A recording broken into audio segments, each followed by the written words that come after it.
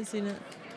We never leave this room. Welcome back to the 2026 Backgammon World Championships. Today we have a very special match starting off with round one of the main event, the actual World Championships. We have two of the very strongest players in the world. I'm sure they are very upset that they have to play each other in round one. Thomas Tinlund from Sweden, who I think is like, what, G1 or G0, like level. Yeah. And I think Jerry Tanzi is exactly the same, right around that same level, playing around a 3 PR, maybe a bit below. So, wow, pretty impressive, and also pretty bad luck for them to pick each other in round one. My name is Justin Knoll. We are here with Miranda M. Women's World Champion from last year, and we will be doing commentary on this match today. We will also have a transcriber for the match, so that should be good to be able to see how strong these players are playing today. I remember a few years ago when I was here, I played Zinnik Ziska in round one, and then Oliver Squire in round two. And did you beat them both? No, Oliver Squire beat me. I was up 12-0 and then lost. It was very, very upsetting. How many points was the match? 25? No, like maybe 17? So I cried all the way down. I think I scored like one more point the rest of the match, but what are you going to do? But I will say that this is, I was looking at the list of the matchups during round one, and I saw these two names next to each other, and I ran over here like going, hey, can we get them on stream one? And it was already done, already decided. Of course, there, I don't think, is a better matchup for the viewers and a worse matchup for the players in round one, because, of course, this is just a single elimination event, right? And so, like, the kind of matchups you might hope to have in the finals, a lot of this blood is spilt in the earlier rounds leading up to the finals. So, your odds of winning this event are greatly determined by, like, who's in your bracket, on what side of the bracket you're on. And if you just end up being unlucky enough to get paired up with a bunch of murderers in round one, it's going to be tough. Very, very tough. But this is great for us. I can't wait to see it. Quite excited, of course, on the Red Bull this morning, trying to work my way up. Good morning, everybody, of course. Thank you for tuning in. If you wouldn't mind smashing the like button, of course, and subscribing to the Backgammon Galaxy YouTube channel. Do not forget to download the Backgammon Galaxy app. They will be doing many free tournaments, giving away real-world prizes, over $10,000 worth, boards, lessons of the sorts, and many other things, I'm sure. Thank you for tuning in today. You could have been anywhere in the world, but you're here with us. What time is it in New York? 5 a.m. Pretty early. But 5 a.m. for a match like this, I would certainly wake up, I think. I could watch it from bed. And I'm sure they'll be starting sometime soon. I saw both players, I think, in the other room. Or I saw Thomas for sure. I don't know if Jerry's in the other room yet. Are you looking for Jerry? Ah, okay. I saw Mehmet.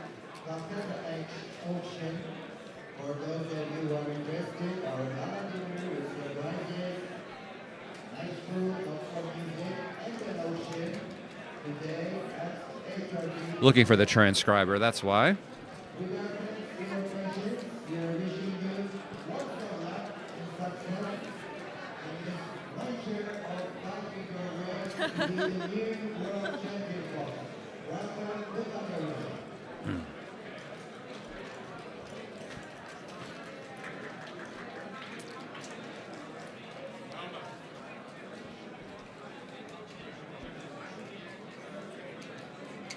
How do we feel about the drawings?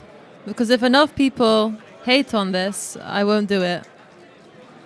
But if you like it, I will. So please vote in the chat now. And we'll see. All right. While we're waiting, of course, and people are coming into this match, obviously seeing Thomas Tinlund and Jerry Tanzi should keep you around. Don't forget to smash the like button. It'd be very much appreciated. Helps out the algorithm. Helps us out here over at Backgammon World Championships. So 1 against. Jacques says, please stop the drawings. I guess if they were more backgammon related, but Art's in the chat. Nice to see you guys. Dopamine Express, KO system like last year, question mark. I don't think they've changed the system. I think it says 17-point rounds with 19-point final in the main. I think there is a consolation. But yeah, like, I think it is just a single elimination. Please vote on the Thomas drawings. Tenlin there up top. Jerry Tanzi from the United States of America. I think him and Victor Ashkenazi are the two like best playing Americans.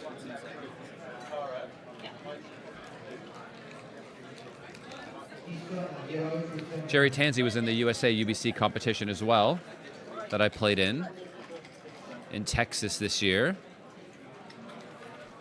I think in the knockout rounds he got paired up with Petco, though, which is very unfortunate because Petco in the States is also like a 3 PR, maybe slightly under type of player. And I think he and Jerry got matched up in the first round of the knockouts. And so that was tough for him. I think Petco outdid him in that one. And then I played Petco in the next round and got very lucky to win that one. And then lost to Frank Frigo before the finals. So. Oh. By the way, we're not playing guys. I'm not bitter. I'm not bitter. Ugh. All right, so we have a new board change out. It looks like these are Earth board colors, but of course with the Backgammon World Championship 2026 logo on it. Very nice to switch up the boards.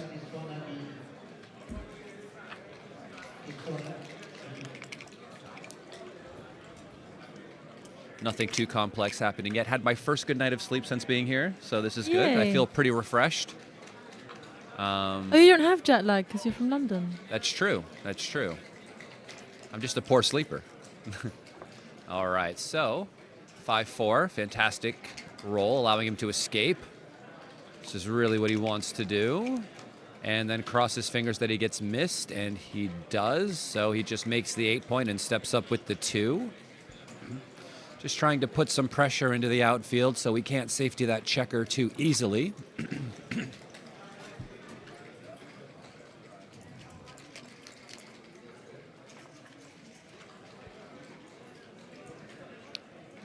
Somebody said they dislike the checkers. That's weird. I prefer them maybe. I don't know. They're a bit glossy. They're not as matte as the other ones. I think I like playing with these ones better. I like how they slide on the board. Don't forget, all of the equipment they're playing with and playing on can be purchased in the Backgammon Galaxy web shop.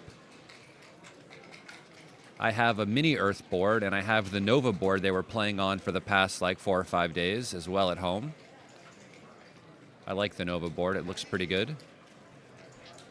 And it's cheap, by the way, compared to like most backgammon boards. At only around, I think, like $400.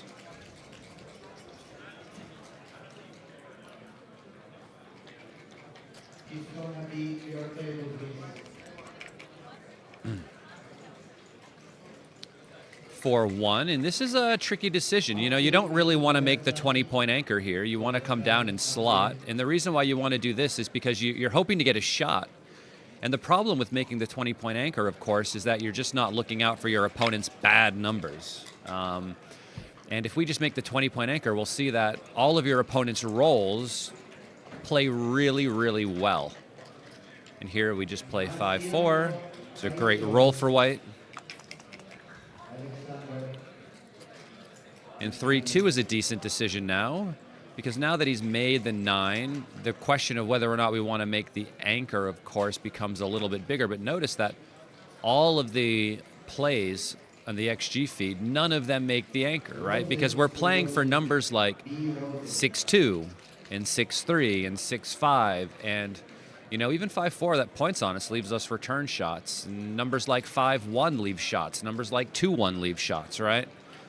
So, and then some of the other numbers that don't leave shots just stack their checkers up so awkwardly that it's just more likely to leave shots in the future. And so we just stay back. Uh-oh, he's bringing the drawings out. On the 24-point, and we just consider this to be our goalie, right? This just defends against all the 6-5s and 6-3s and 5-1 sort of numbers that are going to give us shots at them.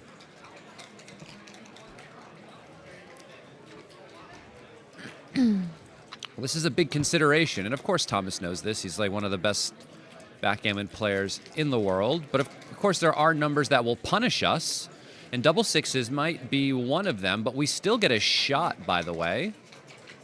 It depends. Oh, I guess he doesn't have to. He doesn't have to clear the point, does he? He can just do this, and then if he doesn't anchor, we can just double. And if he does anchor, I don't think we can double. So here, I think he has such a strong racing lead that despite how difficult it might be to get this game home, there's enough here for a market loss. So the cube should come just based on the race lead alone. He's up 25 pips. And his opponent doesn't have an anchor, so you have Racing Vig, and you also have Blitzing Vig. So since you can win in both of these game plans, I think you have a cube, and it's not going to be easy to bring this game home if he doesn't roll a good number, so he has enough contact value, as we would say, to take. Thank you very much, Jacques. I appreciate it.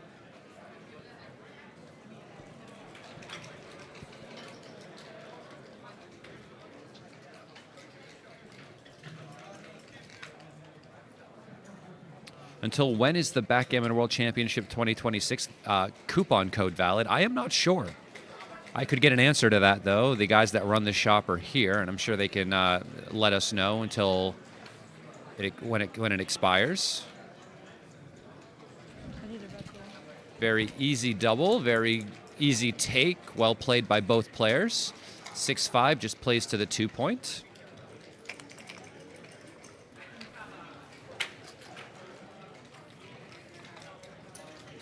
I think this is the match to stay on. This is a significantly superior matchup to, I think, anything else that's going on right now. In here, there are a few numbers that leave shots. 6-3 doesn't, but 4-1 can play safe. It just picks and passes. And of course, he's hoping for a fan just so he can maybe make the one or find a way to bring this game home a bit easier. And this just comes in, I think comes out. But coming out is slightly wrong. 13-7 is a bit better. It puts a bit of extra pressure somewhere. I don't know. But I find this play very hard. Of course, it's close. I think this looks like a bit of the normal play. But I think the problem with this is now numbers like 5-4 and 5-3 can just play down, can't they? I think that's the point. So when the computer has like a difference between some plays, it's certainly just numbers sometimes that makes the difference. And 5-3 and 5-4 just play down at that point, and then you get no direct shots, where if you stayed back, you would have. Double twos makes the 4-point and the 11. Certainly the best roll there from Jerry. 1-6, Thomas fans. 5-2. All right. I like this, and going to the 9 is fine. He only gets hit with 5-4.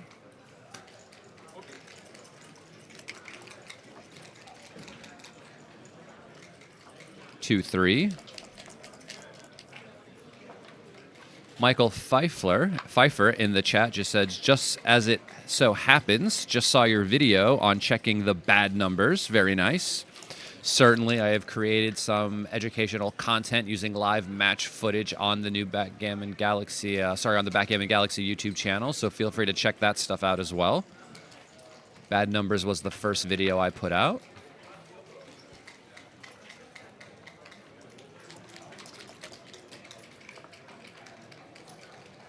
Six, 3 just takes a single checker off.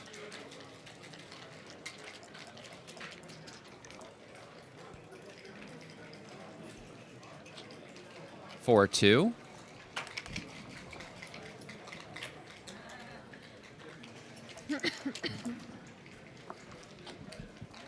Four, 3 just takes 2 checkers off. The gammons are increasing for Jerry.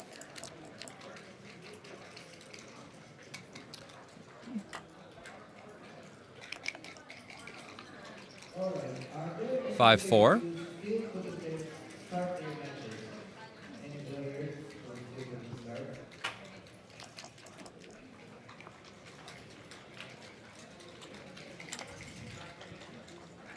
4.5 rolls left for white. Can black get around the board here? I see that it's green, but I'm probably going to say black for most of the time. Can't help myself. And it looks like they're going to get off the G after that double fours. Double ones. Looks like they should be able to save it.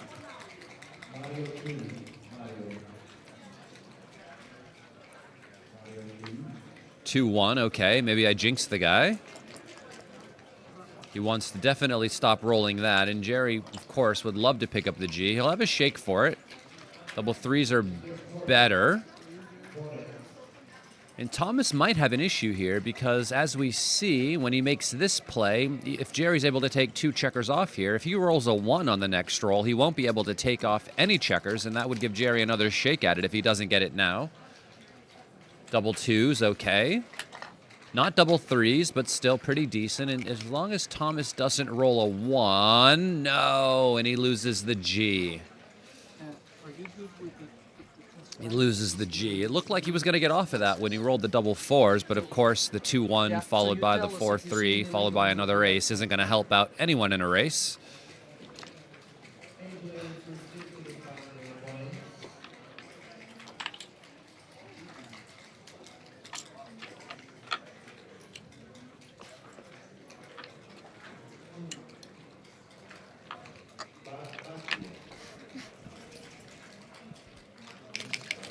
So Jerry takes a 4-point lead in this race to 17. So one of the nice things about these longer matches is that you can actually take like a pretty big hit in the score in the beginning, and you still have time to turn it around. The luck can very easily swing.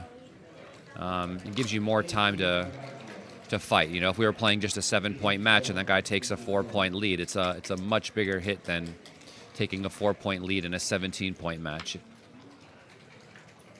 I like the 5 hitting here.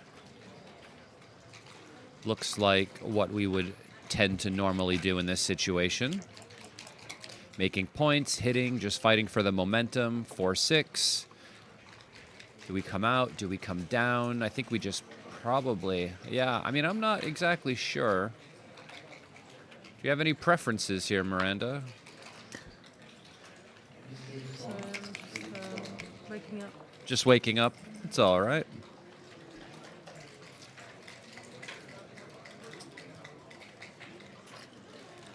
What is 6-4? Makes the bar, right?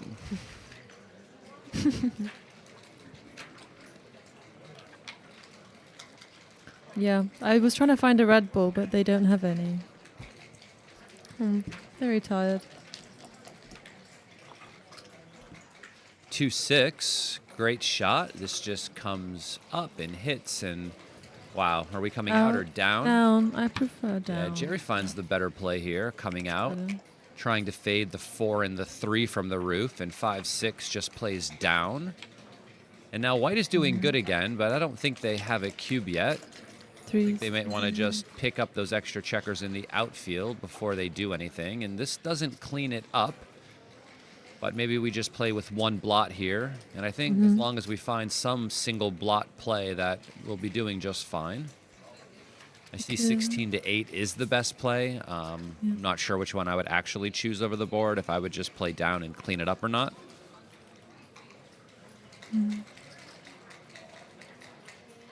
Yeah, if you play down, then he doesn't have to break his midpoint to hit you.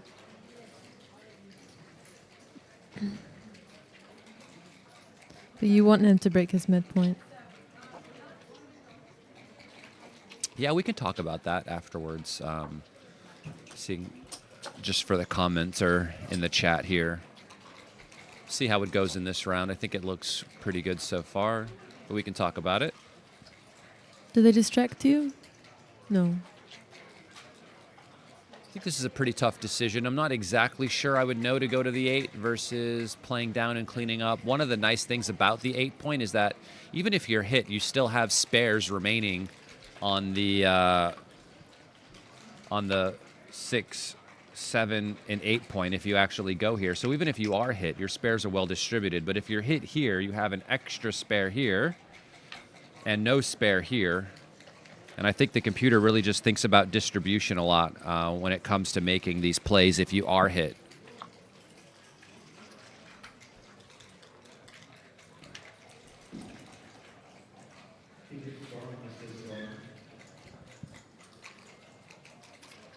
And after double fours, he's going to be basically tied in the race, only down. He's going to be up 2 pips, I think. So I think he's just considering, unless he's played some of them already.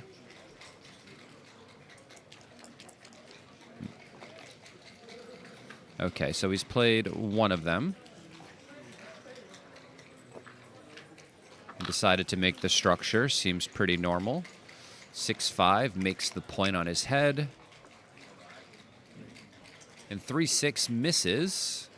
So I think we could just play 13-7 here.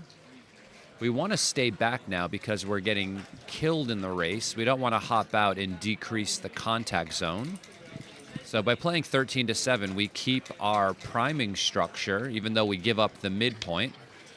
We really don't want to play 7-1 in a situation like this because we really want to create a solid block of checkers on the other side of the board. Makes the 4. 2-6 makes the 4. And now I think Jerry is ready for a cube again, depending on what green rolls. And this 6-2 should just come to the 5 point. And I think it's time for a cube now. Even though he's up in the match score, it's a pretty stable position. He's up a bunch. He has the 7 and 8 points made as good landing spots to come home. So I think the cube is clear.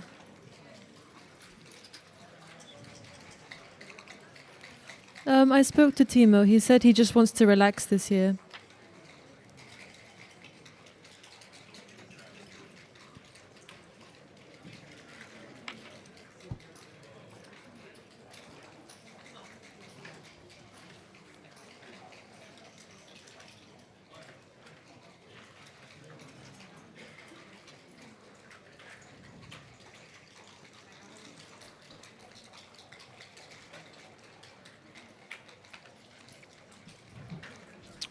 Very nice cube from Jerry.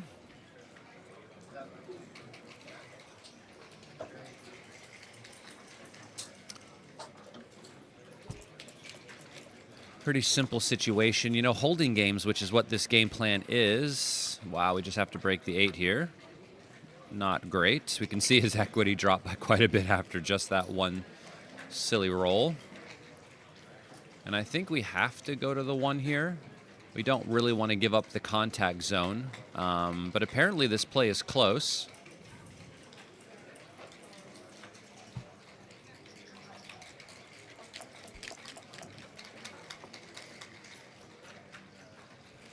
Just plays to the 7.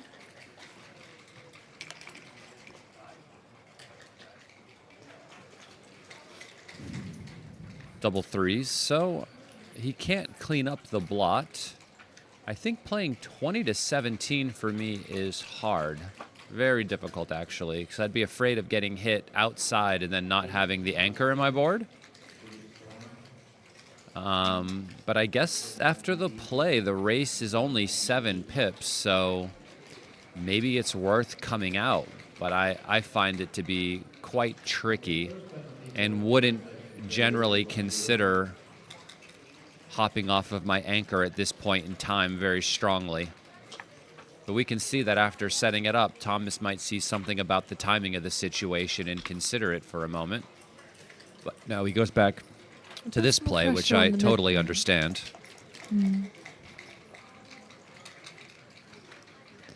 6-5 misses. So after getting missed, you can see why maybe he would want to be on the 17 point, because when he cleans up this checker, the contact has really decreased, and I guess the only chance he'll have to really win this game is either by catching up in the race or by rolling a lucky 8 to hit him later.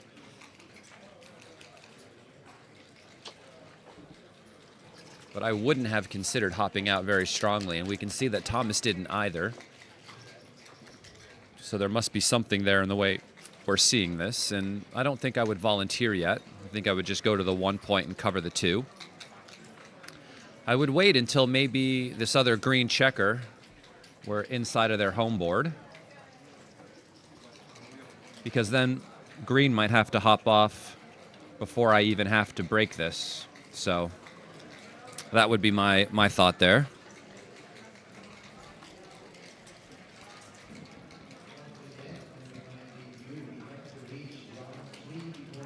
And he sees the 6-4, but you really don't want to give shots here if you don't have to, because you can see that he might have to hop off his anchor with a 6 before you do.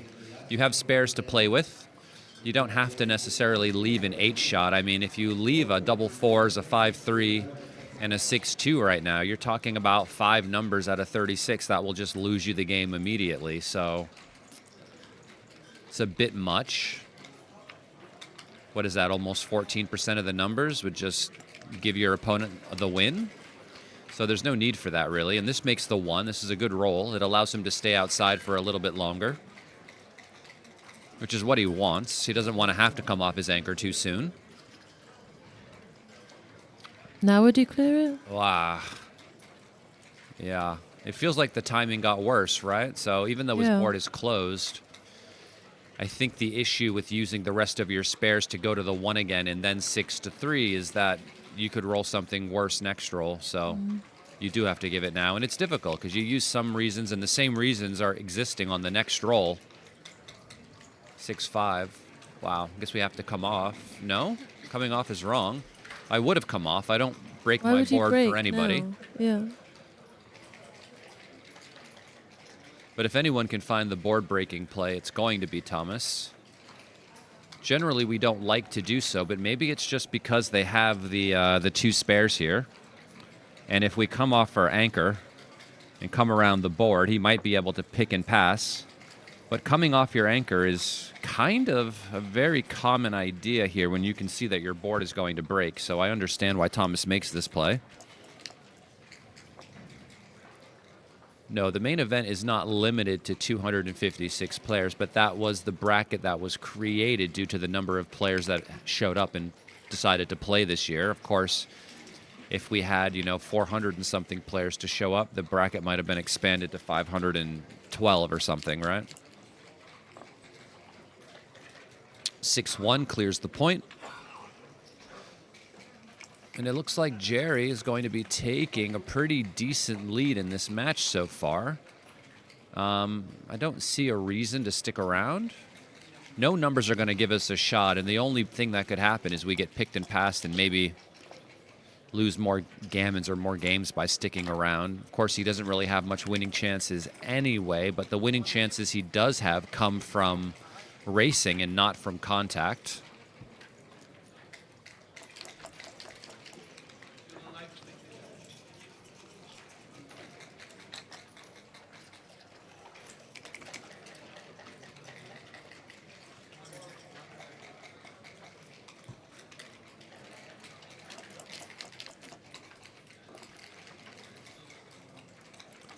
Four and then 3.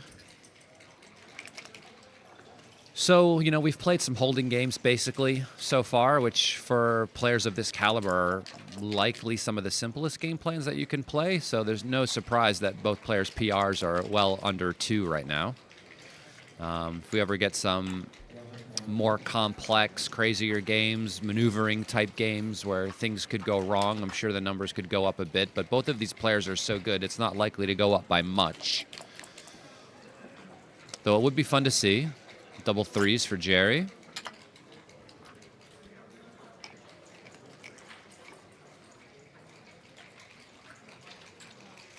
I think you have to actually create an actual GG account.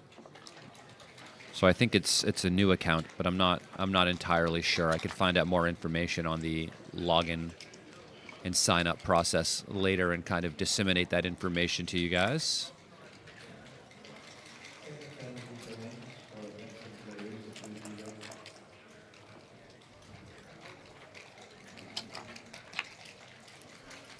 We have the wonderful gala dinner tonight. I'm looking forward to that. I didn't know it was tonight. It is tonight. It was really nice last year. I look forward to it again. They do the Calcutta auction at that time as well, where they auction off teams after the first round of the tournament and see who's left. And last year they did it by country. I'm not sure how they're doing it this year.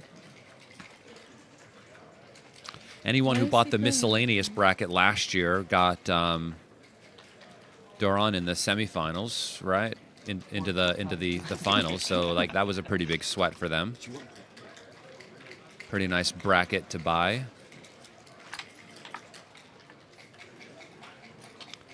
I promised one of my students that once the bracket was made, I would send it to him so he would have the option to look it over to see if he wanted to bid on anything from his home in the States. He's probably watching now if it's not too early. Last year they didn't publish photos of the gala dinner. Yes, it was more of a eyes wide shut sort of event. We all wore... No, I'm kidding.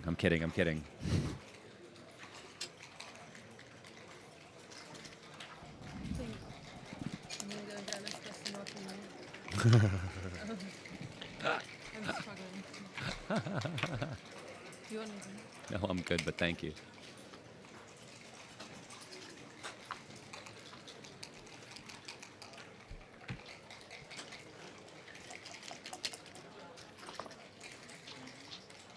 (6-1), all right.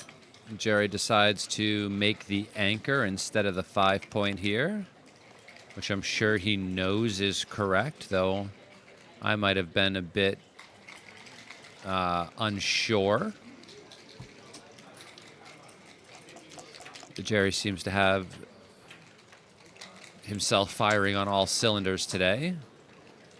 Seems to be playing lights out, which is no surprise to me. Not a lot of players outside of the States, I think, are really familiar with Jerry Tanzi and how strong he is because he almost exclusively plays in events in North America.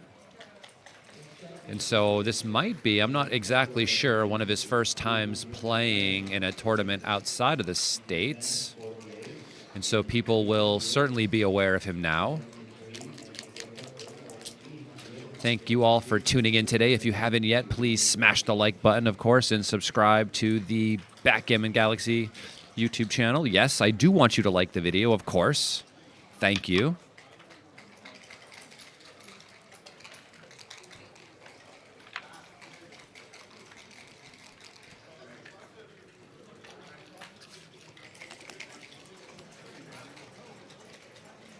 (6-5) gets to escape the back checker. Really good roll for Thomas.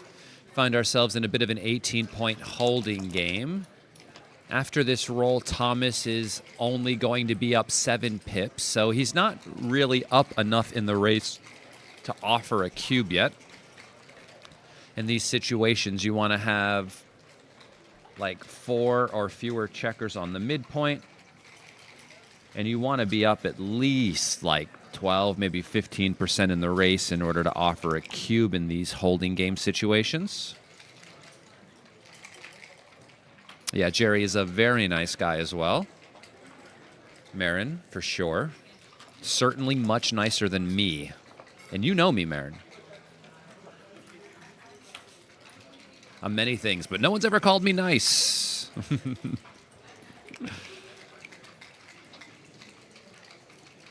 Dan Rivera in the chat. Nice to see you this morning. Backgammon is beautiful.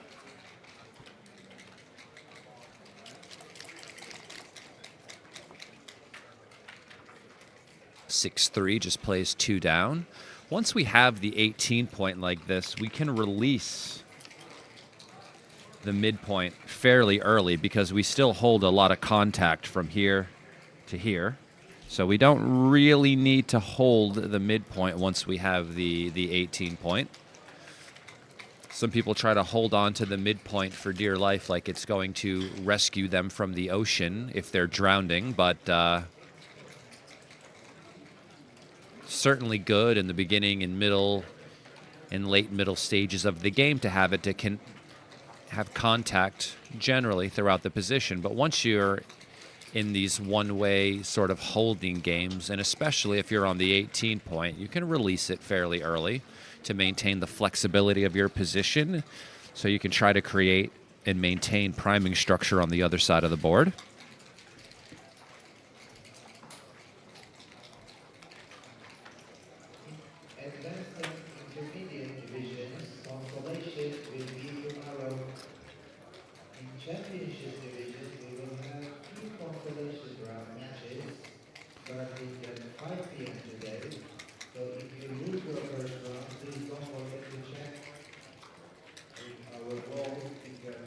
I also have one of Jerry Tanzi's Grandmaster Collector's card.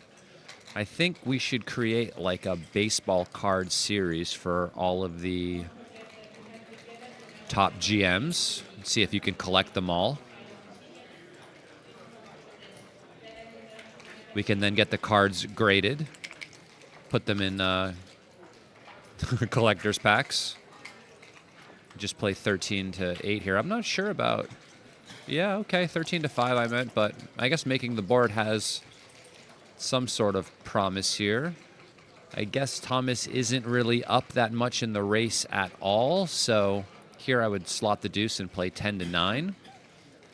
Only because I really want to preserve my outside sixes so I don't have to leave a shot before Thomas does. And if I make this play, I only have 1 6 left before I have to think about clearing this.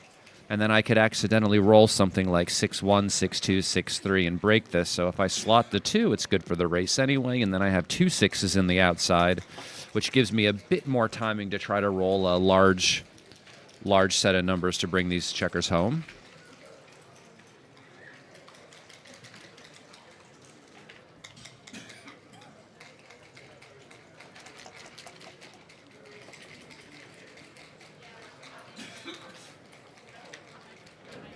So here you can see he just used his last 6.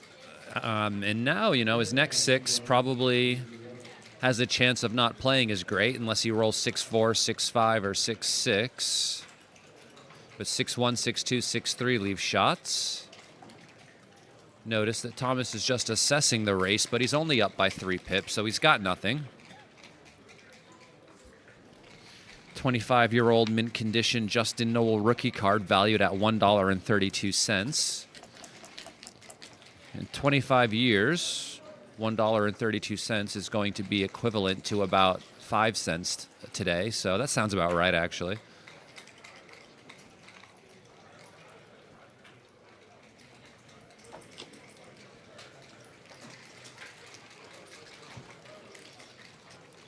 But I think I'll only print 10 of them. So if you have one, maybe it'll be worth $5.67 instead of $1.32. Rarity, of course, you know. The scarcity of the card will make it more valuable. It'll double its value from $1 to $4. And now he's offering a cube here, up 10 pips, and this is a sufficient racing lead to offer a cube. And of course, there is the ability for him to break the contact on the next roll, and 6-1 doesn't do it. So he has to bear in and play from 5 to 4, filling in the gap, which is good for the race. And he hopes that Jerry leaves a shot first and that he hits him. And that's cocked, and he gets to re-roll. And 6-5, Jerry gets to clear the point without leaving a shot and brings the race closer to even. Thomas rolls 6-3 and fills in the gap on the 4 point, so he has a 15-pip race lead. But of course, his position has a double 6 for Jerry. Unfortunate for Thomas. Oh, double 6 again. Not to be outdone. 6-3 for white. Wow, double 6, double 6. But we can see that Thomas's position has quite a bit more wastage, or a lot of extra checkers on this point versus here. So, you know, the race is closer than it appears. Thomas will have no misses, but of course his larger numbers as the race goes on will just be bearing off low numbers instead of high ones. So there's a chance Jerry could catch up. Double 3s is a great start. So Thomas has 9 checkers left. Jerry has 7. 2-1 is not great. 1, 2, 3.5. First is 3.5. Yeah, I guess he doesn't have a recube yet, but he rolls double 6s, and now he wins the game entirely, which is crazy. I don't think there's any way to get Thomas to take this recube. And so now the cube comes to 4, and Thomas has to just pass because there's just no chance to win. Of course, he's going to look at it for a minute, smile. Can't believe it. Jerry rolled double sixes, then he rolled double sixes, and still got absolutely nothing. You gotta know something about that help.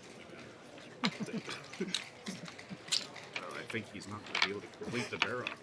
Jerry takes an 8-point lead in a race to 17. I guess they're going to continue playing. I know they've only played maybe 2 or 3 games, but I would take a break if I were down 8-0.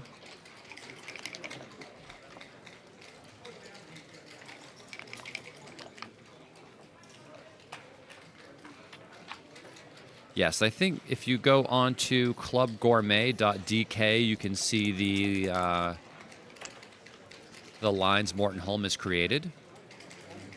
3-2 for white. The best play here is to split with the 2 and play the 3 down after 4-3 down. This is a bit of a book move. This is the second best play here. Talked about that one yesterday, and 4-2 makes the point. Jerry would love to roll 6-1 or 5-1 or something to make the 5-point. 4-1 makes the 7.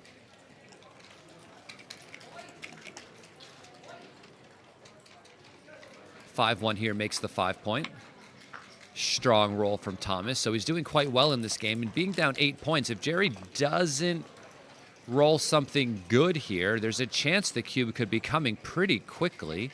And I think the number comes down. I'm not sure exactly where. The problem with splitting is we open ourselves up to the blitz. So while it seems normal to play 13, 10, 24, 22. Now we can get primed and blitzed, which is not really what Jerry wants. And if he thinks about taking a cube in this situation, because the cube should be coming, by the way, down 8 points in a gammonish position, you should definitely be doubling early. And this is a situation Thomas should definitely be doubling in, and he does. He does, of course, of course.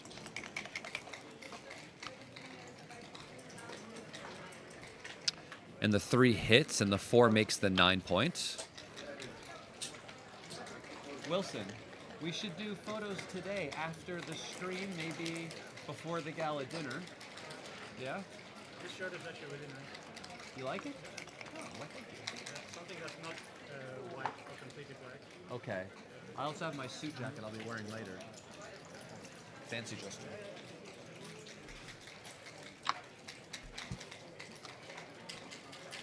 Do I know the match equity at this score? 9 away, 17 away? No, definitely not. But there is a chart of that, of course, and you could learn Neil's numbers and try to figure it out, solve it from this score if you want. But here I just have kind of guiding principles about how I play as the leader versus how I play as the trailer in this situation, right? So, of course, the trailer is going to want to be doubling early in more gammonish situations, trying to take advantage of the increased volatility and win 4 points in more gammonish spots. And the leader, of course, is going to be doing the opposite. They're not going to be doubling in gammonish spots because a lot of the equity in these gammonish situations comes from just gammons, right? Which they don't necessarily need, though of course they would enjoy, but they don't need it. They just want to maintain their lead as they get closer to the finish line. And so what they want to do is double in less volatile situations, more races, more holding games. They can start doubling like normal, but they don't want to be giving cubes in situations where they don't win a lot of games because they have to then face really, really quick 4 cubes. Which they don't want to face as the leader, of course. You don't want to take a 4 cube and lose a gammon and then have the score be tied, right?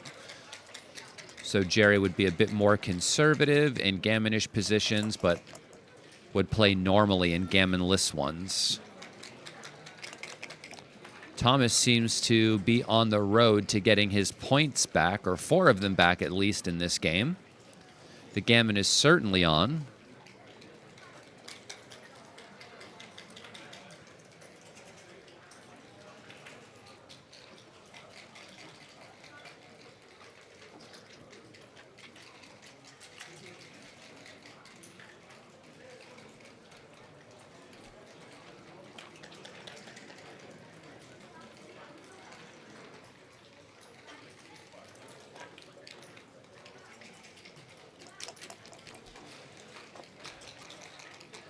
Jerry stays on the roof.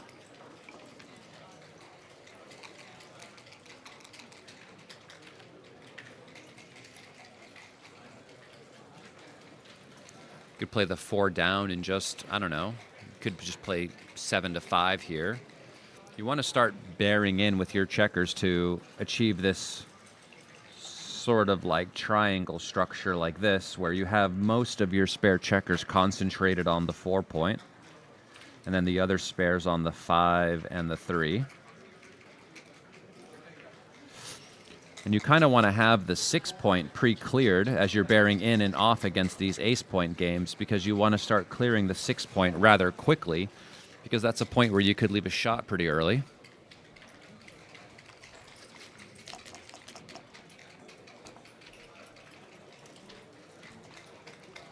Backgammon Made Gin said Jerry is currently getting tansied. I agree.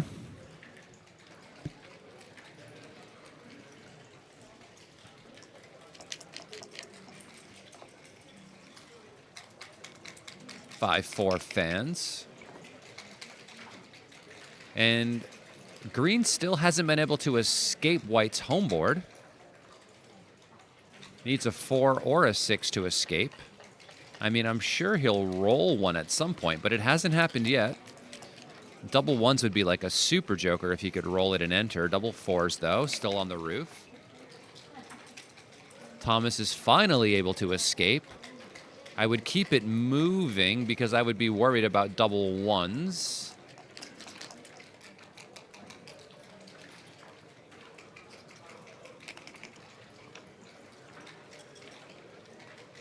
Five, 3 seems fine to me, just playing down. You could also play the 5 in, but I don't like going to the 2 point in these ace point games either.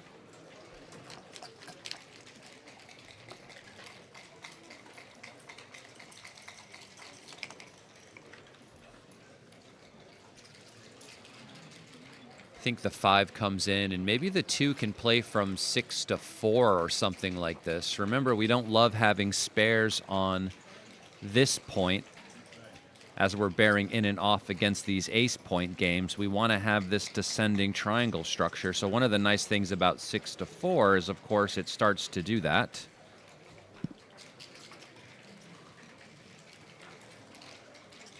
Thomas sees that 8 to 3, 7 to 5 is also a legitimate variation.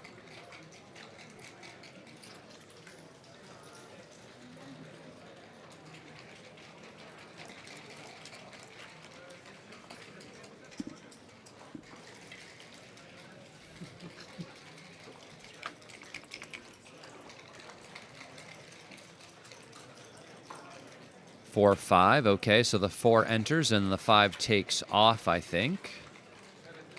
And this is not ideal, of course. When we want this structure, what we want to do is avoid structure that looks like this, which is currently what is happening.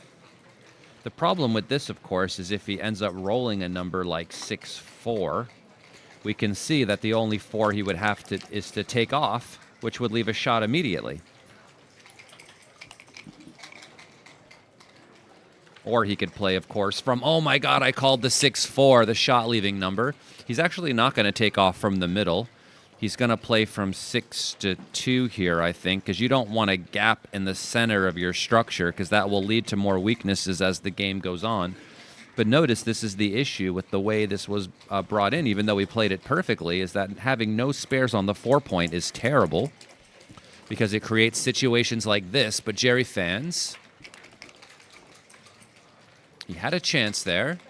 The 6 comes off, and then we play from 5 to 4, filling in the gap on the 4 and starting to clear the 5.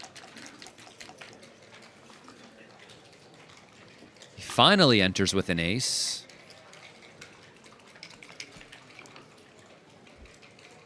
Three, 1 just clears the 5 point, right? Getting rid of the points in order, creating a position where nothing will leave a shot on the next roll. 3, 2 still fans for Jerry. 2, 1. Wow. Tricky, actually. The best play is 4 to 3 and to take 1 off. I don't think this is obvious. though I think he will find the best play, but it's not obvious to me that 3 off isn't also a contender.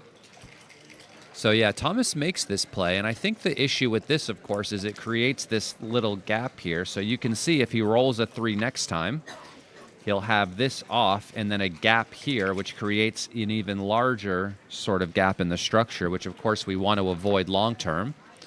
But 6-4 is good. 5-1, finally he's able to come out from the 24.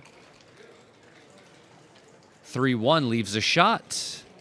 3-1 is a shot, and of course he just has to do this and play 4-3. There isn't really any other option, and now if Jerry can roll a 3, he's got a chance here. Green only has 7 checkers off. Can Jerry roll a 3? No, double 6s, which is not great because it doesn't hit, and it's also not going to save any gammons.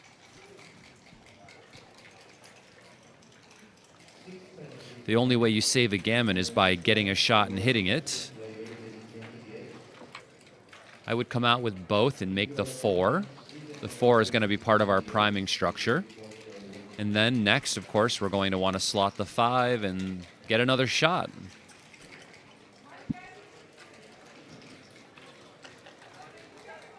I don't know who's unluckier, the guy that leaves the shot or the guy that misses it.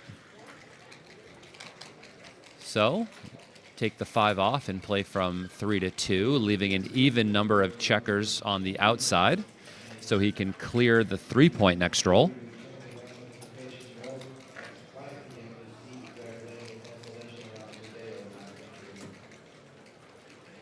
If he does anything else, see here, only 2s leave shots.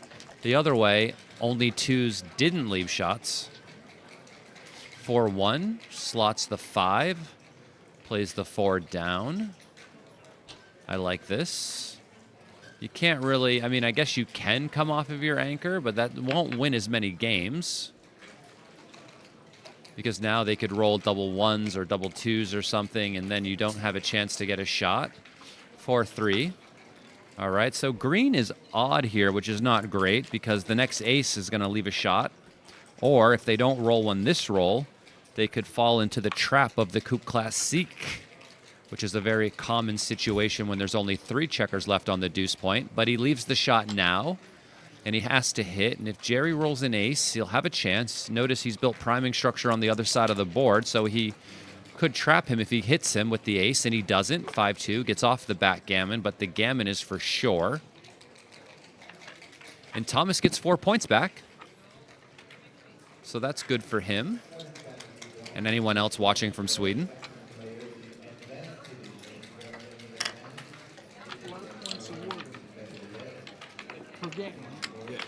Casper said the guy who misses it is the unlucky one. I disagree. I think the guy who is winning the gammon and accidentally leaves the shot while playing perfectly is the unlucky one.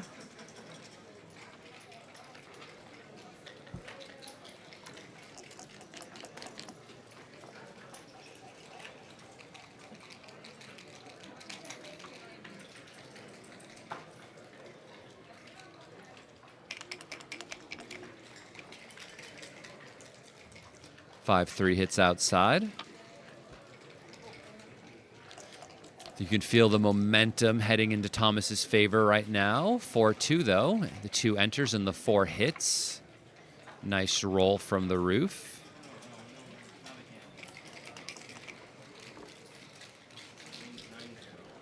Wow, there's a 16 cube over there. Crazy.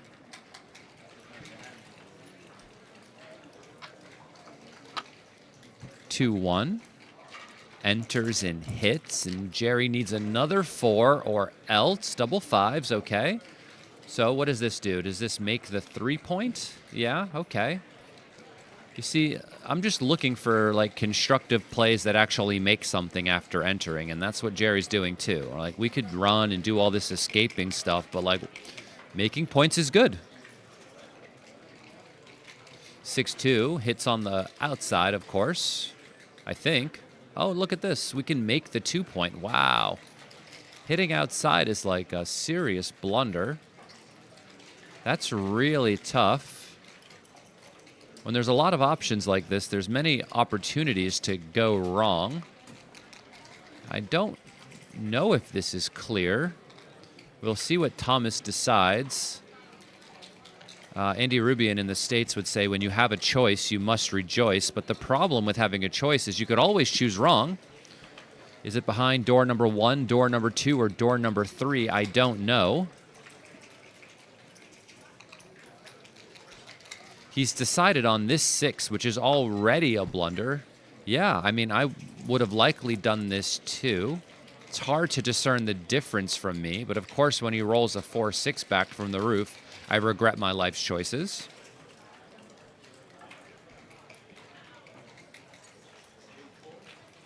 Mr. B7873 says, this is the best BG commentator I've ever heard. I don't know who you are, but I trust your opinions implicitly and would allow you to babysit my child. You seem to be a very smart person. I wouldn't do this. This creates a lot of blots and a lot of volatility without much gain. We just played down, of course, giving a 6 to hit, but keeping the 8 point.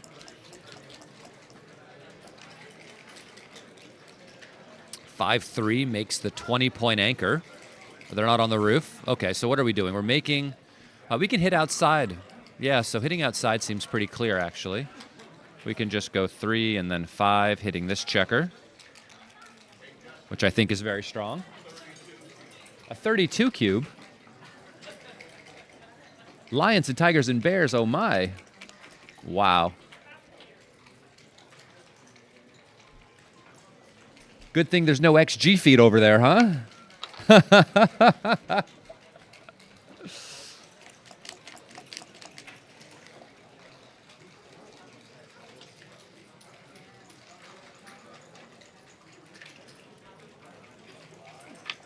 Double 4s, making the 4 or the 2. The 4 is the stronger point, but the 2 point actually plays with the high stack of checkers and improves your overall distribution. So it's a hard choice. How's it going today? Yeah, you're good. 32 cube over there. Pretty crazy. 17. Yeah, yeah. I mean, I guess if you're given a 16 cube in a 17-point match, you might as well double to 32.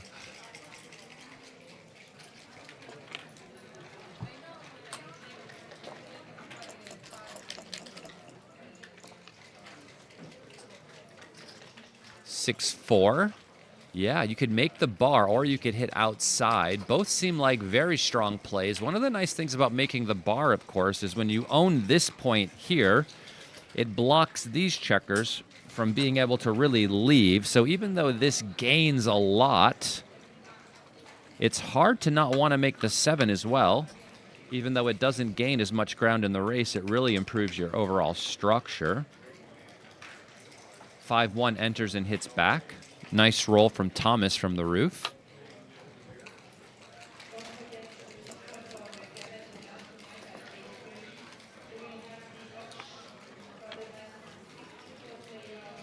One 6 enters and hops out.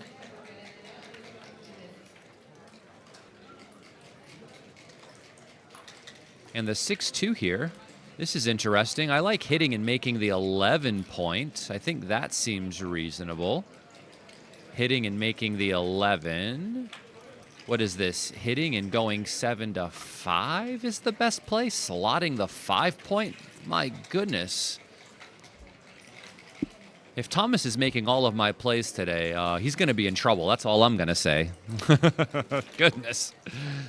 I mean, the plays that he has to find are so difficult right now. It just seems quite easy to choose incorrectly. Any fans? Oh, no. And Jerry, I think, just has to continue to roll here for the G's. It looks too good. And the 1 hits loose on the 5 point, and the 3 just comes out to the 15, I think. 21 to 18 is also strong. I thought with 2 on the roof, maybe I would just want to come closer to give myself a few more cover numbers, but of course he finds the better play. And Thomas rolls the 5, staying alive. A very strong reply. I guess this is better for when he rolls a 5 because now he has 5s and 6s from the roof that will hit somebody back. But now he's deciding whether or not it's too good anymore, and he doesn't think it's too good, and it's not too good. Maybe he still thinks it's too good. I don't know. He hasn't decided yet, but I can see the computer evaluation, and it's not too good anymore. I knew he was going to find the best play because, of course, he is Jerry Tanzi. He finds this great cube, and whether or not you can find the pass here is another big choice. Of course, though, you can see that he's going to enter with almost every roll, and then 5s and 6s and going to hit out here. And 1s and 2s are going to hit here, and that's a lot of numbers. And if you don't roll a hitting number back, you are in serious trouble. Thomas can see that he wins quite a few games, but of course the downside is all of the Gs and all of the blots. There's 4 of them, 1 on the roof, 1 here, 1 here, and 1 there. And when there's a lot of blots, there's a lot of gammons. You can see that there's over 40%, almost 40% gammons in this position.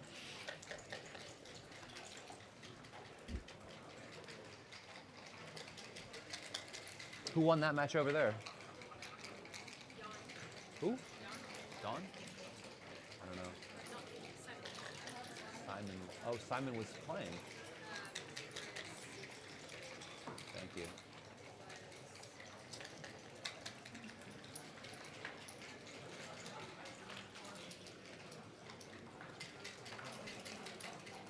Very.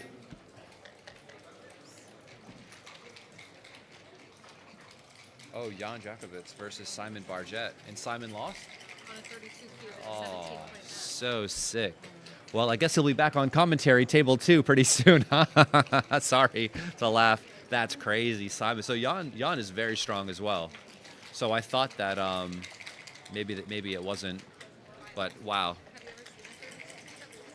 No, never. First 32 cube I've ever seen at the World Championships. I can't wait to watch that one. It'll be a short watch, too, apparently. It won't be too time-consuming.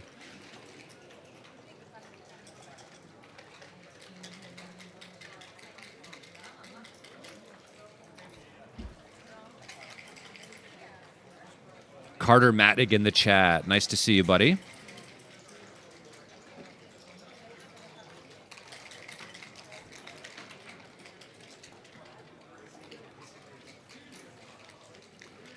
Yes, that match is on stream too, and I look forward to watching it after this one is over. From the sounds of it, it only lasted a few games. There was a 32 cube. This is a very, very, very serious decision here for Thomas. I mean, the swing here is going to be massive. Of course, you know, losing another 4 points in this game, allowing Jerry to get to 12 after you've just got 4 points would be very bad. And of course, you know, passing here, just losing a single point wouldn't really put him in such a bad spot. I know he would still be down 5 points, but I guess it's better than being down 8, which would happen about 40% of the time according to the statistics. And apparently there's also 8% backgammons here, which is crazy. Because if you get the checker on the 5-point closed out and you pick up all the other ones, it's going to be tough. And of course, this is a very understandable decision from Thomas. 1-6 enters and hits. And if Thomas doesn't roll a 5 right now, he is going to be in a bad spot. But if he does, if he's lucky enough to roll a 5, he has a game and he rolls the 5-6. And now the take is a real take. For sure he has a game now. That was really lucky. If he had fanned, it would have been terrible for him.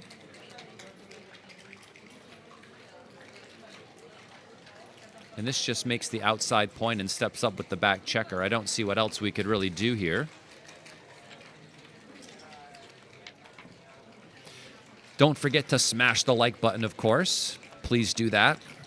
For the 434 people we have watching right now, only 74 likes at the moment. Of course, we could match the 734. That would be great if everyone had access to the button. Don't forget, there's little thumbs ups there. Just tap that for me. We must feed the algorithm the likes that it requires and desires.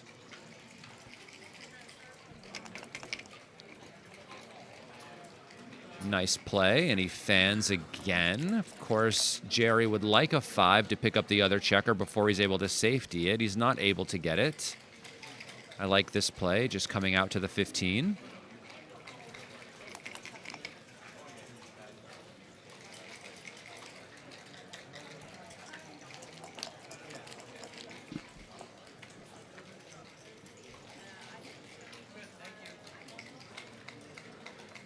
The BG here would get him to Crawford, but that seems very unlikely now. Though I've seen crazier things, of course. In the other stream, they just had a 32 cube.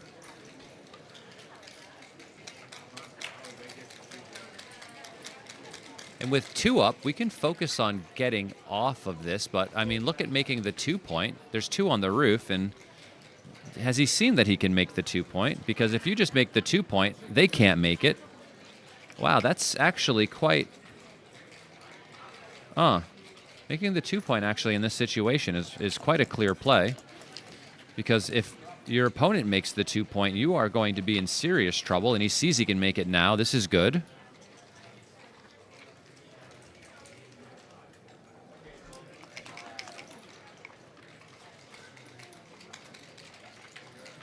(6-1) just slots the 5-point. You're in this double anchor game now, so there's no need to start doing stuff like this, which leaves fewer shots but makes impure structure. You just want to make pure structure because there's no way to really win this game without making a prime in your home board. So yes, it leaves more shots, but whatever, you know, not a big deal.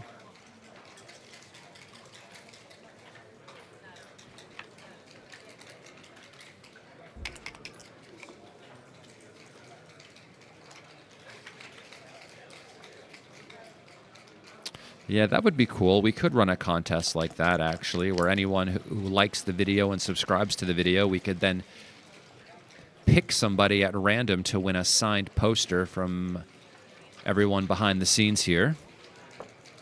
You know what? I think that's a good idea. Maybe I'll talk to the guys about that later. There are apps out there that will allow you to pick a contest winner based on likes and comments on videos. And having a free giveaway that way would be pretty cool. So I think that is a very good idea, and I'll bring that to the guys after this match. And maybe it's something we can implement tomorrow, because I think that is a very good idea.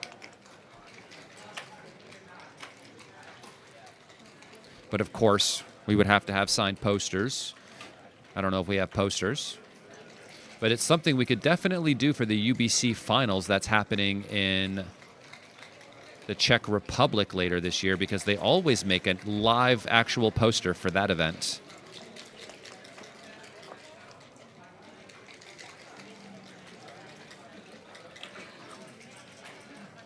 The thing about making the 2-point previously is that if you make the point and they fan, that checker will still be there for you to hit potentially later.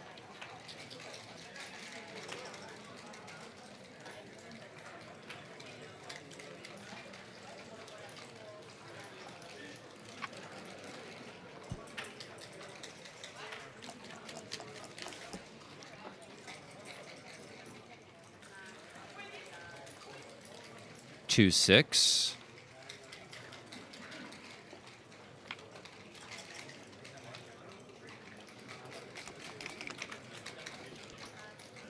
Nine to 7, 9 to 3 was slightly better. Is that leaving a shot is what they were asking you to do there? That's pretty tricky. I'm not sure I would have been able to do that.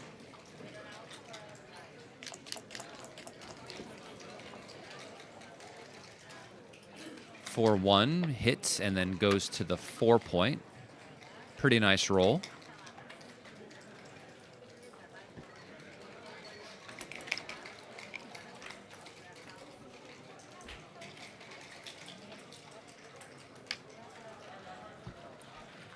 Maybe we could do a contest where we give away a free pair of Galaxy dice so you can call your own rolls at your favorite competition.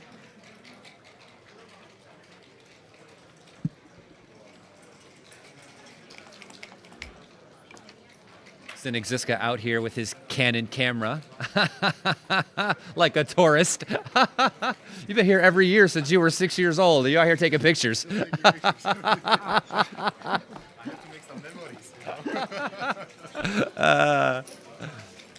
Ziziska, feel free to join me if you want. We've got Thomas Tinlin and Jerry Tansey here. No video. Oh, video of you. but they have your voice. They don't need video of me. But I like to look at myself as well. Oh my gosh, oh my gosh, my gosh. The guy, you know? The guy. 3-1, good roll. Breaks the 7-point. 6-1, just hops off from the 24-point. We can't have 4 checkers back there forever. Would be a massive liability to keep it there. Of course, 5-1 is also a liability because now we get hit and then they take the checker off, and now we're on the roof, which is not ideal. It would have been better if he rolled 6-5. That would have, actually, 6-5 would not have left a double shot, so no, everything would have been okay, actually. 3-1 just takes a single checker off. Jerry's looking to find a way to get the G here, and it's looking pretty good. Green's board on the other side is busted. 5-4 is a great shot. This makes the double anchor. So I think I played a 4-1. Did Jerry make an illegal play last roll or something? I'm not sure. He did. And it's being corrected. That's good. And the roll still stands. We're not making him re-roll after that. I would keep the 5-4. Keeping the 5-4 seems fair. I mean, it seems reasonable since it was broke, but I mean, yeah. It was Jerry's mistake, not Thomas's, so I think this is totally fair. Be one thing if the guy rolled a clunker, but he rolled one of his best numbers, so let him keep it. 4-2 clears the 6-point.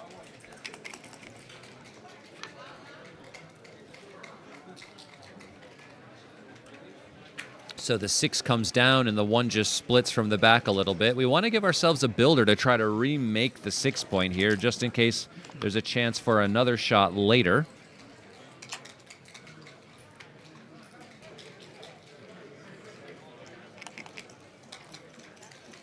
Luckily, the transcriber here was to notice it and to fix it. It's funny, you know, even top players make accidental illegal plays, and then the other guy doesn't notice.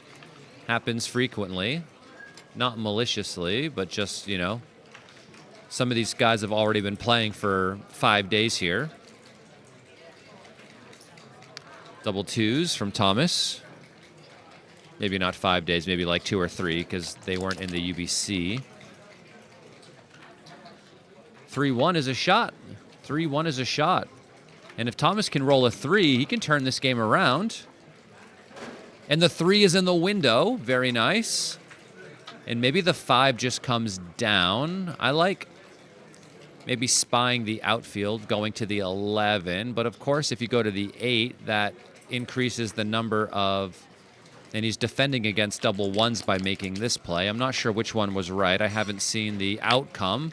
But I was going to make a play that was going to defend against double 6 by going to the 11. If he rolled 1-6, I would have had 6s and 4s from the roof to hit back. Here I only have 6s, and he rolls one of them and sends him back. I would have hit him twice. He only gets hit once here.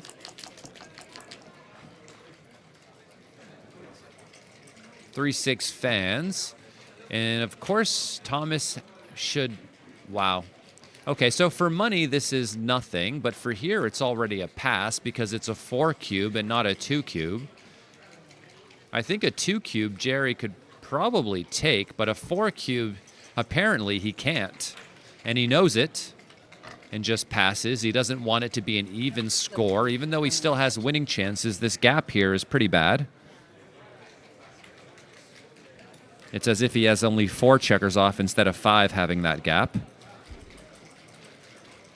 All right, they're taking a break. I'll take a break too, but before I go, don't forget to smash the like button and subscribe to the Backgammon Galaxy YouTube channel. Please download the Backgammon Galaxy app, where there will be free tournaments going on. I think August 1st and 2nd, where they'll be giving away over $10,000 worth of free prizes, boards, lessons, and other things like this. We'll be back after the break. My name is Justin Noel, your backgammon commentator, professional player from New York City, currently living in London, where I give a bunch of backgammon lessons. So, of course, if you're interested in that, feel free to send me an email at justin@backgammonuniversity.com, and we'll be back in a few minutes' time. I'll see you guys in a bit.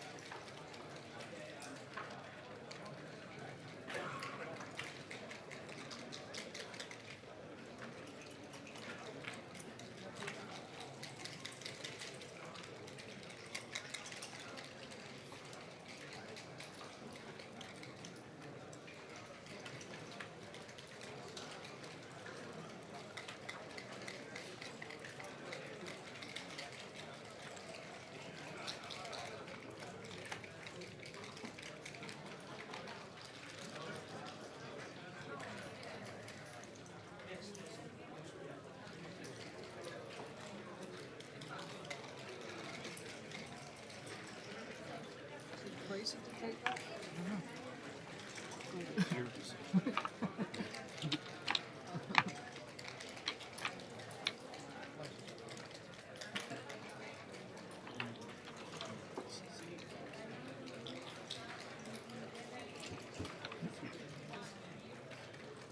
You ready? Yep.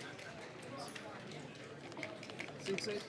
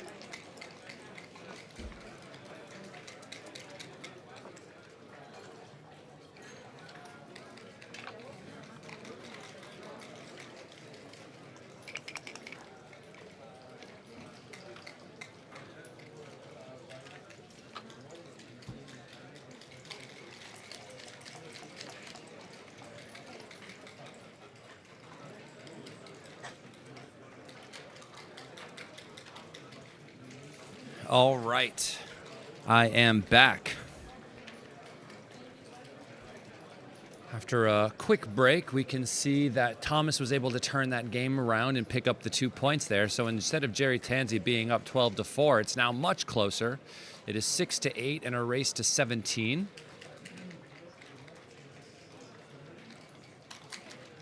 (5-3). What is this? You just make the 10-point, right? Is this... Don't really see anything else. Making the 10 is pretty useful.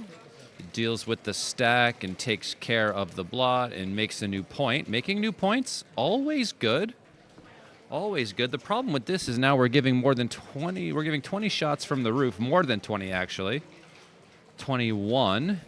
And our opponent's board is stronger than ours. So if he rolls that, there's a massive swing here. And we might not be able to pick up the other checker as well. Of course, this play is going to win more G's, but I think making the 10-point is very, very solid. Stavros, nice to see you in the chat today.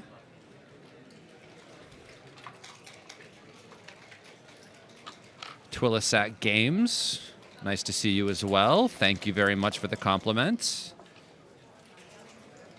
I want to thank everyone for tuning in today, of course. So please feel free to smash the like button. Subscribe to the Backgammon Galaxy YouTube channel. 3-2. Gets to cover both. And I would do so pretty quickly because I don't want the dice to change their mind. Chris Bray in the chat. Good afternoon. The 2-3 double hits, and this is what Thomas was worried about when he was considering whether or not he should make the anchor or not, that he might get blitzed. He's got 2 on the roof, and it's funny because this might be a cube just because of the priming structure on the other side of the board, and it is a double. Look at that. Thomas is looking at and sees that this could be potentially a great spot, even with 2 on the roof to give a cube to your opponent. How often can you give cubes when you have 2 on the roof? Oh, it's Josh Isaac. How are you?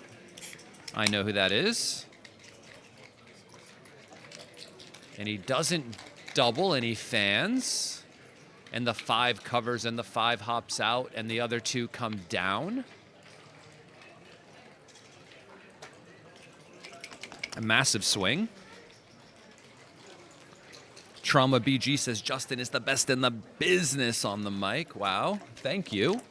My favorite commentator is Sebastian Wilkinson, but of course it would be very American of me to say it was me, but no, seriously. I think he's also fantastic.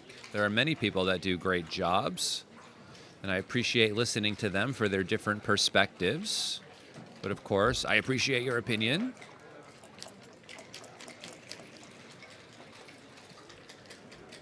One, 4. This hits and goes to the 13 point.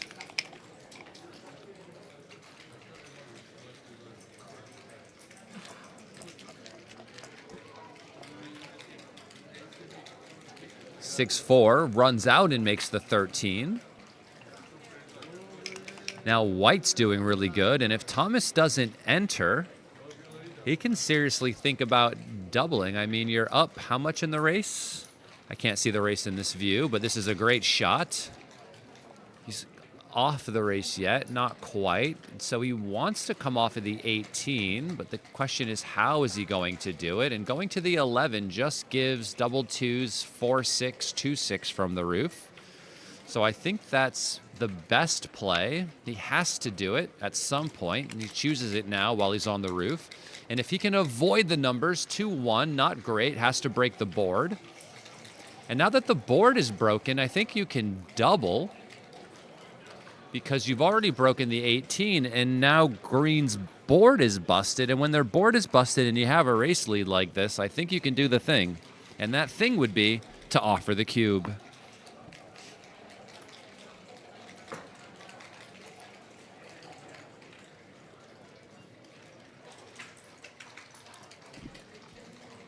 You're leading in every aspect of the game. The position is stronger. The race is stronger. You have serious threats.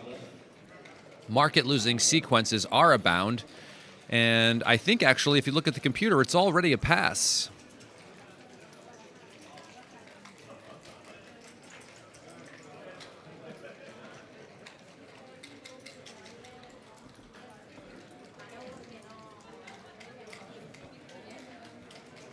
Nice double from Jerry, of course. He's going to find this. The hard part is the pass, I think. Thomas, though, is only down by 2 points, and if he passes, he'll only be down by 3. And here, I think the Gammon losses turn this into a pass. The board is broken, so it's hard to defend yourself, and 2-1 is like the worst. I think you just move from 18 to 15 and call it oh, no, you can clean up the blot. Yeah, that's way stronger, actually. The problem with this is if he rolls a 3 and you fan, there's another blot in the outfield, and the other play only leaves a single blot, but he rolls double 6s, which would have gotten him hit, and this doesn't, so this must be good. Wow.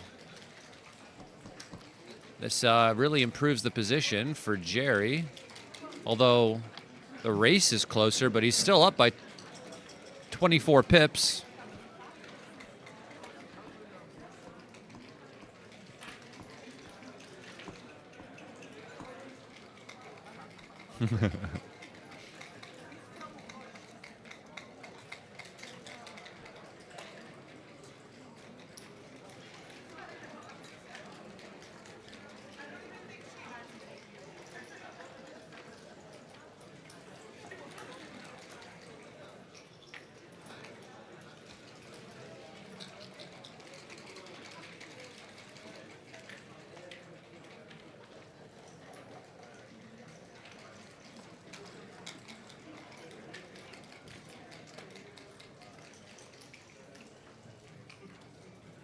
So it's difficult to see what you want to do with the double 6s. Since you're still down 24 pips in the race, I don't love the idea of giving up the anchor.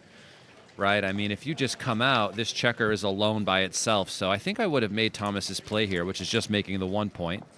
It allows you to keep the mid for a while longer, so I think that's pretty good. And this gets to clean up that blot and make a new point. So now Jerry just has a 28-pip racing lead, which is very strong. I think that this might be a liability right now, so it's worth considering getting rid of it.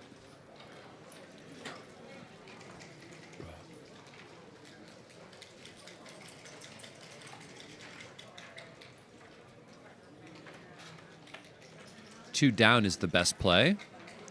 Just breaking the mid, maybe trying to remake the 7 points. It feels weird when he has a 4-point board to keep this here, but the problem is if you step up, where's your 6? You're going to have to leave another shot, right? And another blot, which could get you killed.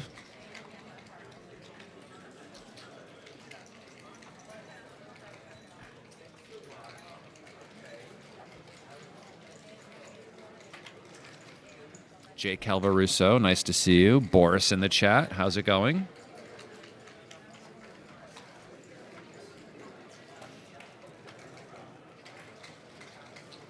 Not an easy play by any stretch of the imagination.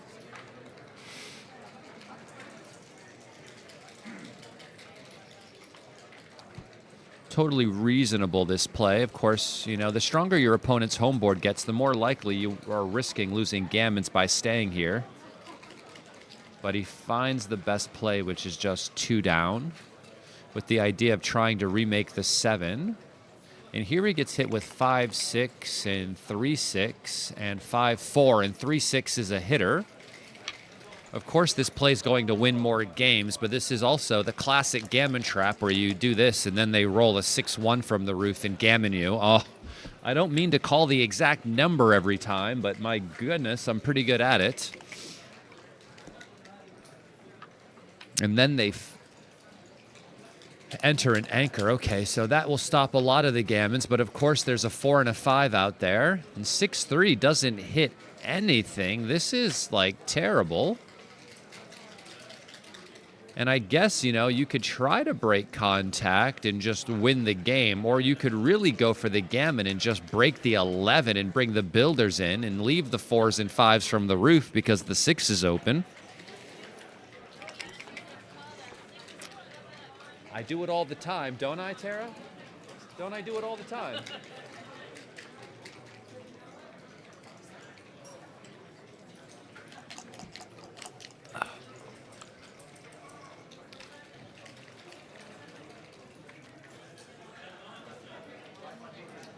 Yeah, 5-3 hits. I mean, when the board is broken, the cost of getting hit isn't that great. Also, we stopped the 2s from anchoring here, right? Which would really hurt our ability to bring everybody home. So the gammons go up, the wins potentially go up as well with this. Thomas doesn't roll a 4, but he does roll a 2. Jerry still needs to cover. 2s and 4s and 7s cover. Marin Rose finds it hilarious that I just call the craziest stuff. I'm also like thinking about playing the lottery when I get back to London, because if I'm able to call these numbers, maybe I can call those too. Just need a Red Bull and a backgammon stream, and I'll start calling random numbers and see what hits.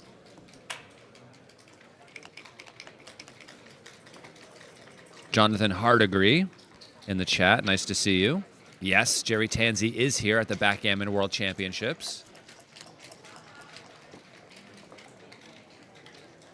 Double 3s brings this all in. Nice way to clear the 8-point. There's a couple gammons here. I wouldn't say too many, but there's a few. 5-4 just comes out all the way. Still leaving the 6 away to try to build this up again. That's all he really wants to do. Double 2s, I think, just clears the 6-point. That's really how we want to play this position. We can't take any checkers off anyway because it's blocked, right? So we just clear the 6. The problem with this, of course, is you could roll 6-4 and leave a shot. And we don't like going to the ace point against these deuce point games. So why not just clear the 6? solves a lot of your issues in the future, right? I mean, here, 6-4 will leave a shot. Here, double 6 leaves a shot. Double 5s leaves a shot. And 6-4 leaves a shot. 6-4 gets to remake the point, and the 4 comes down.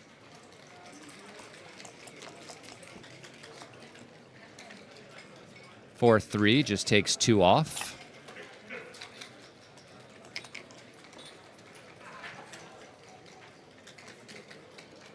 Double 3s makes the point.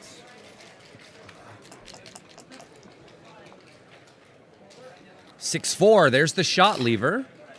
This could have been prevented had we cleared this originally. Can Thomas roll the 4? No, that's the wrong 4. He needed a hard 4, and he didn't get it.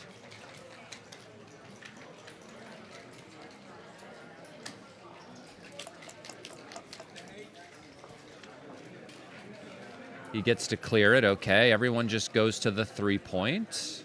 Or we can play the 2 in and the 3 off. Maybe that's better. Yeah, maybe that is better. What leaves a shot here? I guess some 2s leave a shot, but of course he's coming off his anchor now, and he still doesn't have the 6-point made. He had it for a moment, but then had to break it when he rolled that other number. 6-2, this is like the shot lever. You have to hit. Hitting's going to win more gammons, so I think hitting is clear. Of course, Thomas needs the 2.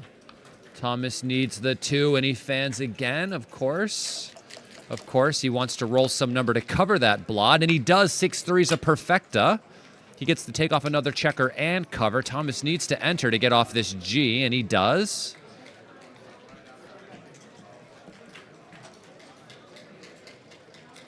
This is 5-3. That's a crossover. Crossing over into a new quadrant is important. He just kind of hates it because it stacks it up on the same point. 4-1 crosses over.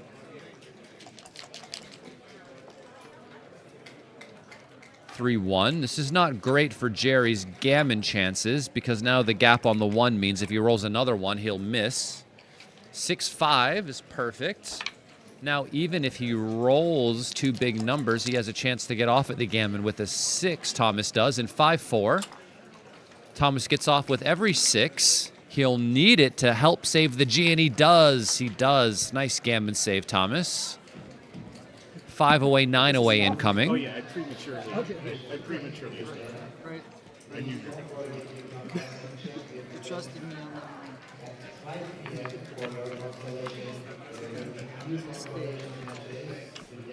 but I didn't mean to deprive you of a decision. Sorry. Oh, yeah, true. Yeah.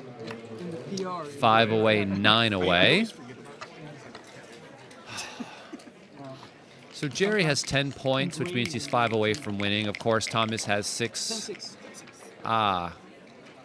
Yeah, which means he's actually 11 away from winning. I misspoke. Am I right? No. Sorry, it's a 17-point match. I'm totally confused. 7 away, 11 away. Totally confused. They're playing a second round today.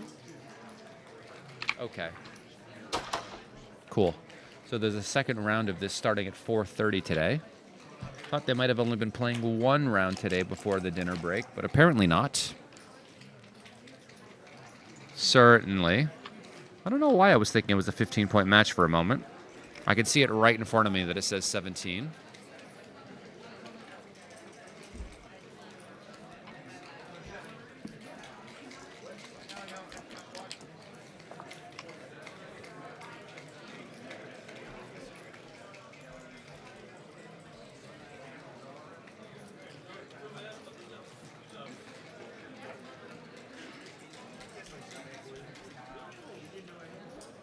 I think this is where you can see the brackets if you're interested at gammon.gg.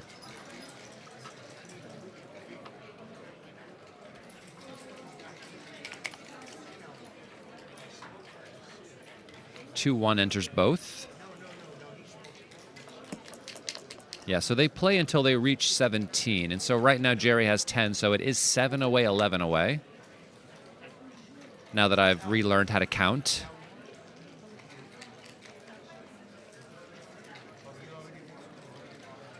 Very good at backgammon. Apparently, my basic arithmetic is quite lacking. And yeah, covering and just playing to the 11, right? Why are we going to leave so many blots around the board? Just because there's a blot in his board. This seems like pretty big. Relatively unnecessary. And we just hit. I think we need to hit because even though there's a blot in our board, we can't just allow them to consolidate all of these blots around the board. 1-6 just misses, right? So we've certainly gained there.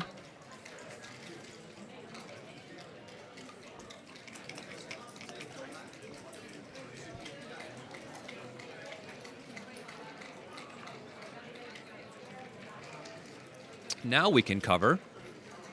I think covering is better than hitting now, maybe.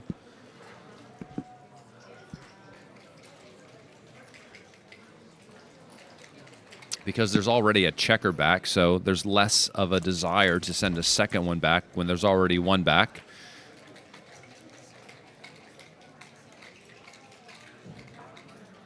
It's funny, we could like think about this and then just making this. That's a legit option. I think we could hit. Not exactly sure. What's the racing lead? 14 pips. Okay. Anything is okay here.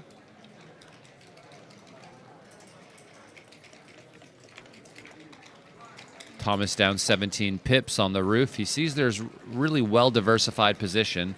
1s hit here, 3s hit here. 2s and 4s hit in the inner board. And he's thinking, maybe if I find some like double hitting sequence, maybe I'm doing really good. If I can enter with an ace, a lot of the other numbers hit 2.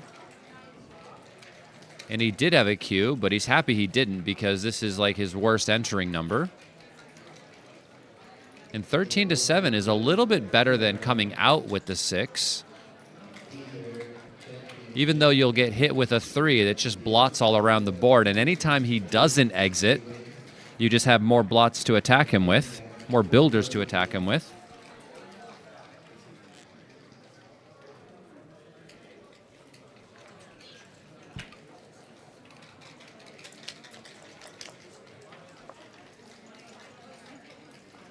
(2-1). This probably makes the 1 and hits on the 2. I think this is the kind of play we're looking to make here, some sort of tempo shifting play. Just to kind of freeze and consolidate and stop them from just building on top of us. Hitting seems clear.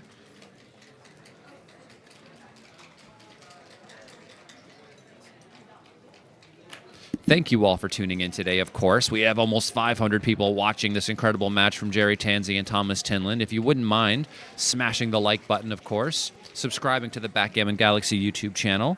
It is all very much appreciated. My name is Justin Knoll. I've been your commentator for the last 5 days and will be your commentator for the other 5 days that are coming up in this tournament.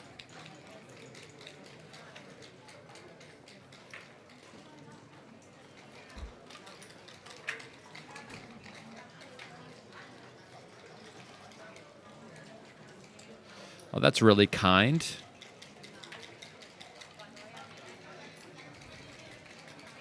Anne is asking about a buy me coffee button on the stream so the audience can show appreciation and sending me some moolah. Well, that would be kind, but it's not that big of a deal.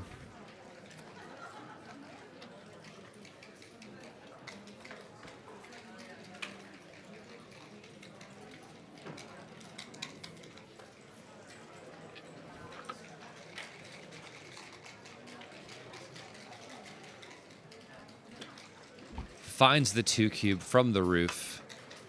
Nice double. 2s and 3s and 5, 6 is not the best. We can make the 7 or we can come out. Very tricky decision. I guess one of the problems with making the 7, even though this would be like my top consideration, even though I can see it's actually the 4th best play in the position, One of the problems, of course, is that it leaves the blot on the midpoint, and the 5 hops out. Thomas needs a 2 here. That is not the 2 he was looking for. 4's cover. He doesn't roll it. And what are we going to do here? This seems like we've created a pretty inflexible position, and I'm not sure how we're going to balance this out. Seems like this play should take some time to find a way to leave the fewest shots, but also leave yourself in a position where you can adequately try to find a way to bring this game home.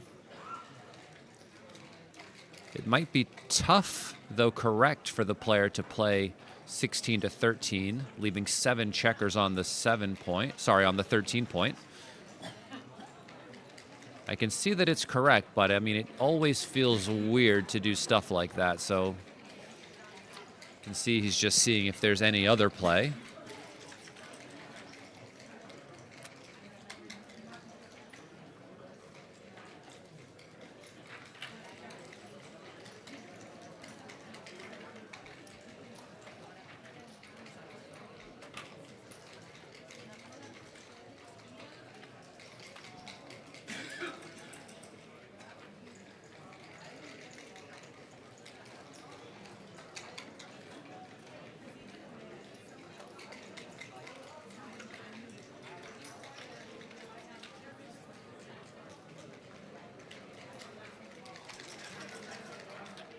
To the 7 in here, playing with only 2 blots. This duplicates the 2s as well to hit and enter, so like 4-2 and 5-2, 3-1.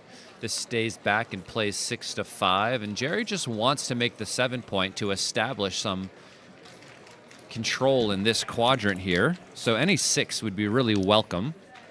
6-5, okay, this comes down and plays to the 1.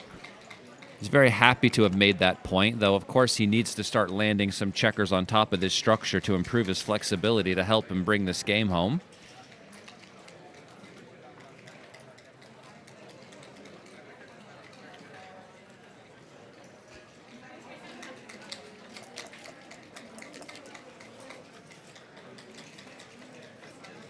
(6-3). This is a shot. We can play down. We can play down and hit. Playing to the 4 is just 11 numbers. Playing down and hitting is more, but might make it easier to bring your game home if missed. Maybe he doesn't want to hit a second checker because he might make a double anchor, which could also hurt your chances of coming home. But it's not an easy or trivial decision, and Jerry finds the best play.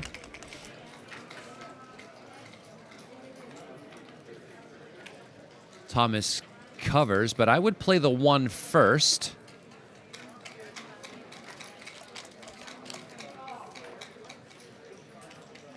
Double 1s, comes up to the edge, and I guess just plays 2 to 1. Or you could make the outside point.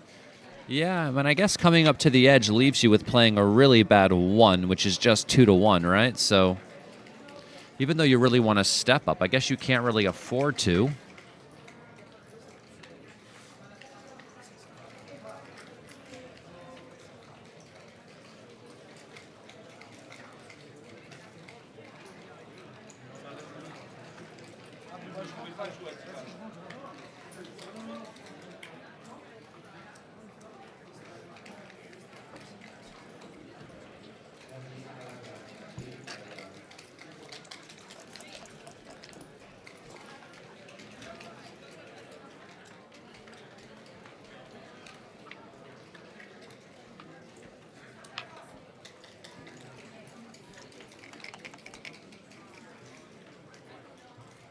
(6-3), just comes down with both, leaving the back of the prime slotted, of course, just hoping to cover it.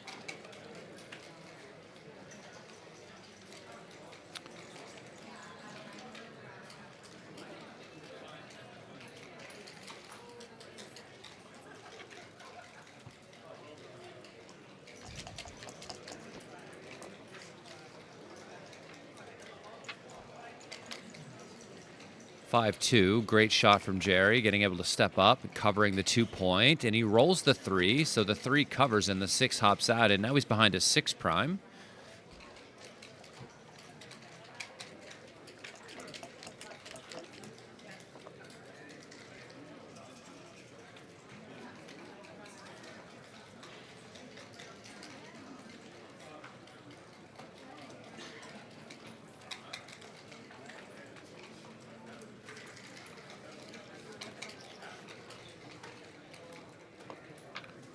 Of course, Jerry doesn't want to leave any more shots, but he can't really bury any more checkers either. If he gets hit, there's a chance he gets to make the second anchor.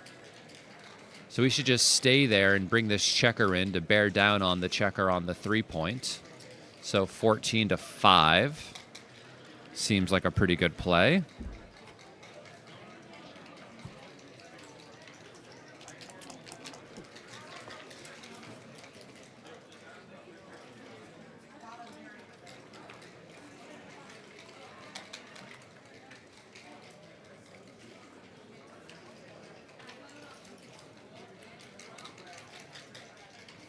We're not so worried about this checker here. There's a 6 prime. Nobody's priming you. There's 4 dead checkers on the 1-point.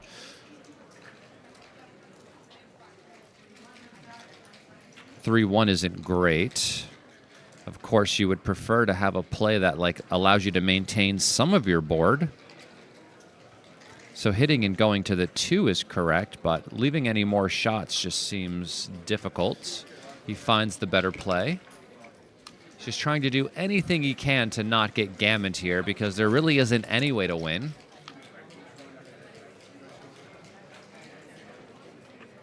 Two 6 just goes to the 1. He just doesn't want to get gammoned. 2-6 fans again, which is actually good for Thomas. 5-4. Just goes to the 2 twice, right? Breaking the 7 while he's on the roof, just hoping this works. 3-6 enters, and he can think about hitting now. Maybe he should, maybe he shouldn't, but he's thinking about it. Of course, he wants to pick up the extra checker, but I don't know at what cost. He is broken down to a 3-point board, so it's not crazy to consider.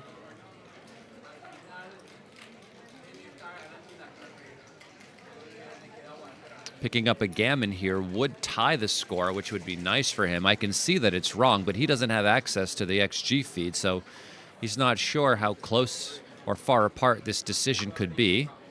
Of course, hopping out like this and keeping the 6 prime is going to win more games. He was just wondering how many more games he was going to win versus gammons he was going to lose by doing one thing versus another, and decided correctly.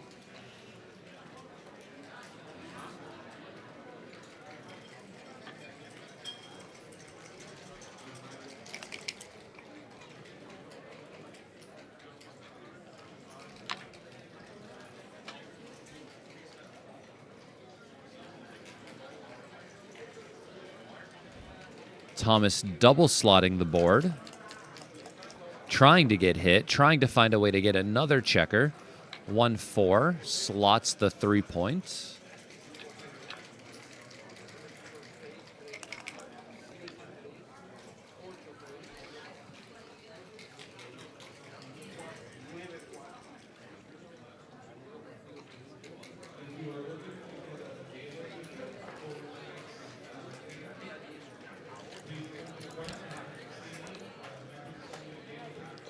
One 6, you don't want to hit because hitting doesn't get you out from behind the 6 prime and might only get a second checker sent back.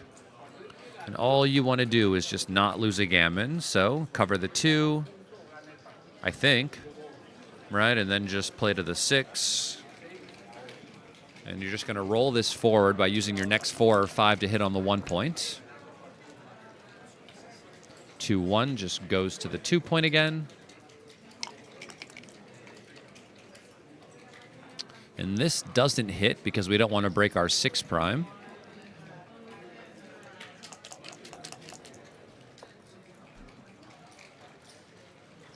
Double 1s makes the 3-point. This is a really good roll. Not having to leave another blot in the board when your opponent wants to hit you.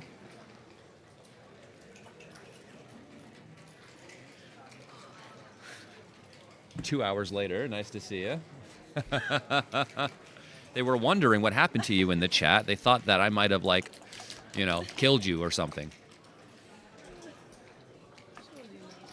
3-1.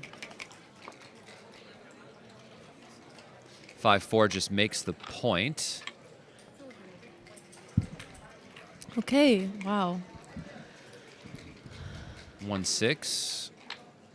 So there aren't really many gammons here. I doubt he wins more than like 4% or something. I mean, he can try a bit more aggressively for them than he can normally because his board is broken. Normally, there'd be less than like 2 or 3% gammons with only one checker on the roof. But here, he can try more aggressively for them. So there's a couple more, but not that many more. Jerry still doesn't really win any of these games, though, as long as Thomas doesn't leave a shot.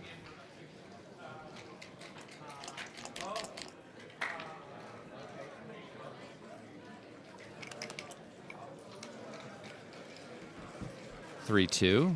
I would take a checker off. Keep the board closed. Maybe you pick up a few extra gammons this way if Jerry doesn't enter. And he still doesn't. Okay, this is great for Thomas, though still the gammons are pretty far away. This is even, so this is still okay missing here. Jerry enters. Probably no gammons. 5-1 just takes 2 off.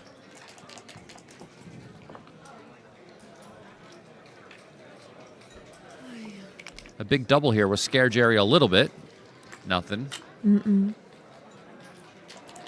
probably come in now with a 7. Nice. Double okay. 6, okay. So the game is Single over. game. Thomas wins 2 points. 8-10 to 17. 7 away, 9 away incoming. 7 away, 9 away.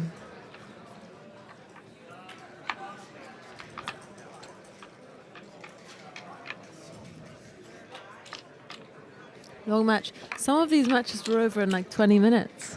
Yeah, I mean, they're at Insane. 32 cube over there. How did Mochi do? Is Mochi still going? What's Mochi the is score? still playing. It looks like he's playing a guy I know from New York, Eddie. Do we know the score? Hmm? Do we know the score? Another score? Score. Score. I don't know the score, no. I will have a look. Oh, any reason to leave, Miranda? Any reason to leave? No, I'm joking. I'm joking. I hear you. I hear you.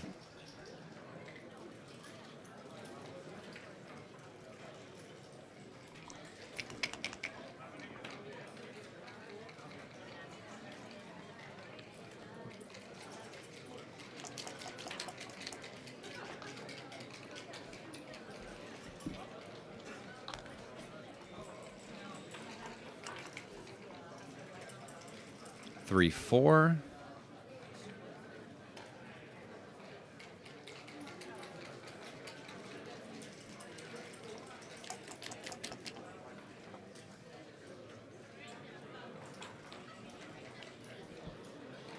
Six, 3 just makes the outside point. And 6-1 is a bit awkward, so we just double slot the board. Thank you. 12-5 up to 17. That's a solid lead. Now you can do some pretty drawings. This is my friend Eddie's first trip here to Monaco from New York. He lives in, I think, Upper West Side somewhere. Like upper West Side, you know? Yeah? Upper. I don't know any of the sides of New York. 6-1 will make the 5. No. What will that do? 6-2 isn't Ooh. great. We could play to the deuce and play 6-4. We could play 2 Yeah. down. I mean, this seems like, even though I see it's I a like blunder, it that. seems like a normal play because you don't nice. really want to leave shots. But one of the things about these holding games when you're still stuck back here is you can actually leave shots when you're still back here. Where you don't leave shots is if you have everybody out. Very tricky, though. Double 2. So he wants to upgrade the anchor we can see from the XG feed. That Yes, Eddie Rodriguez playing Mochi. and with the other 2, what does he want to do? Double 2s is a Oh, great hit. shot. It hits. There's 2 blots in the board, but I would have a hard time not hitting. Because there's a blot in Yeah. White's board. But Where it's is the hitting apparently play? a blunder. He's going down the list, It's there. Okay. Ouch. He's probably just looking at it because it's hard not No, to look no. at I it. mean, listen, he confirmed it. And Ouch. Jerry gets to roll, and he rolls 5-4, and he Hits and covers. That is disgusting. Disgusting. So rude. And then he 3-1. enters. Okay, wow. You can I mean, hit you want to anchor, back. but don't you want to hit too? So it's very tricky. Can hit back, but apparently it's a blunder. Yeah. Probably a Although, difficult based on the decision. double twos play, I wouldn't be surprised if I saw the hit, right? Yeah. Because sometimes if mean- you're in that mood, you're in that mood, you know? If you're in a frisky mood, it's difficult not to hit. So, what mood does Thomas look like he's in? Well, at after the moment? last hit, I think he's going to see value in the other one as well. But of course, Yeah. there's plenty of value in the anchor, even though you still leave a double shot on the other side. Because you have the anchor, it really isn't the end of the world. Yeah. But I guess if you make the other play... Okay, so he's a little less frisky. Good, Yeah. good. Very solid play, Thomas. You could see as he was putting the checker down, he still wasn't sure where he was going to go. 24 or 22, 24 or 4-3 22. hits and moves to the midpoint. You see, even after getting hit and going to the mid, his game is still stable. If he gets a Yeah. cube, it's just a very easy take. 5-4. So he protected against a lot of those different variations, and I think you should just come out. The problem with coming down, of course, is there's 3s and 1s that hit, 2s that hit. How are you? Did you win? Save your luck for the big one, you know? Save your luck. Double 5. Nice roll. Clears that point. And now, if he It's going to be a very easy take. So maybe he can slot the 5 or come down. I like coming down because having Okay. 2 blots in my board is a bit much when I think I might be attacked. Yeah. This is a double already, but it's Double almost even 1, money. 3-1. He No. knows it's too easy of a take, and he 2. knows he's up by 2 points in the score, so maybe he's waiting for a bit more of a volatile situation. 3-1. Nice 4-2 cover. chooses Oh, to 4-2. cover. He's down 50 pips, so I like not upgrading our anchor because this upgrade is Why? actually a downgrade because you want to create more contact if you're down in the race. Therefore, you would like to stay further back than stepping up because it makes it harder for him to bring these checkers home. Makes sense. And unless he rolls 3-1 or double 3s or double 1s and he can't fill this in, this phantom point acts like another anchor for us. Mm-hmm. But if he does roll a number that fills it in, ouch.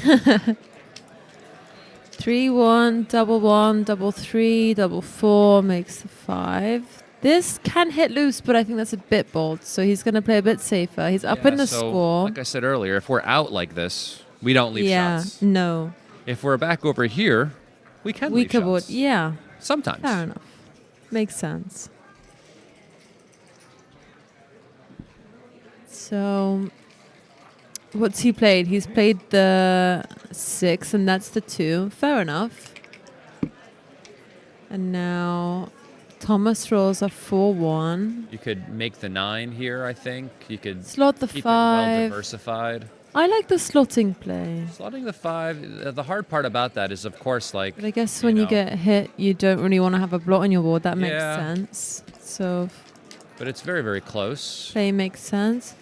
5, 6. 6-5 is shot time. Ouch. So we just play 2 down and just give the 20 numbers because I think anything Really? else... Well, what else are you going to do? I was play to the 2? thinking maybe 13-2 because then Yeah, that's not as good. What's for wrong sure, with that? Because you might not bring it to safety next roll either. okay. Here, if you get away with it, you've really gotten Wow. away with it. And he gets away with it. And you've got another builder to make the 3 now. Sorry, not the The 3, 5. but the 5. Yeah. Yes. 3s, 2s, and 1s. Now Jerry should definitely double this. I mean, Come on, Jerry. well, of course he's going to find the cube. Jerry has I a guess the question is fantastic whether or not bid. it's a pass or not already. That's the real question. The cube, I think, is clear if the race is there, which I it is. think He's up Sander 60 has pips. nothing on this bid. Yeah, I mean, that beard really does go down to, like, the Is sternum. amazing. So I think Jerry's The cube double is definitely as good clear. as his He just took bid. his time on it. I think the Yes. take is harder than the cube. Even though I see it's a big Nice. take, practically it's tricky. Of course, the gap is still there, and the reason why the double is so clear, of course, because he might fill it in, and he's just up 60 pips anyway. Yes. Why it's scary is because he might fill it in, but he might not. Nice take. And if he doesn't, clearing the 8 point over the gap and the anchor might be tricky, and 6-4 is not particularly If you good. agree with the take, please smash the like button. 8-4, just so we can pre-clear the 8. Yes, please smash the like button. Subscribe to the Backgammon Galaxy YouTube channel. And down. He wants those crossovers in case there's some gammons here. 3s, 1s, and 5s cover the 1 point. Wow, That 6-2. What a doesn't, great but it's roll. still good. It's very Clearing the good. 8 point. And now Jerry is doing great. Thomas is now... I would come off What's the Thomas going to do? 20 probably. I don't Otherwise, see the benefit of there's staying there 4-1 anymore. and double 1 that really crucify him. Yeah, double 1 and Doesn't 4-1 want would that. increase the gammon losses by a lot. Yes, we are next to each other. Why? 1-6. Yeah, I would just rip it. Mm-hmm. We are next to each other in a very loud room.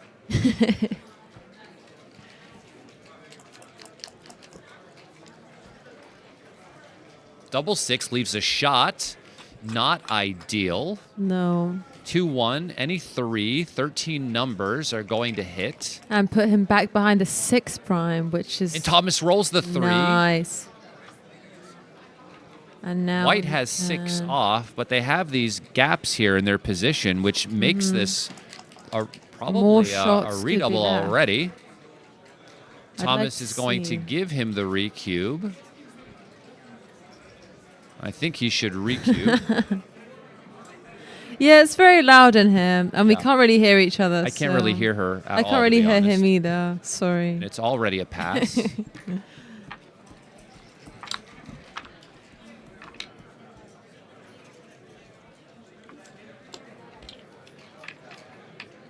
This room is loud, but the microphones make it so I think they can't really hear the room at all.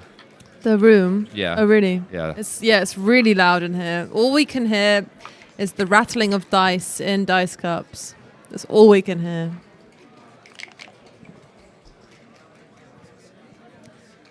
Yeah.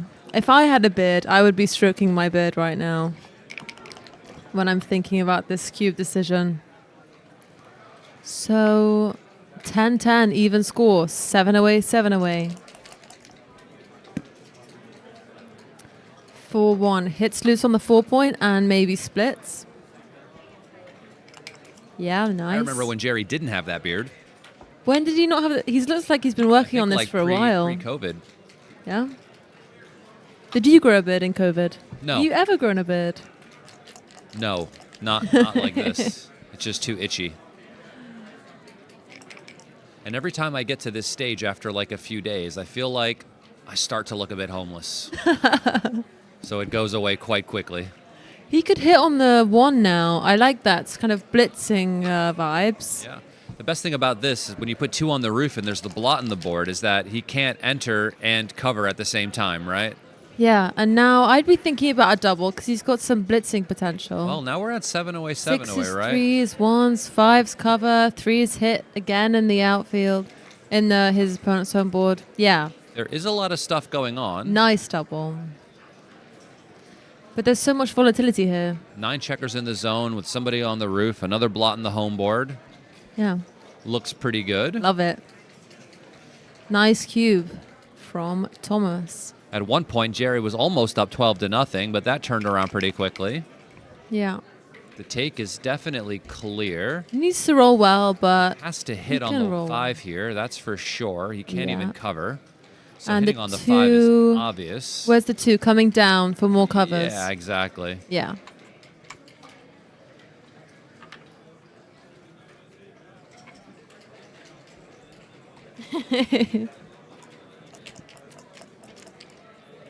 Fives and 1s hits back. Double 1 is a Double one great roll. enters. Covers the 4 point. I don't know. We could just make the 5. Because you don't want to cover? Not really. Why? Positionally, it's just much stronger. And when they hit you, I mean, there's just blots everywhere. But when you get away with it, I just think about efficiency more. than most Okay. than most other things, and it just looks too efficient to not make the 5 with this. Fair enough.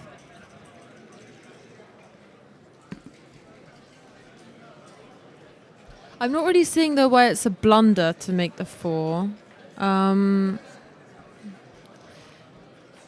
Because there's no duplication with the 4 that hits. Yeah, if we just cover, there's no duplication either when they enter and make the 5. So we just make the better point and hope Jerry that they just sees stay it. on the roof, and then we can counter their structure with the structure of our own. So now that we've done Okay, this nice. and they make the 5, now if we make the 4, we're still doing better. Okay, makes sense. Where we really lose is when they rolled a 4 that also covered. Yeah. And now then we didn't have a 2-5 chance to make hits, it. but the 2 also No, covers. no, so no. We he's- just cover and come down. I think he's thinking Yeah. about it. Hitting is He's going to be a considering massive it. blunder, I think. Because we just have 3 back behind priming structure, and we're not really being Yeah. primed on the other side of the board with the 2-point made. So we have. This might already be a cube after double 4s. Double 4s is that bad, This or they is just a play 3 down and bad go to the roll. 5. And I think you just cube.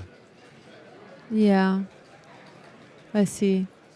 Because if you just look at the position now, right, your priming structure versus this like already broken and pushed forward Yeah. blitzing structure, it's just bad for green. So we double, and Too many blots. you know there's 6-1, 5-2, 4-3, 6-4 that hits. 6-1 makes the bar. Double 6s, double 1s would be okay. There's just a lot of really great rolls, and then you're not doing bad in a lot of these other sequences either. Mm-hmm. Nice. And it's a Of course, massive Jerry take. finds the cube, and it's a recube to 4. Yeah. I'm sure Thomas was hoping he would miss the cube, but no, not going to happen. Especially in a 7-point match like this now. This 4 cube is exceptionally strong. I'm not even sure he wants it, you know? Yeah, I mean, some of the rolls that he really wants are duplicated, so they make the 7 and hit in the outfield.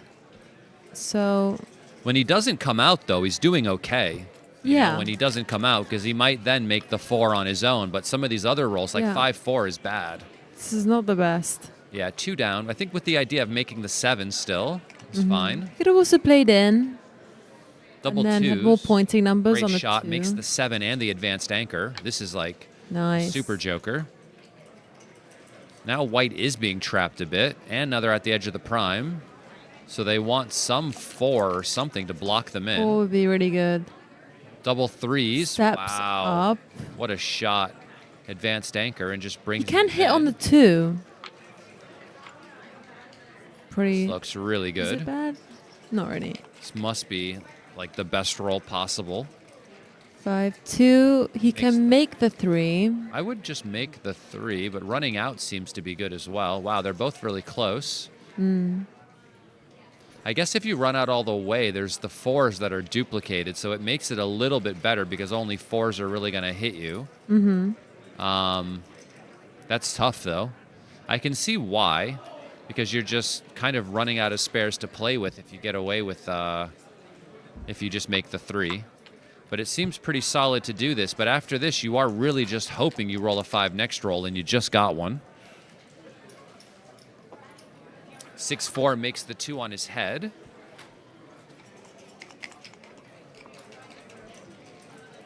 And he fans. So Jerry has a chance to roll a 7 and pick up the other checker as well. He doesn't. He does not. Wow, what are we going to do here? Do we just have to come off? I mean, that's pretty scary. Jerry sees it. It's the first play he's looking at because, of course, he's up in the race and needs to come around. The aces are duplicated to hit there. The 3s are duplicated to break the 7 and hit inside. 1-2. 1-2 enters and hits. This is a Lovely sick roll. And if he doesn't roll the number, this game could be over immediately. Maybe he could win with the... No, he can't win with the cube. He would just take if he can't cover. Nice. If he doesn't hit, then 3s and 1s are... And he does hit. Nice. Jerry doesn't So miss. 3 comes down. That was huge. That was a game-changing roll. 1-5 is also very strong, so this game's Comes going to go into on the for a while. But 6. Green doesn't really have the time to play this double anchor game. They're not down enough. They're only down 30, so it looks like they're going to have to abandon one of their anchors Or start crunch. to crunch. Yeah, Exactly. which is not what he wants. That is not what he wants.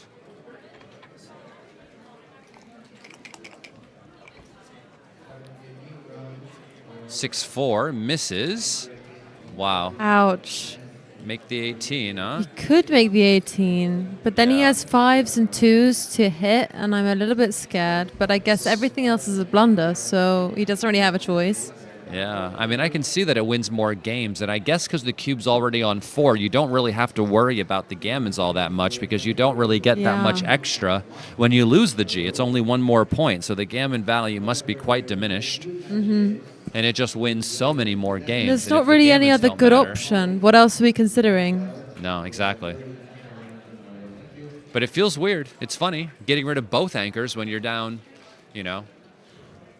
28 pips after the play. You just Ouch. feel like the guy's going to roll the 5-2 or double fives, and you're just going to fan and die. Yeah. Please don't forget to smash the like button and subscribe to Backgammon Galaxy YouTube channel. We will be very happy. Wait, have if some you people can forgotten like to do our that? commentary. Sorry, what? Have they forgotten to do that? Did they? I wait. hope not. Did they? No. We have a few more likes than last time. Yeah. This is good. Please don't. It's going forget. well, but please don't forget to do it. If we get means enough that likes, we don't they, get might, they fired. might feed us today. Oh, I would love to have some The food other day, today. I don't think we got enough. I didn't and eat we yesterday didn't because get a chance we didn't to get eat. enough We likes. didn't get enough likes. Yeah. We're only let out of our cages during this time for the stream. Otherwise, we're locked away unless we reach a certain number of likes for the day. So please, please, for the sake of me and my family and my wife and my child. And me. Yeah, I mean they only clean the cages once we get enough likes as well, to be fair. So He makes the right play. Avoids the blunder. nice play from Thomas, of course.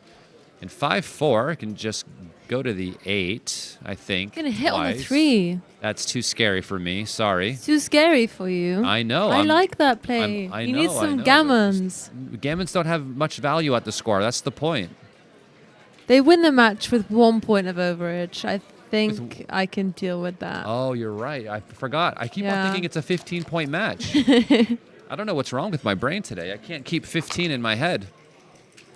Yeah, Mira Shragi keeps That's a reminding me that nice it's roll. not a Makes the 15-point match.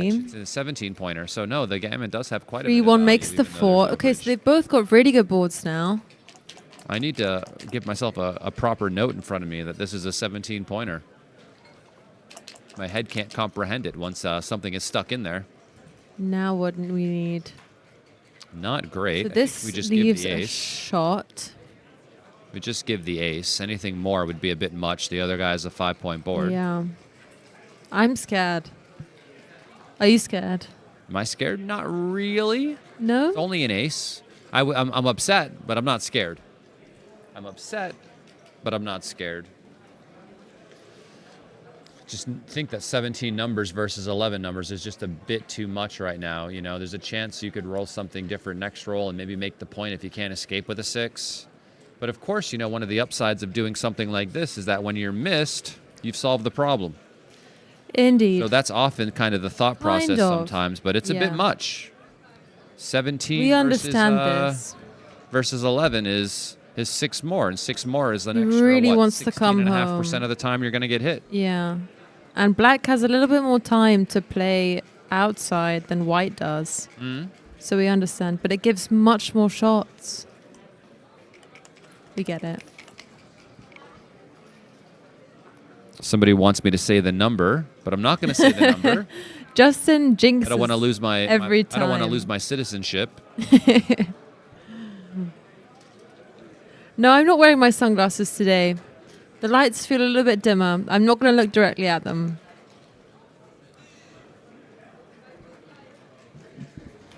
They wanted me to say it. I did not say it. And that's why you couldn't roll it. I Whose know. side are you on? I like No, both players. we're of course. indifferent. We like both. Oh no, Ouch. this does not go to safety. But he can hit on the 1 if he wants to. He can. Does he want to? XG thinks he does. XG thinks he does. If it's the same number of shots, right? And Yeah. this does ramp up the G. Imagine so a if Thomas 1-6 needs the now. number. Oof. Thomas wants the number. Thomas He doesn't misses, get the number. and now it's fives and pretty sevens much- cover. And this is what you really need now. Yeah. I do this stuff, and then I can't cover. You see, this is the issue. And you called it. This is the issue. And now he just gets a chance to roll a 1 again, and then I get hit, and it's sick. Oh, he doesn't. No ones. Another 6-2 Jerry can't can roll cover, fives right? and But fours. 4-3 Yeah. does. Nice. So And this there are some gammons here, and actually, Looking now a that I know little it's a gammonish. 17-point match, the gammons do have value. he's got 3 back on the 18. I don't know It if I could be risk ugly. anything by taking a checker off, though. I might be a bit nervous about it and might make About the safer doubles. play. Yeah. Exactly. Lock in the 4 points. You know, I would personally. I would be quite happy. This makes me a bit nervous. I roll 6-5. I'm odd on the outside. But if he wins I this don't think I gammon, would that do is that. the whole match. It is. Oh, and and that now is you a leave shot. a shot. It didn't have to happen. It might have been right, but I don't know about what's right. I just know about what's rolled, and based Yeah. on hindsight, I would have chosen This the is other fewer play. shots. But I was going to make the safe play anyway, just because I just know I'm going to roll the anti-joker, and he misses. And if he rolls 2 big Yeah. numbers again, there's another shot. And he rolls a Oh. double. And he's trying to find a way to not leave a shot, but it can't happen. only one so play that's here. forced, and that's Yeah. forced, and that's forced. So forced play, and Thomas needs a 3 to keep this thing going. If he enters without Doesn't roll a 3. it It's might gammon. be over, and he fans. Wow. And the fan is like, I don't know. Definitely keeps him from saving the G, the fan. I'm scared of the gammon. and It's there looking really really aren't gammonish any now. wins here anymore either once he enters, and this is This bad. is bad roll. And it looks like Jerry Tanzi's going to take down this 4-cube gammon for the Needs match. quite a few doubles to bring this 6-5. back. He's got 4 checkers to bring around the board, and Jerry only has 5 Oh, to bear nearly off. double 6. Nearly. Even that might not So be enough. close. No. Come Jerry on. rolls 2-1. You can roll the That is double 6-5. 6. Save the gammon. You can do it.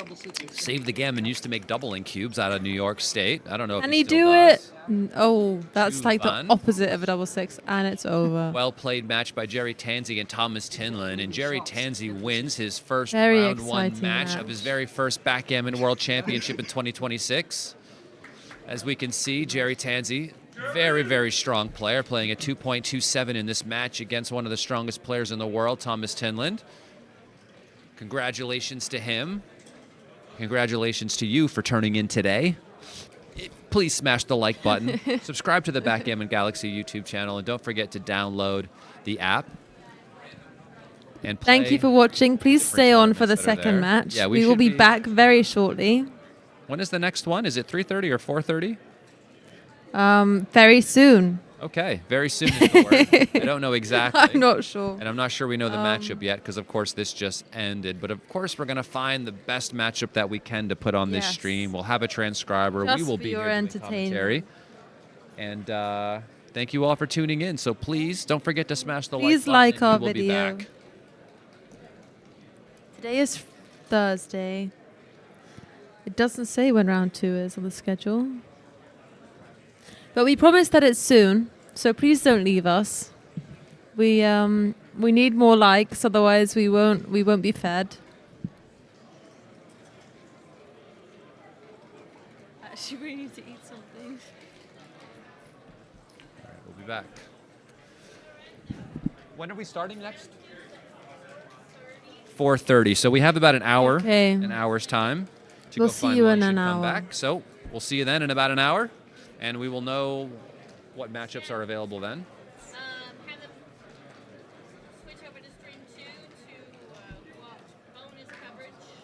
Yeah, so there's a match Stream on 2 Stream is 2 right now on live the Backgammon and Galaxy channel. Extremely exciting match. Who is playing? So feel free to hop over there and check it out. I'm not exactly who's playing, but you know it's the only match. Could be going on. Michi. We can't see, but it could be Michi. It's the only match going on. It is not Michi. Oh, isn't it? No. Michi was wearing that outfit yesterday. Well, if he's wearing the same outfit today, you're calling him out, huh? I made you an origami bird. Thank you very much. Let's keep it here for good luck. Okay. I like it. It's really small. It's quite nice. Thank you. Thank you for the crane. You know, there was a guy who taught himself how to do really high-level origami while he was in New York State prison. And he made an entire chess set out of origami. Each square on the board was made out of its own separate piece of paper and was all put together. And then each single chess piece was made out of a single piece of paper as well. He made pawns and knights and rooks and queens and bishops. I don't think it ever sold, but it was sitting in the window for years. Of the prison. No, of the chess shop where we sold it. Tried to sell the set for the guy, you know? Did he get out? What did he do? Put some money on the book. Why was for his he in the commissary. prison? I have no idea. I didn't ask this backstory. Maybe he killed someone with an origami weapon. I mean, like an origami throwing star. Chucked it at the guy, gave him a paper cut, and he bled out. It's possible. It's possible. See you in an hour.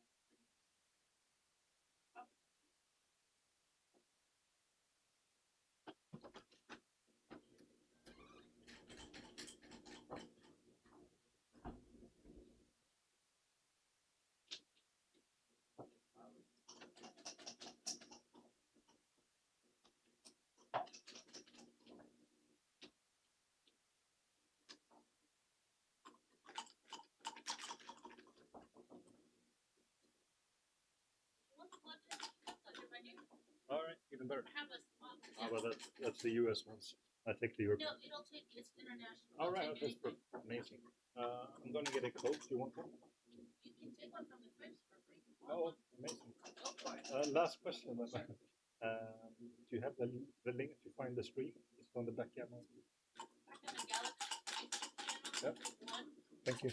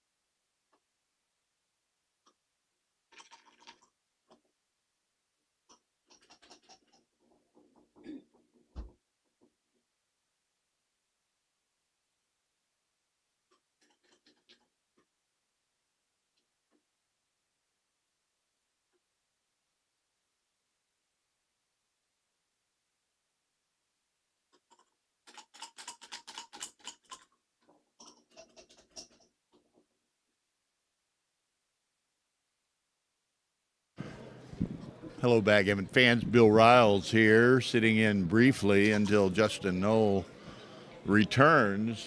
This match, second round match between Johan Bynell of Sweden and Ali Setenbelene of Turkey. Most regard Ali as the best Turkish player. Johan is a grandmaster, I believe, from Sweden. Very good player himself. So this should be an excellent match.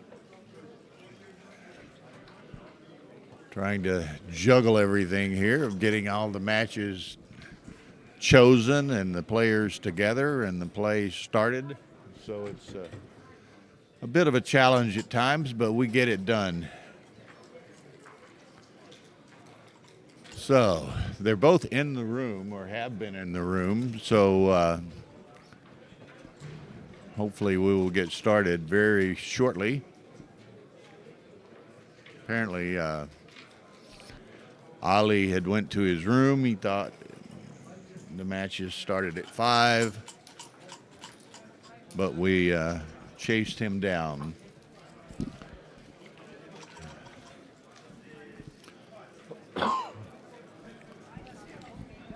Okay, here comes Justin himself. So I will give him his chair back.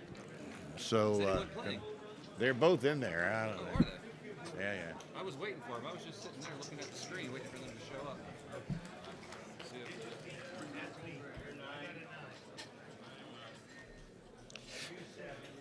All right. I was just sitting here waiting for the players to begin. I see Ali coming in. Okay.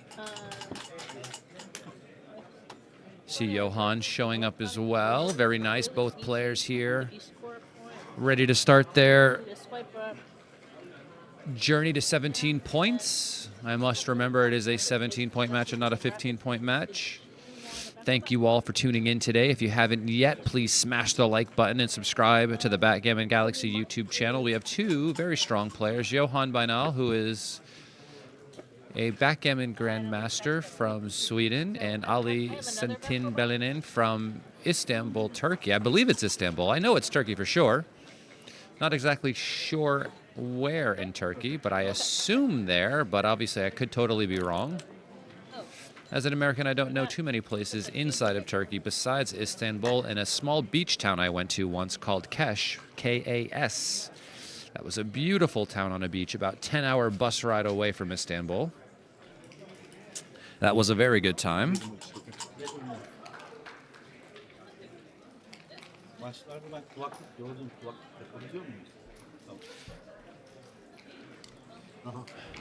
It was one of the only places I could find to go scuba diving in Istanbul, and I went diving there, and there was a small airplane in the water.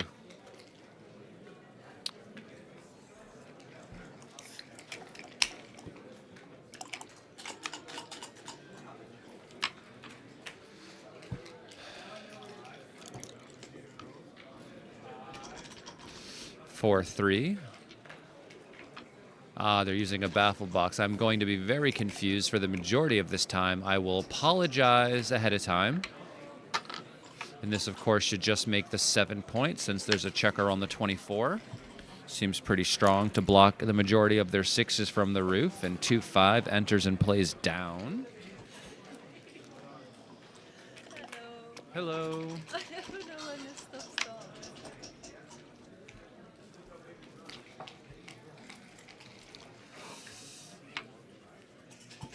Yeah, so splitting against stacks like this is a pretty big no-no in backgammon because it allows our opponent the ability to start using these stacks to blitz, which is exactly what happened. I want you just to think about what their position would have looked like if they had just split and continue to do what primers want to do, and primers want to keep priming.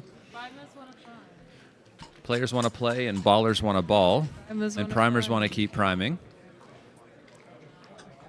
If anyone understands the 3LW reference there, I mean, it's fine.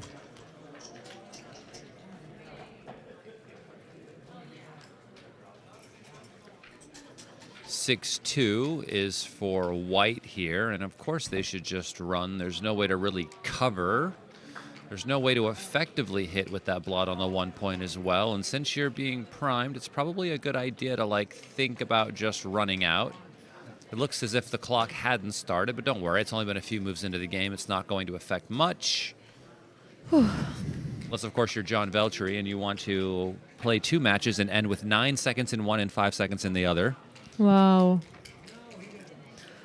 Boom. He is in the finals of the 7,500 euro high roller, which will be played sometime later this week. And he'll have plenty of time to rest because apparently he was knocked out in round 1 of the main championships. But I don't know if you can rebuy or not. It's a shame it's only single elimination. Well, I like it, actually. I mean, it allows the format to be shorter over time. I mean, not a lot of people necessarily want to spend money for the hotel for like 6 days. So 3, maybe more manageable. And the 1 can go 6 to 5. Better distribution to point later or make some extension of the prime. But this was apparently wrong. It's all right. It's not too bad. Double 1s, of course, just makes the 4 point. Nothing better than that. And, of course, Ali will do that. But Ali I'm sure knows. something's going on here.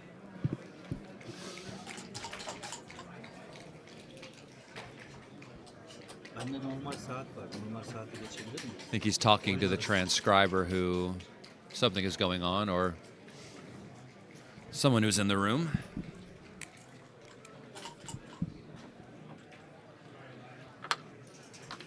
There he goes.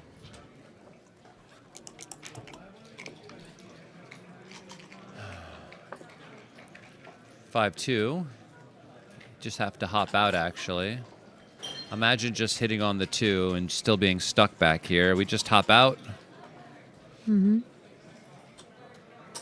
one And allow complains when you do ourselves the drawings. to be stuck back there.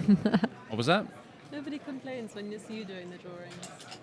Oh, because it's about what I'm talking about, I think. It's so mean.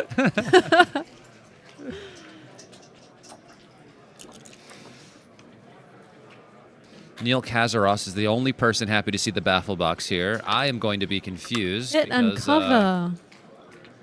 Wow, exceptionally strong roll. Beautiful. Double 3 is Oh, the good. only He's got thing the that cup, can but the save baffle that box is then now. on the wrong side.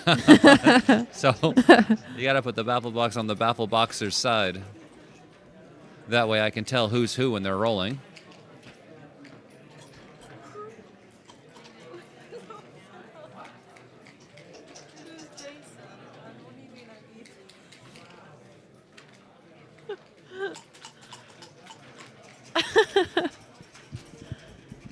The cube is coming and the game is over. Don't love the idea of taking this. You have 2 checkers back. 1 is on the roof against a 5-point board.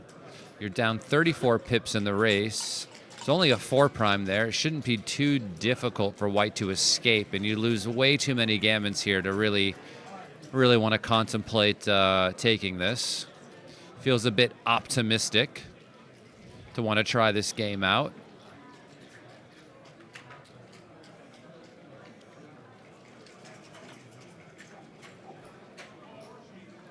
So some people say I talk way too quietly, and other people say I talk way too I loudly. think it's just the proximity effect of the microphone. Your volume actually isn't changing. It's just the proximity to the mic versus me, who's, I guess, 2 inches from it.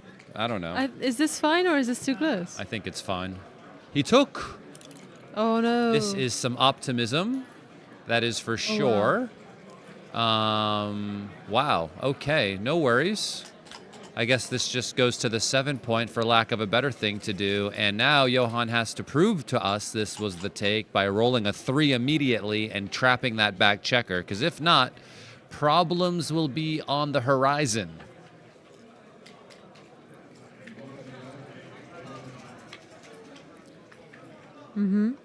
So roll the 3, Johan, and show us what you're working with. No, double 5s, not ideal. And anything that can attack will attack, and this does nothing. So we step up with the 2 and play Make the 7 to 7. 6. Yeah. Because we're not worried about getting hit with 3-5. Because if he hits us with 3-5, I would kind of like maybe laugh a little bit because he shouldn't do it, I think. I like making the 7. And he rolls the 3. And looks like a take now. 4. There's the 4. And yeah, 13-11 seems reasonable. And he enters again and just, wow. I mean, hopping out looks insane, so I think we have to go to the 1. Hopping out will win more games, but of course, Gammon's paid double. And hopping out into a double shot against a 5-point board, even though it will win more games, looks a bit scary. I'd rather come out because it's kind of ruining the priming kind of game. Well, yeah, but I mean, if you get hit, then, you know, white just gets to hop around the board as you fan and fan and fan. Fair enough. It was very close, though. Fair enough. Because one play would likely win significantly more games. 3-5. Hits. Nice roll from Johan. 1-3. Perfect roll for Ali. Gets to hit and then come up to the edge of the prime.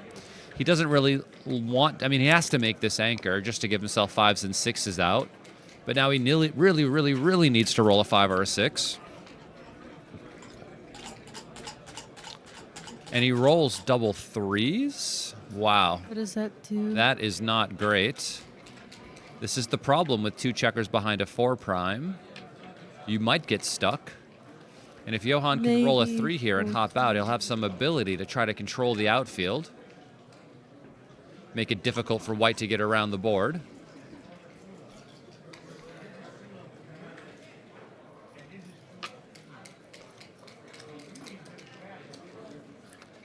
I probably wouldn't do anything that like left a shot here.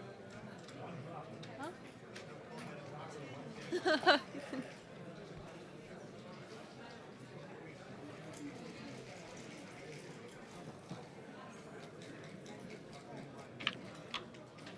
So this is the play, just going to the 1 twice. I would think this was hard.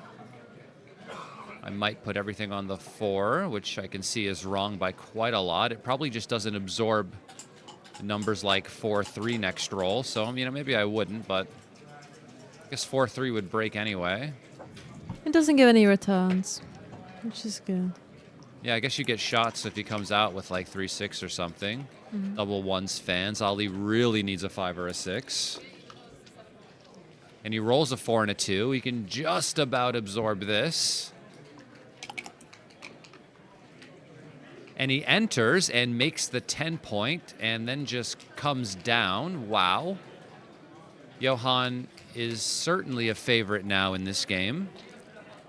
Ali needs to run off his anchor with any 5. He can't go to the 2-point. That would be bad. Yeah, this is the best play for sure. And if Ali can roll a 5, he can, but where's the ace? He has to come out, really, right, and play 2-1. Is this right? And everything is a pass after this. Crazy, crazy, crazy. And Johan should double. You should double because your board is crunched. You have 2 checkers back behind a 5 prime. You're going to flood the outfield, and anytime he rolls a 5, and this is just a pass, Ali can't believe he lost this game. It was an 800 blunder to take the cube initially.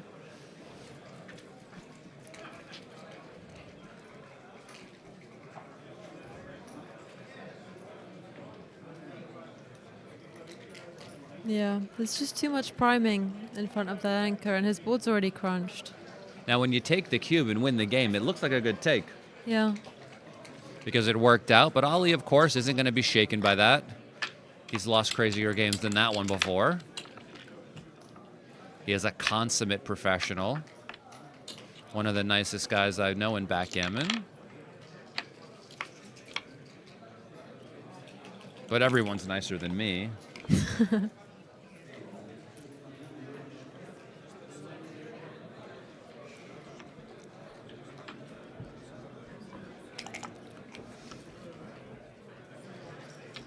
4-1, just comes up with both.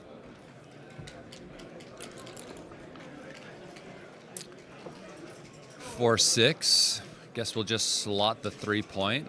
We could hit, but I'd probably just slot the 3. It could come out as well. Yeah, I guess that duplicates the number that would make the anchor, but I would have a hard time doing that one. Ali finds the best play, as he does. 5-1 misses. Just step up with the ace and maybe play down. 6-5 is also an option, which I would think would be tough, but I can see the 4 duplication there. All around the board, making the 9, hitting loose on the 5. Okay. I like 20-14. Can't really explain why. Maybe 4s hit. I see that it's and- close, but I couldn't ever make that play, to be honest. Surprising how close that one is.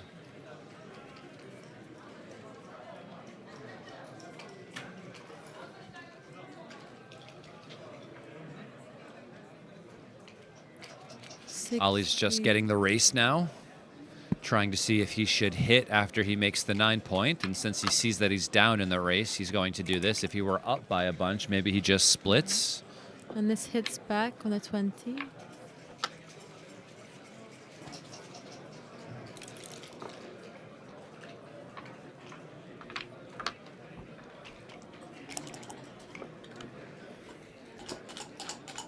Lots of hitting. And out, I think. Don't want to leave any more shots. 5-3.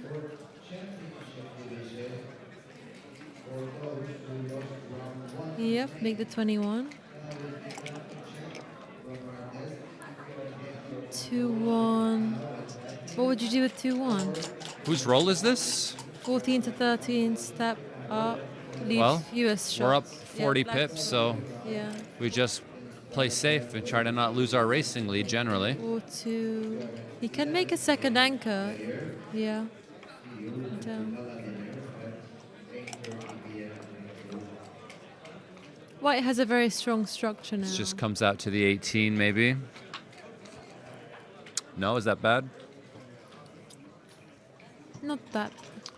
Yeah, I mean, I see stepping up, of course. I would generally like to keep it in front, but it's no problem. Just make the 5 point here. You have a double anchor anyway, so getting hit isn't that big of a deal. There's also a blot in his board, and the 5 point is forever.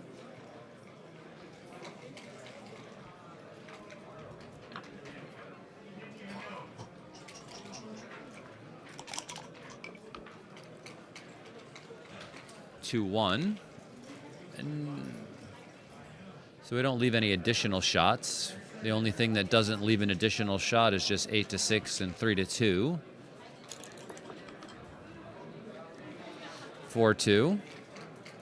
Make the 7 or the 9. Both seem fine. Hitting and making the 9, also legitimate play. Very nice play from Ali. Of course, just attacking.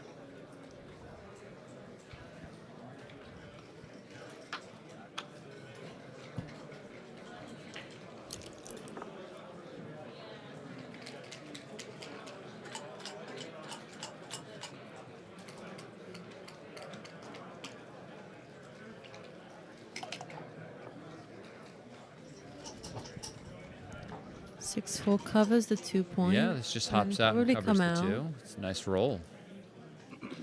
He needs to break either his midpoint or one of his anchors to hit. Still going to, oh, this must hit, right? Yeah. But he And then broke makes the the front. 4. But this is a very good way to hit. Yeah. Ali is doing good again. 2-4. 6-2. Trying not to leave an additional shot. It's ugly, but it's all we really have. He's up 28 pips and just wants to focus on escaping his back checker. We can't do anything too crazy here.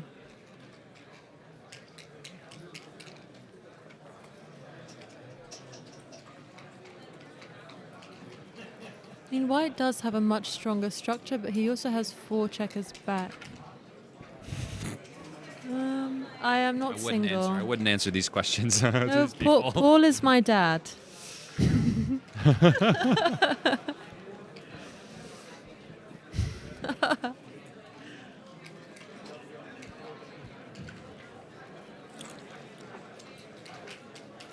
But Paul does find it very funny in Monte Carlo to say that I am his wife, because there are lots of couples with, that this similar kind of age gap. disparity. Yeah.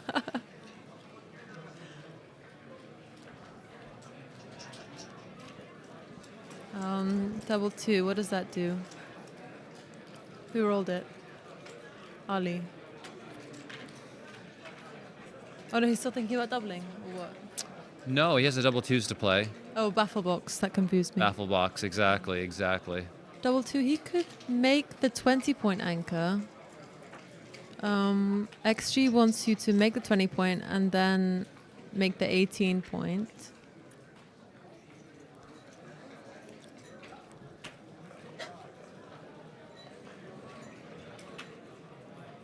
That's so funny.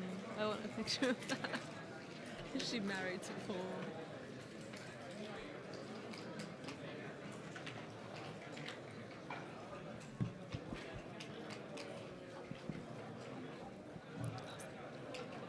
Yeah. Okay, chooses not to go for the 18-point. Just more about controlling the outfield this play. Double ones makes the 5. It's a really strong roll.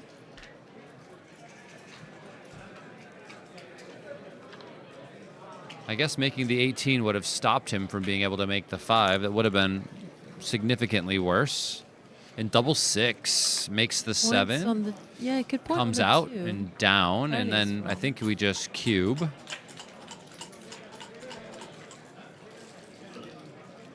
Ah, yes. Of course, come down.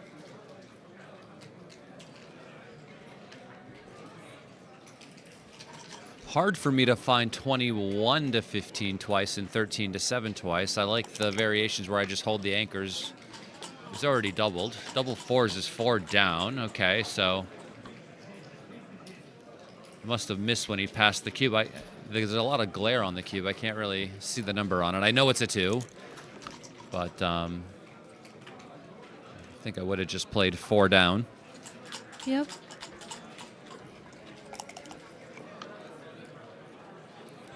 Four, 2.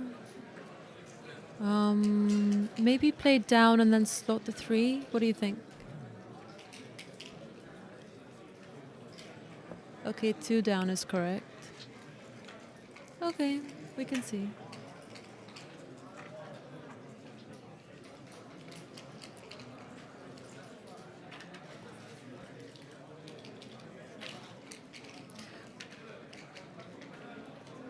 Why is it better to play down? Because if we slot the 3, only 6-3 leaves a shot.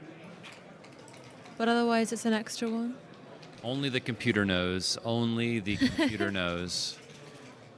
It has to do with, I guess, some of your next rolls next time and how they play, but it's not something for us mere humans to understand, you know? But he finds it. My dad is going to find that so funny. 5-3. Gets to just come out, control the outfield. Ali's doing really good now. Even if he rolls 1-6, there's a chance to send him back. I can't believe I did that again.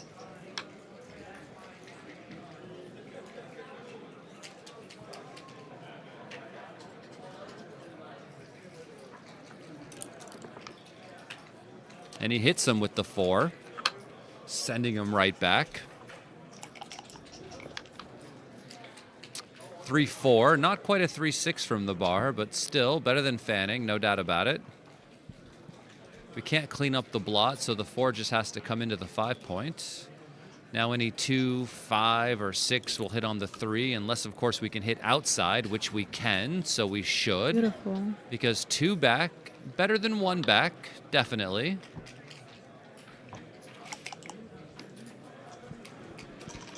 Three, 1 enters and anchors and hits on the 4. He really doesn't want to make Ali to make the Double last 4s. This could also make the 1 point if you wanted, just to keep him on the roof a bit longer so he can't like enter and hit you back as easily. Seems I to be don't the like only other making the 1. constructive thing to play. But you can put some builders, so you don't need to. I don't know.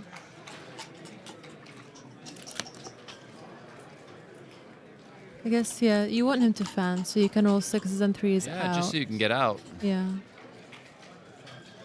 Ali can't move from there, though.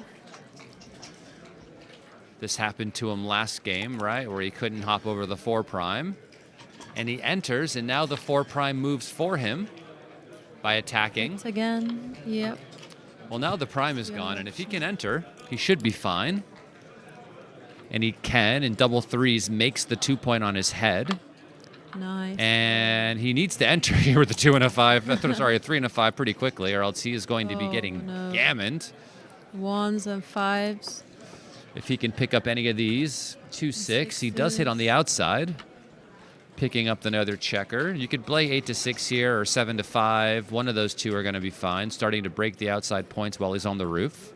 There's 2 checkers up there, so it's not like he can hit you with anything yet. So breaking the outside points while he's on the roof is pretty big. Yeah, I like this play.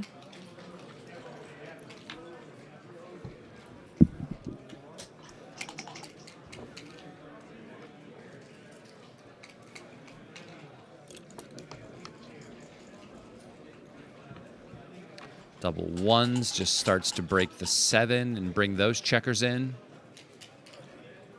We don't want to start trying to break those points while our opponent is coming or when they've come in. Breaking him while he's on the roof is much easier.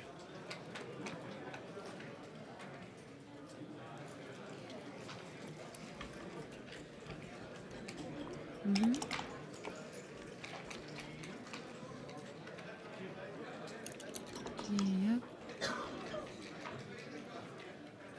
2 can play in and 5 maybe down. Yeah, I mean, anything that just comes closer and brings a checker in is going to be fine. We could also play 6 to 4, which has an option. You know, you like having spares here, and you like pre-clearing the 6 as options when you're trying to clear and jump over these points.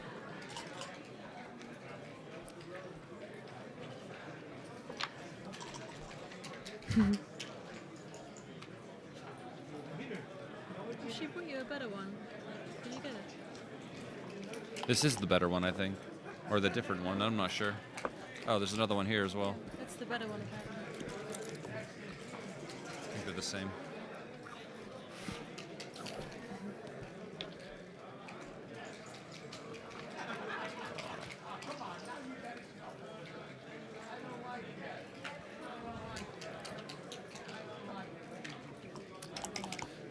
Jong Bong Joey goes, if Ali suspects Johan will take any cube, should he adjust? I mean, I think that cube was a bit of an anomaly. I don't think you'll be seeing that all too frequently.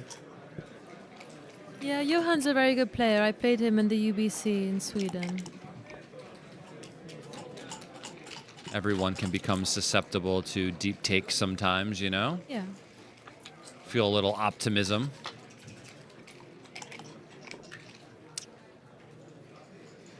Six, 3.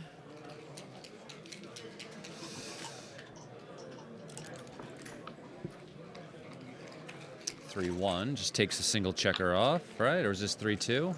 I don't know why I see those 2s as 1s sometimes.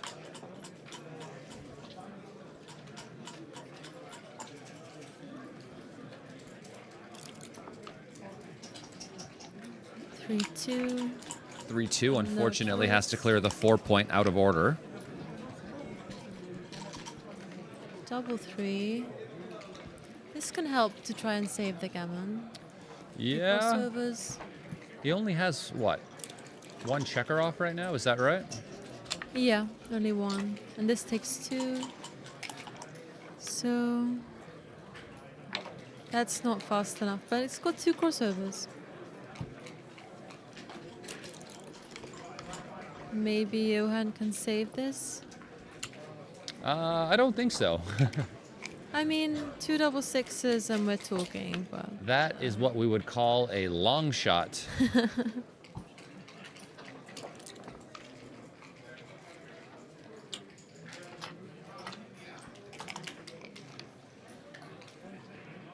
Seems very unlikely, but certainly not impossible, right?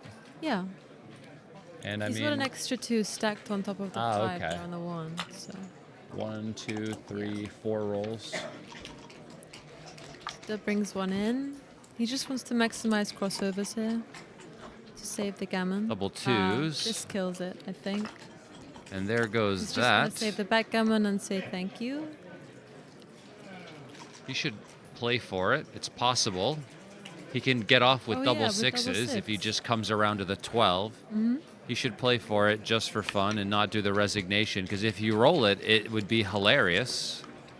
And you have to play for these long shots just for the sake of comedy, of course. We know this. 3-3, close cousin. Good attempt.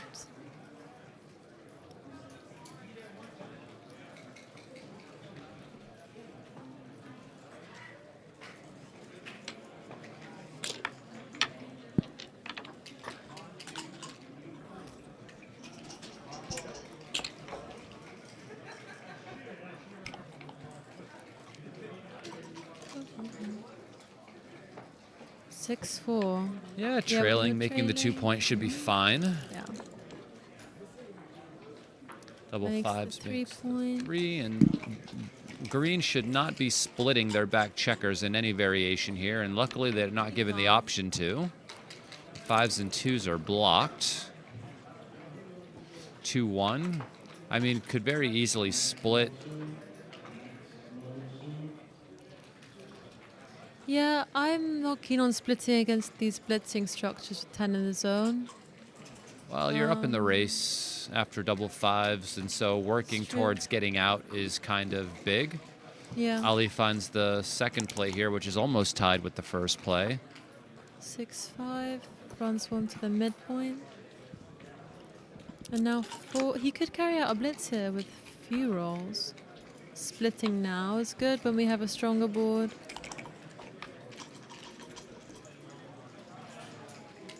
6, 2. Could come out and make the 11. Yeah. You could run all the way out. Both seem fine.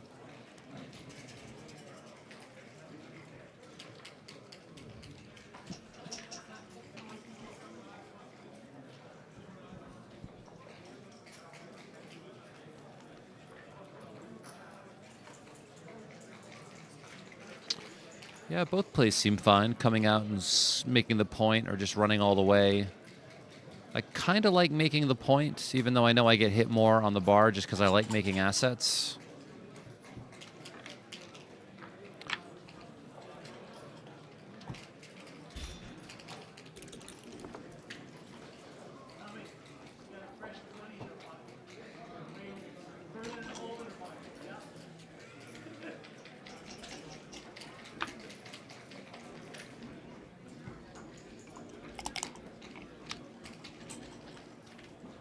Six 1 makes the 5 point. It can't move the checker that's stuck on the 18.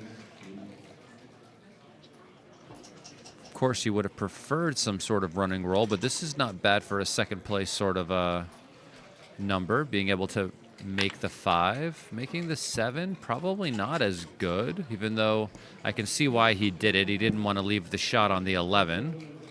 But making the inner board is really strong and really improves your position when he hits you and you hit him back. The 5-1 hits.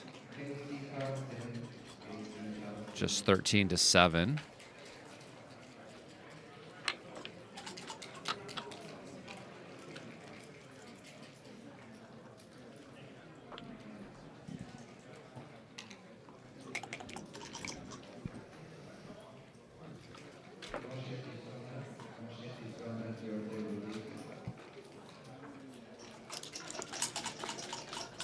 Only 3s are hitting back and double 6 now. He can step up, yeah. Yeah, And this means that Johan has the 6 away point, which is going to be hard for him to clear.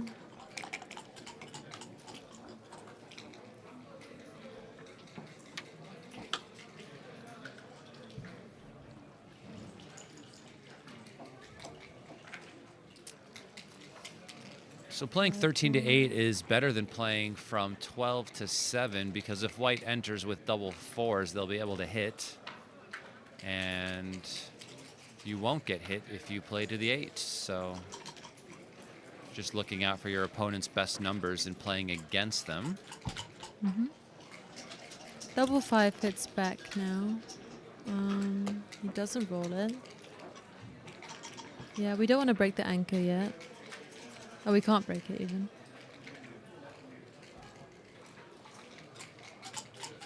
So Johan is considering a double.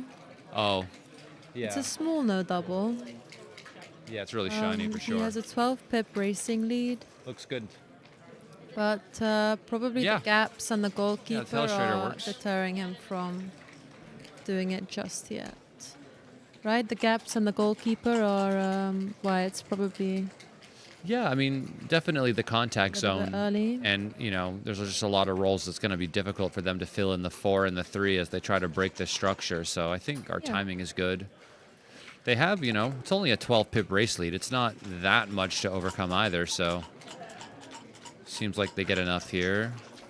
6-5 is also not a great roll, right? I mean, we can No. see that there's no way to play this without leaving at least some sort of indirect shot somewhere, unless you do this. But this is going to make it difficult to bring the rest of this game home. Making the 1 was worth the risk because of the blot in the board. And it gets him off of the 24, so he doesn't get to keep the goalkeeper on the 24 points. So, I mean, it's a tough play. No doubt about it. But, wow, is he stepping up? Yes. I don't know why. I don't know why. It looks like the 2 really wants to just be used to fill in the gap. This Yeah. stack here is kind of calling out for filling this in here. I think he's just worried about his timing, and maybe he might have to run off his anchor earlier with like 5s and 4s or something. So maybe that's why he stepped up. Maybe. Oh yeah, his 6s are not great if he doesn't step up. But he is a long way behind.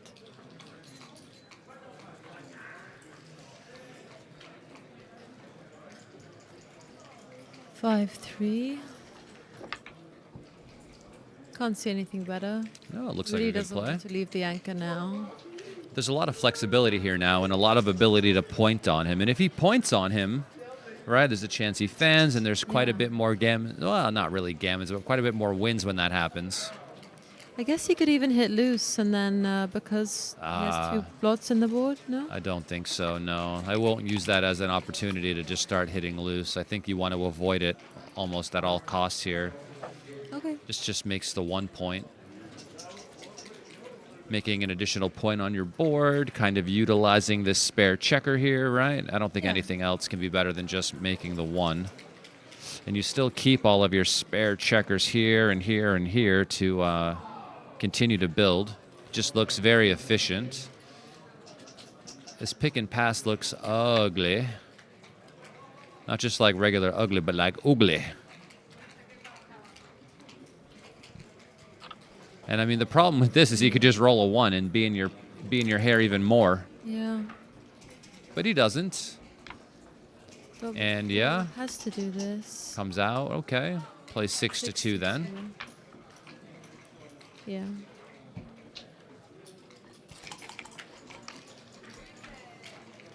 Double 2s makes the 4 and the 5. Oh, nice. Very nice roll. It does pay off to 1-6 and 3-4, but there are 2 blots in their board, so it doesn't hurt that much in theory. In theory, it might hurt that much. We don't know, but he has to roll it first.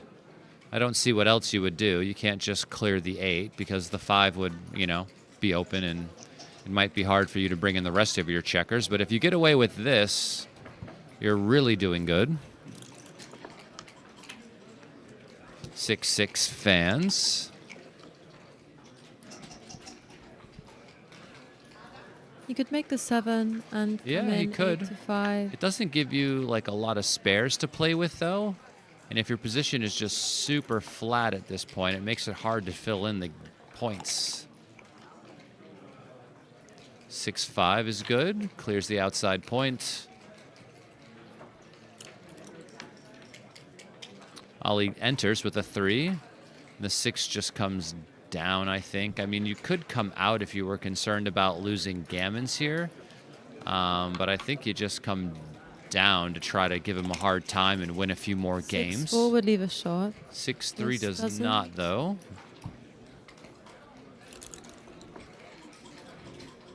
And double 6. So that's pretty good. Pretty good. Is he only down 10 pips now? That's a pretty big improvement.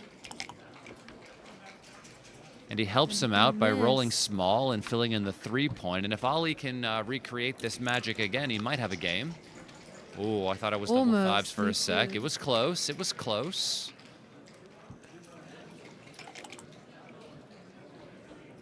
Two. Okay, not close anymore. That's pretty good. Top tier rolling. Double 4 is also good. You can play 5-1 now.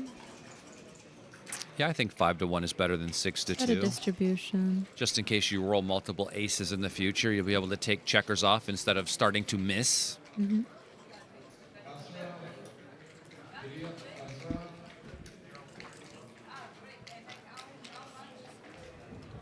Double 4. That doesn't take any off. I'd probably leave one on the 6. Oh, he's already played 3 of them. Okay. 2-1. Okay, he's helping him out. He's helping him out. The race is very close now. And the 6-5 is turbocharged. And how many rolls does he have? 5. 1, 2, 3, 4. And a double ones. Okay. Like I say, with dice like these, who needs enemies? And 6-1. Takes 2 off, but now we have gaps on the 4 and on the 1. 4.5 to 4. 6-1. So Johan keeps missing, which is very good news. So 15, 25, 29, 4-3. Take 1 off. Did he not have any recubes here? 1, 2, 3, 4. 1, 2, so it's just a 3-roll position. Probably not yet. 6-3 rips 2 off. Is it better? And if green doesn't take 2 off here, they and it do. could be a redouble. Yeah. Maybe even now, because he's going to miss with 3s, 2s, and 1s. Could roll an ace as well, which is an issue, I think, for white, which is why I think it's close. Of course, if he had 2 checkers on the 1, I'm sure he would. 2-1 does not instill confidence and is certainly happy he didn't double, even though it was correct to do so. Double 4s. He's so happy now he didn't do it. Even though he can still win, he's got nothing. He needs to roll a 5. Just re-roll the other one. Don't re-roll both. 4-2. Terrible roll. Terrible. Requires double 2s or better to win next if he gets a chance to shake. Now he has 5 rolls that take off, 2s or better, and he doesn't do it.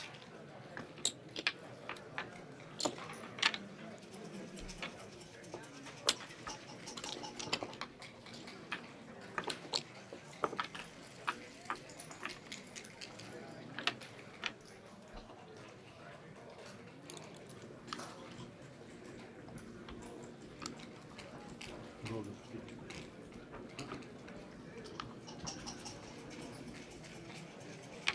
2-1. Yeah, I would slot the board.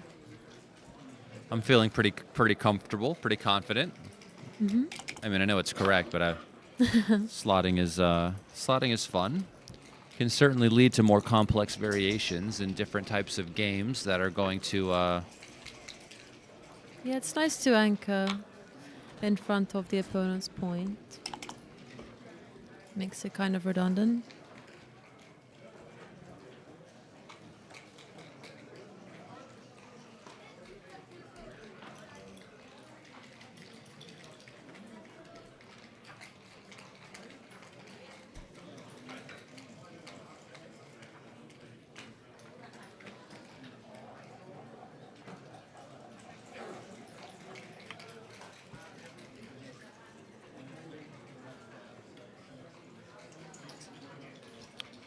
The 2 cube comes a flying. It's very close to a legit double. I mean, it's effectively 1. You don't know how the other guy's going to react.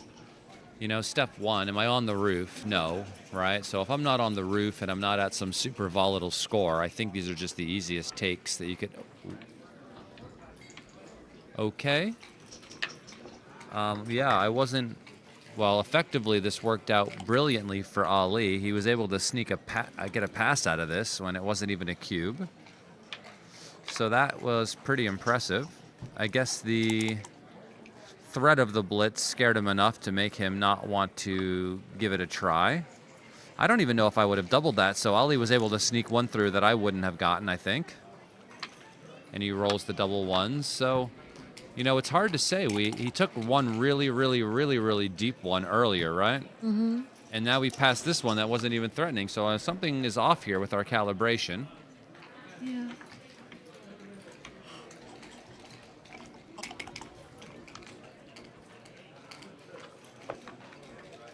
So we could make the 2 and play 13 to 9, or make the 4. Yeah, that's a good play too. I like this.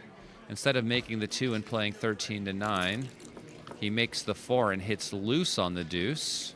Both plays are really close, but I can definitely see the value of that because you get to have the 4 instead of just having the 2, which is certainly weaker.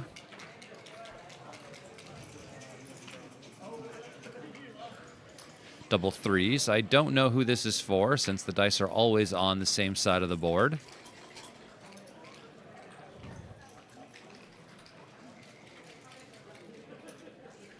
I assume it's for white because double 3s for green would be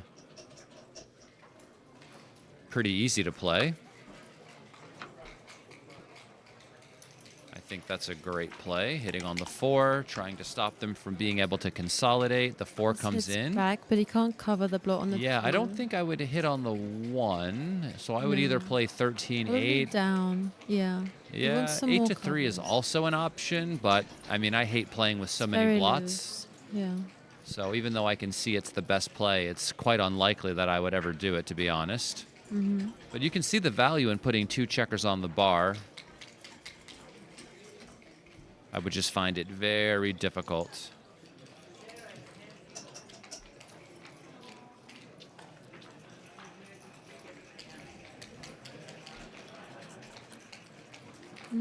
Yeah, I would definitely play down. You can see him wanting to make the better play here, so he understands the idea behind it, but But the certainly structure is difficult to pull the very trigger on it. broken this way. Really nice play from Johan here. It looks big, but it's right. You're outboarded, so it seems crazy to me, but it's right. Can't say I fully understand it. The guy just enters, and now I'm swimming upstream. 2-1, just enters and hits. Yeah, hitting on the 2 seems reasonable. There's 2 on the roof, and the checker on the 7 will still be there. 4-2.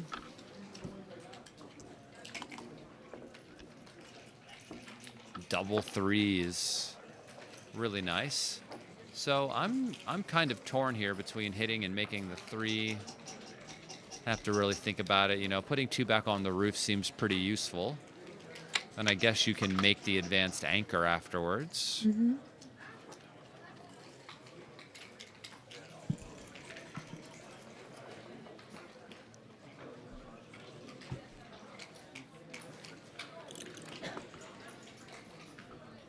Five one.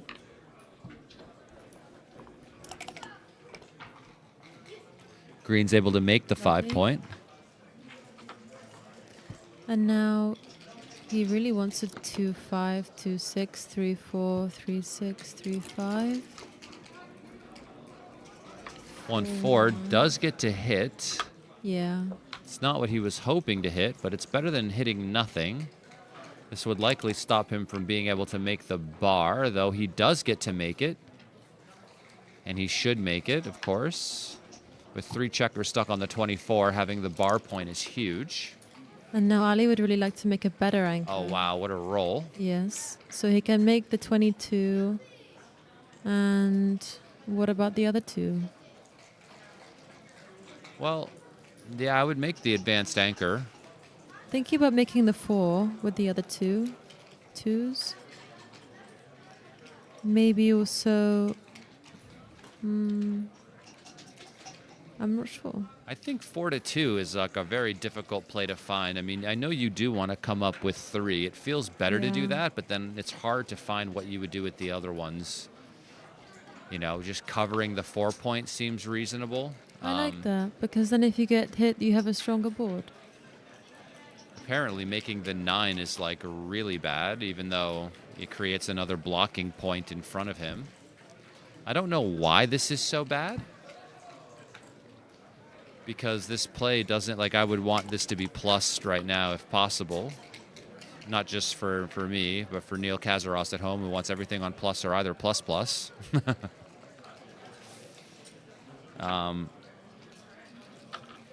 mean, I know it leaves the triple shot, so of course, you know, there's a reason for it to be bad, but it didn't look as bad to me as the computer thinks that it is.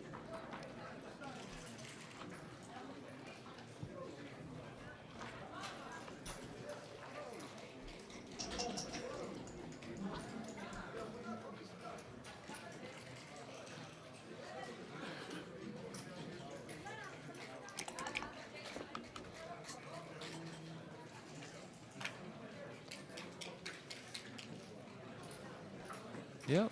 Looks like this is good. Hitting outside, making the anchor outside.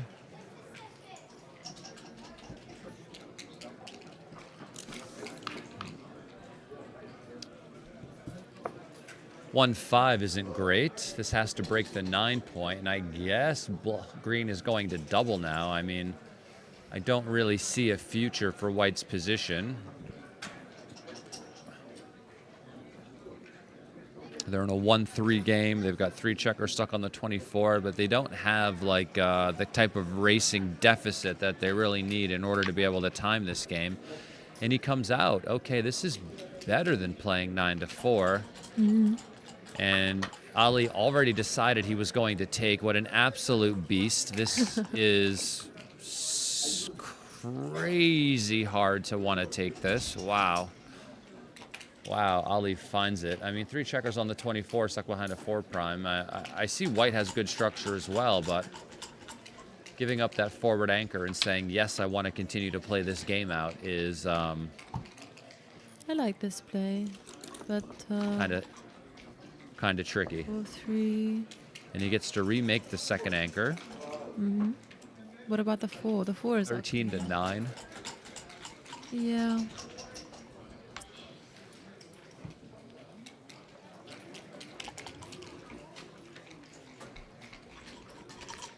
He can hit and Yeah. make the 9. 8, sorry. Wow, he makes Yeah. the 8 and hits. Yeah, creating the 5 prime, of course. This makes perfect sense. You don't even care if you get hit on the 2. Actually, you might want to get hit on the 2. Just because you want to be down nothing in this race as green. Yep. 4 or 5 fans. Now you're winning even more. Rolls the 6, has to hop out. And just keep it moving. The 9 point is really strong. Yeah. And he enters with the 2-1. Make the 3. Yes.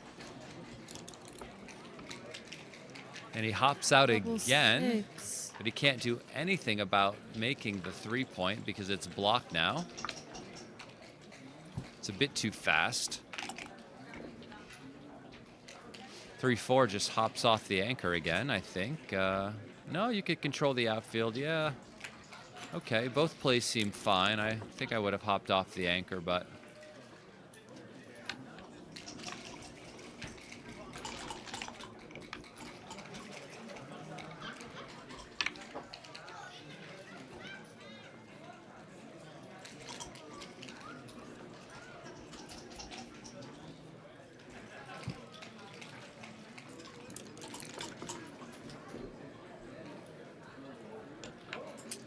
(5-4) safely breaks the 9 point, bringing it in. You can see that green is going to control the outfield. Double 2s doesn't get to hop out, though. It's funny, you could make the 9 point and play like 4 to 2. That would be fun.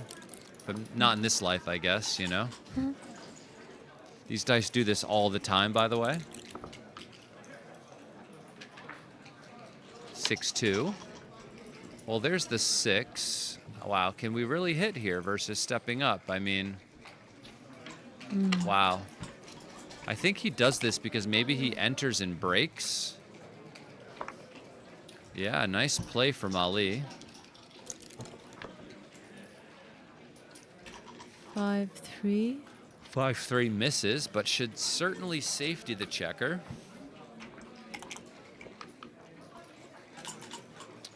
The 2 hits. That makes the 3-point. I don't know about making it. We've seen plays like this so far this week where you hit it, but just you want keep to the keep solid prime, right? Yeah, of course, yeah. Instead of making the point, because the swing on the numbers that enter and hit the bar are crazy, where the swings on the numbers that just roll a 3 really don't do all that much because you still have the 5 prime intact. So this is a common idea that people at home should kind of take a note of. Wow, 3-6. Ouch. Super joker. 3-5, yeah, it just comes out. And if Ali can find a way to sneak a 1-6 or 2-6 in here, he might have a game. 1-5, okay. Wow, so should we just step up and come Step up, down? definitely, otherwise we can't get out. Yeah. And how are we going to win if we can't get out?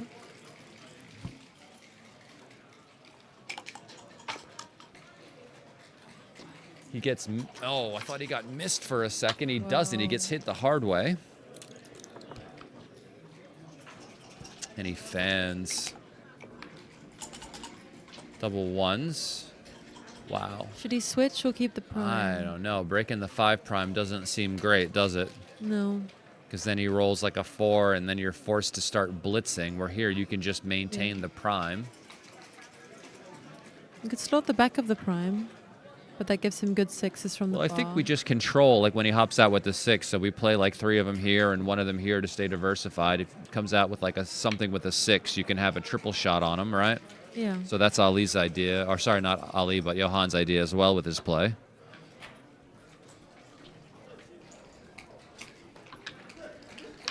Yeah.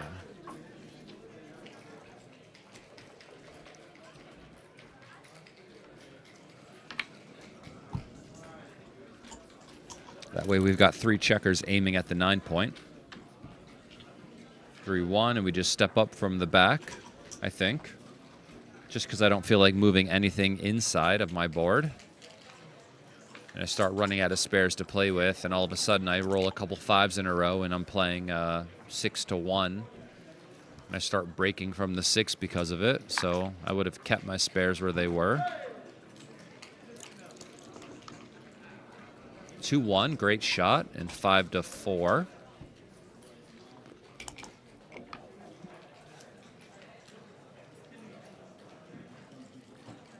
Double 3. And in, yeah.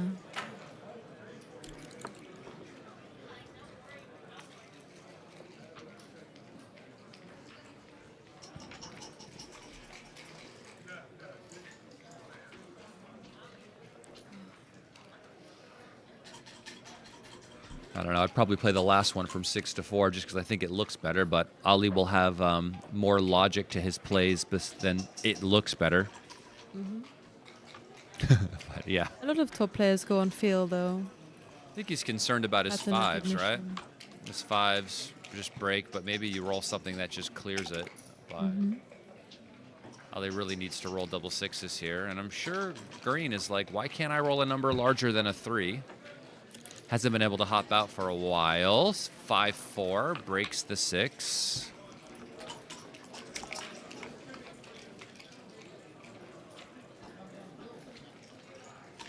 Just hop out.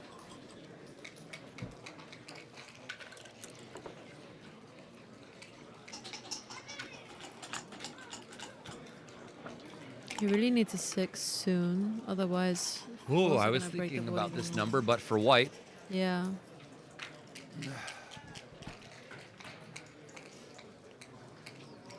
I like going to the 7. It still maintains a checker in the outfield.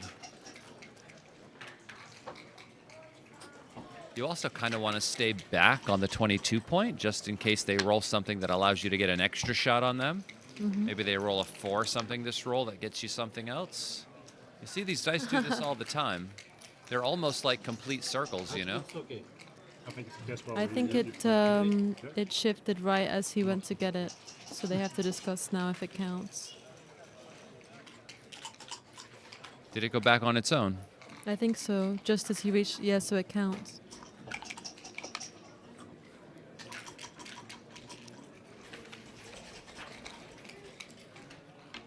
This can cover the 2 point. We'll do this. Oh, when it landed on its own, his hand was over it. So from our perspective, it looks like he touched it, but from their perspective, he sees that it didn't. It didn't. He didn't touch it at all.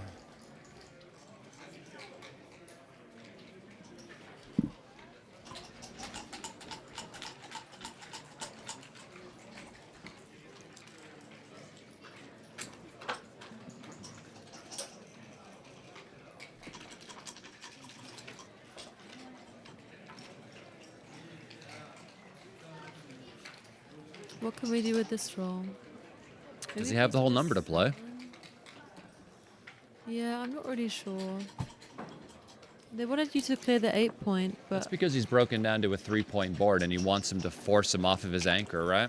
okay, yeah. So when you're broken down to a 3-point board in backgammon, you start making these trap plays that are designed to quickly get white off of their anchor so you can then attack them and close them out. So now that he's broken down to a 2-point board, you should start seeing stuff like break the 7 on the next roll, or maybe break the 8. But 5-4 leaves shots, so maybe you can't here, but you would like to. Maybe you can play Just play like to the 5. 8-4 and 6-1, so he has to come off with his 5s. Oh, found it. Let's go. Nice. Well Let's done. go. Let's go. Come on. Come on. At home, pats on the back. Pats on the back. People don't see these plays. Thank you. Thank you.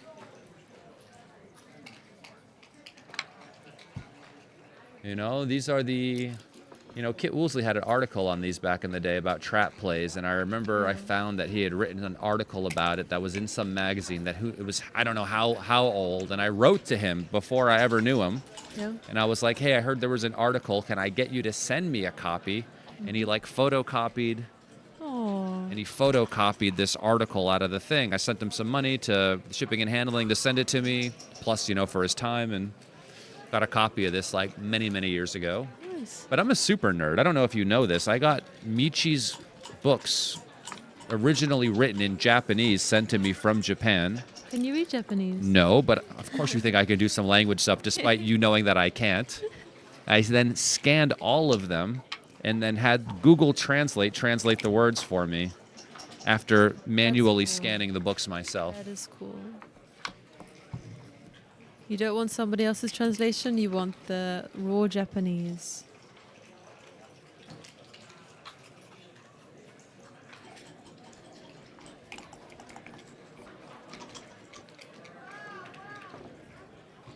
And then he rolled 6-5 and was able to hop out with both. And this is why we start doing these trap plays quite a bit earlier. So when he rolls these numbers, we're still patrolling the outfield, so we can't just hop out with 6-5 and try to beat us in the race.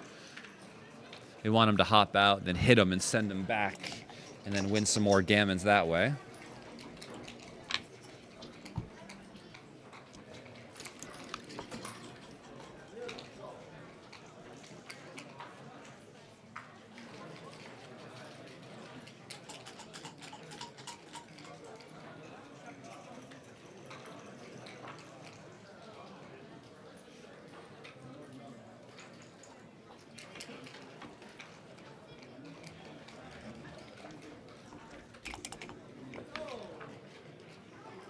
Green needs to start taking some more checkers off, that's for sure. If white can have a good roll and then start using their speed board, there's a chance, you know, with a couple more doubles, he could have something here.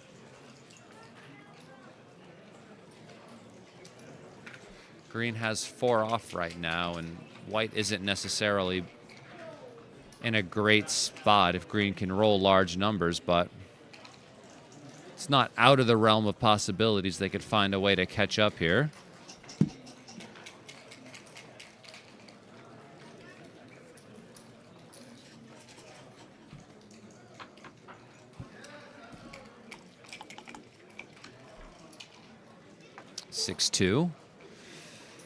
I would just play 5-3. I know you could play 4-2, but I would probably just play 5-3.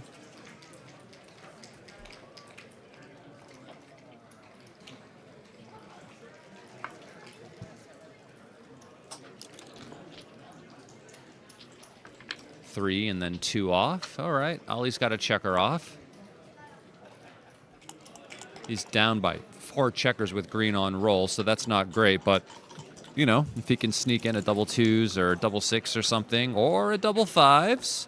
1, 2, 3, 4. Okay, now he's got the speed board. 5, 6, 7, 8 checkers left for green, and 11 checkers left for white. 6-3 is a great shot. It takes 2 checkers off. White might need another double or some help from green. 6-5, okay. Ollie's looks not like he's not going to win this one.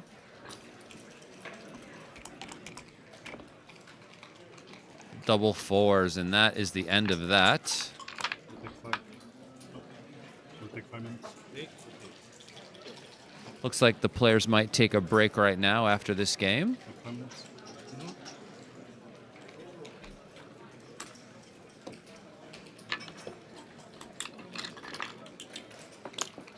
Maybe I'm wrong. Wouldn't be the first time. Yeah, it would be nice if they put the checkers in the checker trays when bearing off so we can see them.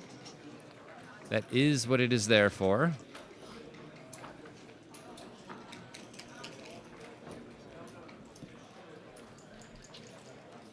We'll be back in a few minutes. Please don't forget to smash the like button, of course, and subscribe to the Backgammon Galaxy YouTube channel. My name is Justin Knoll. I will be your commentator for the week here. This is day 1 of the main championship division. This is round 2. After this round today, we have a gala dinner here in Monaco at the hotel. Should be really nice. I'll go change into my suit and tie, of course. But feel free to smash the like button. If anyone is interested in backgammon lessons with me, Justin Knoll, please feel free to send me an email at justin@backgammonuniversity.com, and I can be there for you. I'll be back.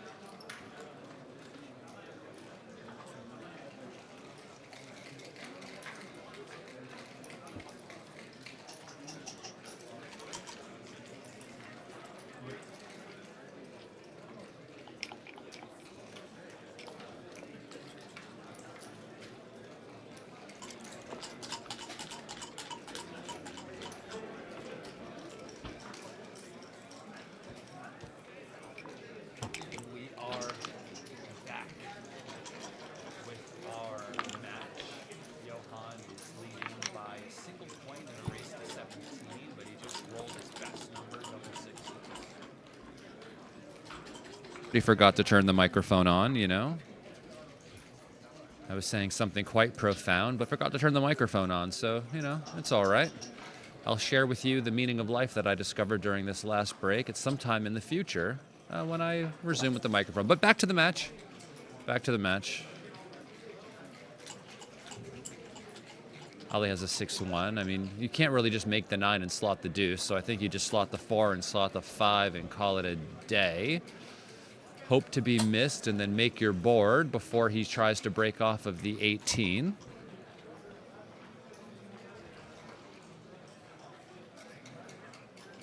Will I do commentary on the gala dinner? No, I will have my mouth full. I will be eating. Are you going to the dinner? I don't think so. Why? I'm not the most sociable person. What's that got to do? There's Miss, food there. You just have to be the most eating person. Okay, maybe I'll go. Yeah, why not? Why not? There's wine on the table. Okay. There's booze. Okay. I mean, what other reason would you need?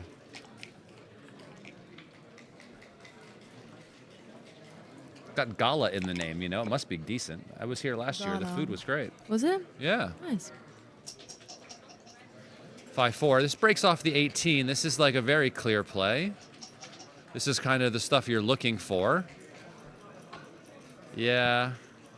Oof. Don't love this one. It's kind of a common can't idea in enter, this it's situation, probably but a he's got double. himself a double and a pass Yeah. anyway, so it worked out for him. Ali is very disappointed, I'm sure, that he didn't get to enter there after seeing that play, but what can you do? Now it's 6-6, 11 away, 11 away. Things kind of haven't gone Ali's way so far in this match, and he's only trailing by 2 points, so that's not that big of a deal. Tis true. You make a very good point, Jason Wheeler. An extremely good point. Thank you for all of the likes and the different thumbs up we're getting. It's very nice. The more, the merrier. 4-2 can hit.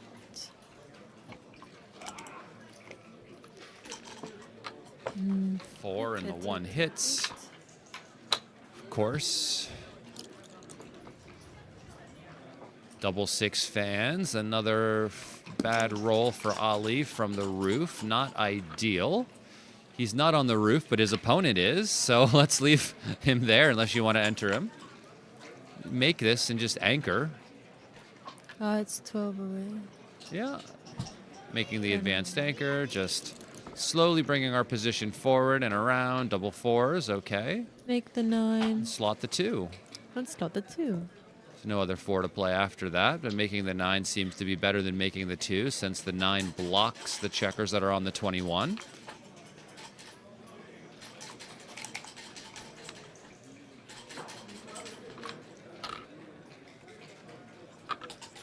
Two 1 is a double hitter for Johan. Ali needs another 4.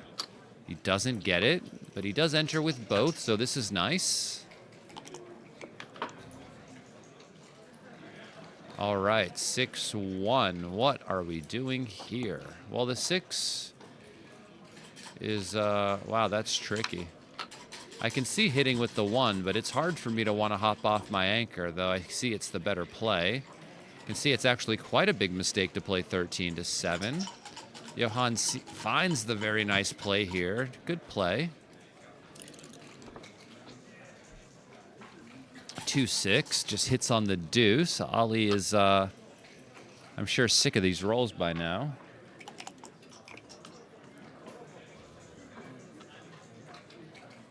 One, and this makes the outside point. Ali would love to roll an ace to send that checker back before he makes the 3-point.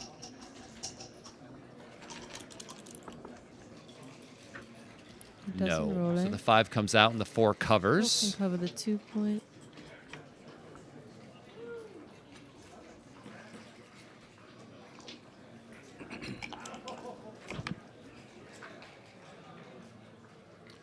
Two 1 Maybe just makes it. covers. Mhm. 3-1 makes the 5-point. Yeah, of course. We'll just make the 5. Seems pretty solid. Nice improvement to the position. And 6-3. So should we hit or should we just escape? What's the race? So we're going to be up 9 pips after the play if we just I'm run. tempted to escape now. Yeah, it's nice because it lands right there, right? And then Yeah. we just kind of always feel like we're doing good afterwards. And then we can try and make another outfield point, and but this is kind of Yeah. probably wins more gammons, but it's a little bit looser. 4-6 does hit. Okay, this is a nice roll for Ali. 4-5 hits back.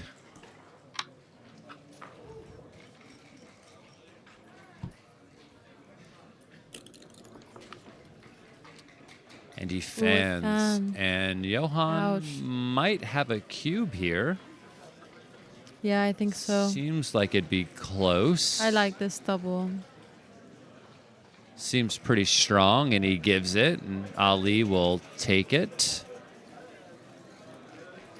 So he's on the roof against a better board, of course, which is annoying, but he does have the 23-point anchor, so he can't be closed out. Not many rolls make the 4-point. That being open is nice, and it might not be closed. I mean, it might be. Who knows? This is another reason why He has a nice structure, but no spares, which is... Obviously, it's not nice. That's why he's doubling, so... Yeah. But there's still 2 checkers back. The race isn't all that bad right now. He's only down 10 pips. He's got decent structure to fight back, but Ali's giving this a solid think. Of course, it's super strong if he makes the 4. Not entirely. I mean, of course, it's nice if he makes the bar, but it's not game over. Yeah.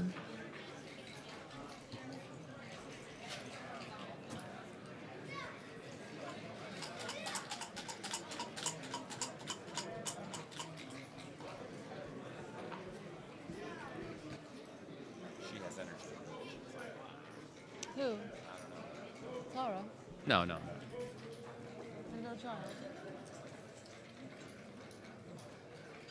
All children have energy. Too much.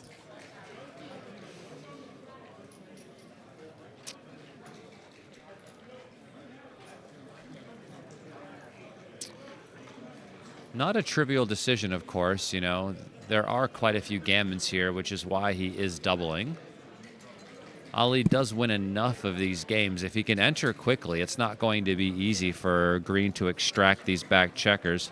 He finds the pass, okay. Hard decision, of course. It's difficult to estimate how many gammons you're going to lose versus how many games you're going to win in a situation like that. Of course, I can sound like a genius because I'm sitting here looking at XG, but it's hard to know what you would ever actually do over the board. I like to play 2 down when it's even score or behind with 4-3. Double 5s makes the 3. Point. Nice roll, and of course he just wants to make priming structure on the other side. 4-3 makes the 5. He's got a bit of a stack on the 6-point now, so the next draw probably wants to unstack or hit with a 6. 6-2 is duplicated. 4-1 hits twice. Yes. Was it right to split there? I'm not entirely sure versus slotting. I'm sure it's fine. Double 5s. Fans, and the cube is a coming. It's already a pass, but we've seen a pretty big pass that he took, and we saw a pretty easy take that was passed, so it's hard to say where the dice are going to land here on this decision. 10 He's in on the this roof one, 2. against a 2-point board, but there's a blot in it. There's another blot in the outfield, of course, which is also a bit scary. Yeah, he's up in the score. He is up in the score, which definitely leans more towards pass, but he takes.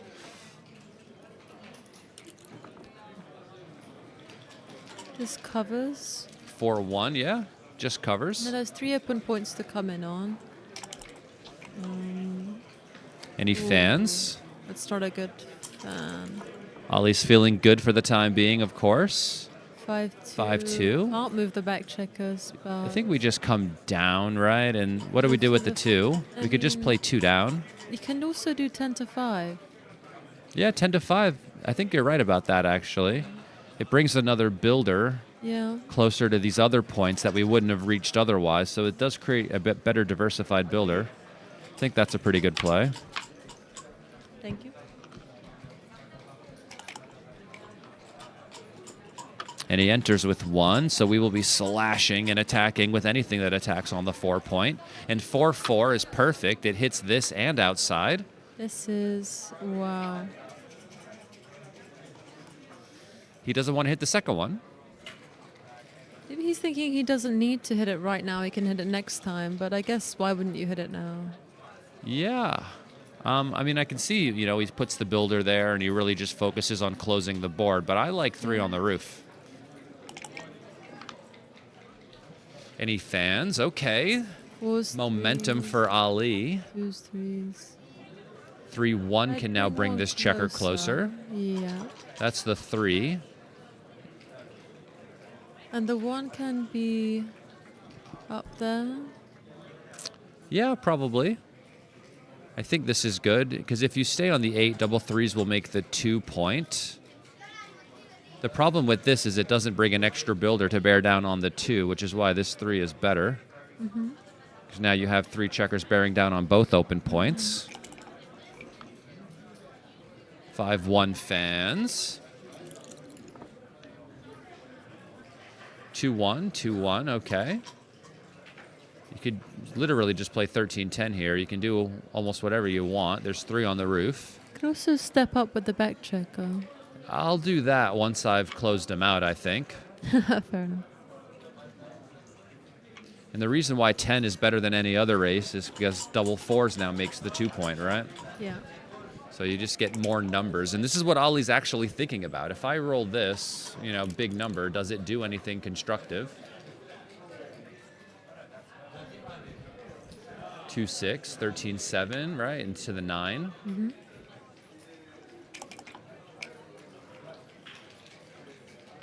Biggie said more money, more problems. No, Ali I says think more he builders, hits more except problems. Ones. Oh, and Or he one rolls hits a 1. twice. He can hit can't twice, make though. anything, which is rude. Yeah. He hasn't been able to make anything in a while. But 2 on the roof, 3 on the roof now. Any And fans again? fans. 7, Closeout is 6s, coming. 4s and 3s. How do we want to do this? 6 and then 4, or 4 and then 6? Yeah, I get that he's worried about being trapped behind that structure. Ali finds the best play. No, if he fans. Oh, I thought it was the Double Joker, but 3. no. 6s, 3s, and 2s. There we This go. just And he closes just the closes door. So now, probably a gammon from here, unless the something gammon- goes badly wrong. Exactly. Unless something goes horribly wrong, the gammon is for sure. And And then Ali will be up in the score. yeah, there's potentially a couple backgammons here as well. I mean, 3 on the roof, not too many, but I've seen crazier things so far this week.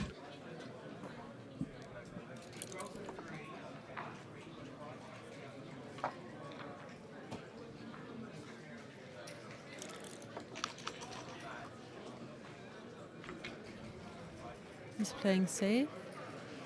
Yeah, provided Ali doesn't leave a shot, of course 6-5 he's going to will win leave at a shot. gammon, and he That's not fans good. again. Oh, nearly. 5-4, Oh. okay. Comes Double in with 6. all of So, yeah, I mean, he's gotten off the backgammon, and now here's And the the fight to get off the G. Seems unlikely, but, you know, it's possible. Certainly double 6 from the roof was a good start. 4 down, 5 out, probably, just to diversify the stacks. Make sure you don't have too many checkers on the same point, so your numbers play well all over the board.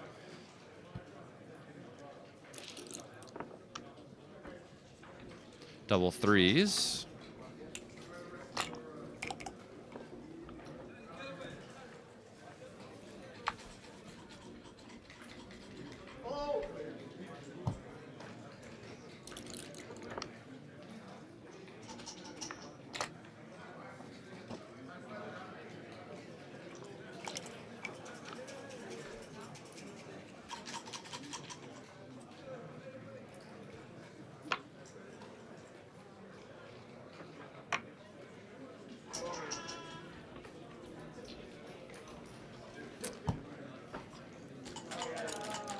think the craziest thing so far I've seen this week is the 32 cube on stream 2 earlier, followed closely by a backgammon in game 1, putting a player up by 6 points where he just kept fanning and fanning and fanning on the board.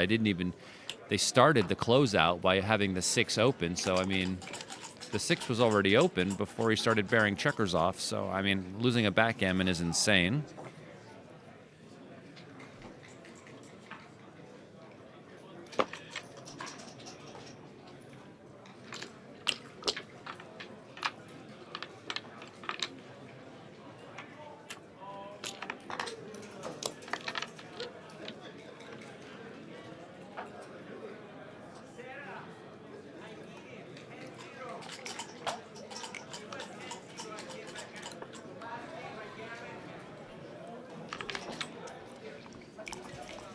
So Ali now has the lead.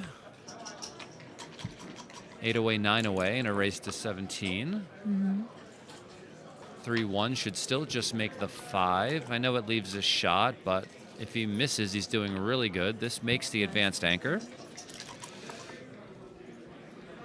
5-1. And now Ali also wants to make an advanced anchor, because when your opponent makes an advanced anchor, you also want to make one. So 3-5. You could run all the way out. Yep. 3 hits back, but it has to break the midpoint. 3-2 makes an anchor, which is what he wants to do.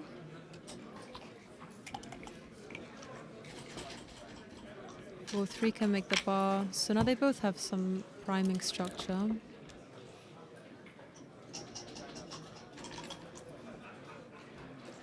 Ali's anchor is a little bit further back.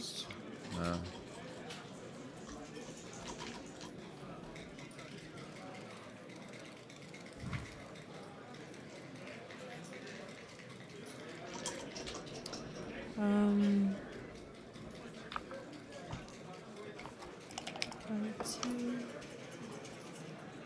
3-2. How can we play that?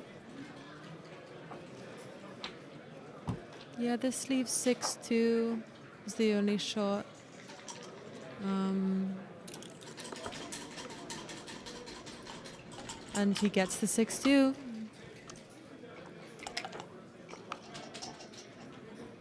And 6-2 again. Yeah, plays safe. He doesn't want to break the anchor right now. It's too dangerous. So now Ali is considering a cube. It's a little bit early according to XG. However, he has just escaped one from behind Johan's prime. But his structure is a bit stripped, and then he has a massive stack on the 6. And he's also still behind the broken 4 prime. He's not really up enough in the race. And even if he gets that white checker out, I think green will still be able to take, so.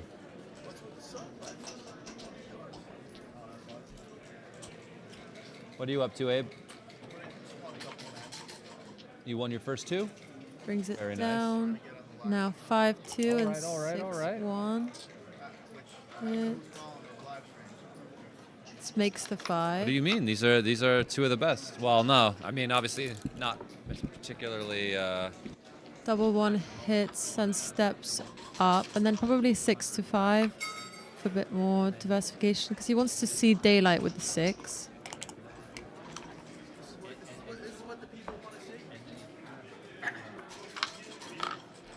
Five, 2. And now he's got 4 back behind the 4 prime. So Ali's considering it. It is still early because he's on the bar and he has a lot of numbers that don't enter.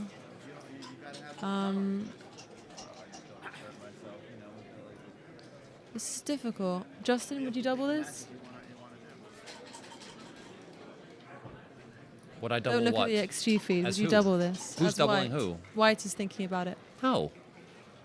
But we're on the bar. That's the problem. It's not even, I mean, okay, yeah, you're on the problem. Okay, so that the timing makes you think that he can't really play this back game. But if you just fan and he covers, you can just come out. There's only a 4 prime there. And I think that's where the problems begin. You're doubling like a very volatile position for gammons when there really aren't a lot of wins yet, because you could just enter poorly or not enter at all. I mean, imagine doubling behind sort of like priming structure like this when the other guy isn't fully primed on the other side of the board. It'd be one thing if he had like a 5 prime, but here it'd be too easy, I think, to start to extract your back checkers if you had one bad roll. Yeah.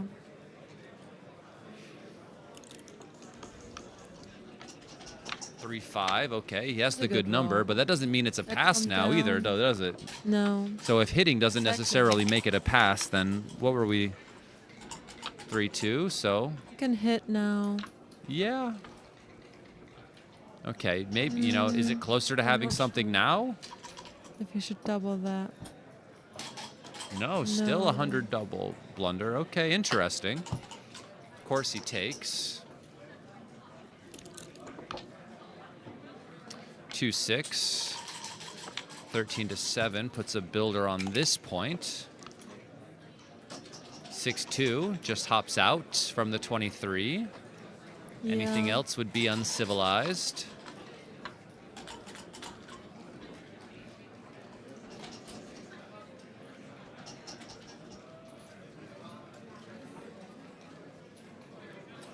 You got to just hop out. We've seen many times this week that you can lose by just not rolling good enough numbers to hop out from over a 4 prime as the game goes on. So you should take this opportunity while you can. I know you're leaving blots and shots in other spots around the board as well. Lots and shots in other spots. That's what I know. I did it intentionally. Pretty good, right? But you have a double anchor game, right? So, like, you don't care so much when you get hit. Of course, you'd prefer to get away with it, but, like, if you get hit, it's not the end of the world. This is a great roll. Yeah, so he's being hit back with 1s, but they have to break the 8 point. He gets it. 4-1. Good roll from the roof. From the roof. 2-1 He hits hits. back. Oh. Very nice shot. So now he wants to come in and roll a 1 so he can Another 4 He and can another hit 3. again now. Yeah, you might as well get all your checkers sent back. You're in a back game. Maybe you make a triple anchor and really give Ali some trouble. 1-4 hits for sure. For sure. For sure. Any fans? Ouch. I was Any gonna say, if fans? it hadn't been on the bar, that would have been a great Double roll. 6 doesn't cover, but it makes the 1 and comes Yes. out. This is not a good. I mean, okay, maybe there's worse rolls, but certainly doesn't do the thing you wanted to do, which is just cover and hit another checker. Double 1s fans. Okay, Ali's doing very good again. 2s and 3s and 4s cover. This hits and covers. Amazing. Now he has to bring this in against a 4-2 game, but there's 2 on the roof, so like if you leave a shot soon, it might not Yeah. matter because he won't be in to hit you. So let's start bringing this stuff in while he's on the roof. Make our life a little bit easier.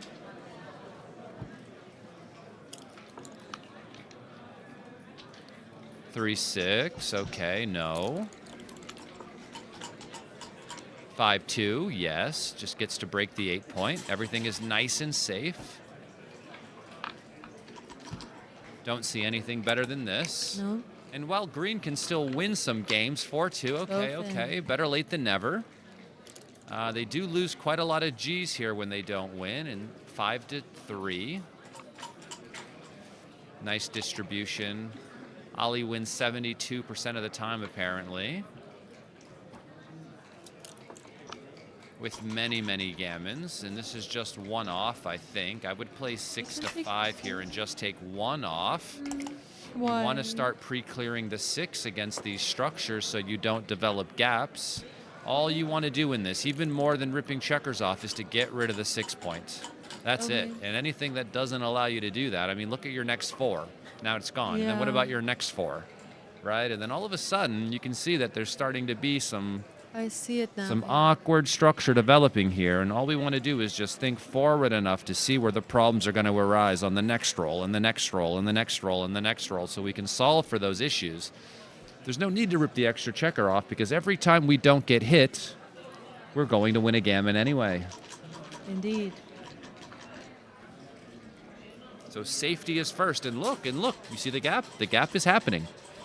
Now we roll another 4, and this could be where we lose from. And this wouldn't have been the case. The structure would have looked like this, and this would have been perfectly distributed for the rest of the game if he does this. That's a good lesson. So here, of course, to avoid that, you have to just make the 1 now, right? And get rid of the spare on the 6. Yeah. Improving your distribution instead of taking checkers off. 6-2. Double 2s, okay. Clear the 5. Yeah. Nothing else really. I don't know why Ali has to roll these numbers that make it difficult to bring this game home, I'll tell you. I mean, it's nice to get rid of the 5 point, but we would want to get rid of the 6 first. Somebody tell the dice gods, and here, 3. I'll tell the dice gods for you. Just in case you roll 6-5, you want to do this, so you'll get a triple shot. Double 1s, what a perfect number. You get to switch. Switching is huge. Make the gap a little bit smaller. Gets rid of the gap, of course. Now he can never leave more than a double shot, which is nice because triple shots get hit more than double shots. Fun fact. I would get out of there. Unless you want to get like backgammon sometime in the near future if he rolls double 6.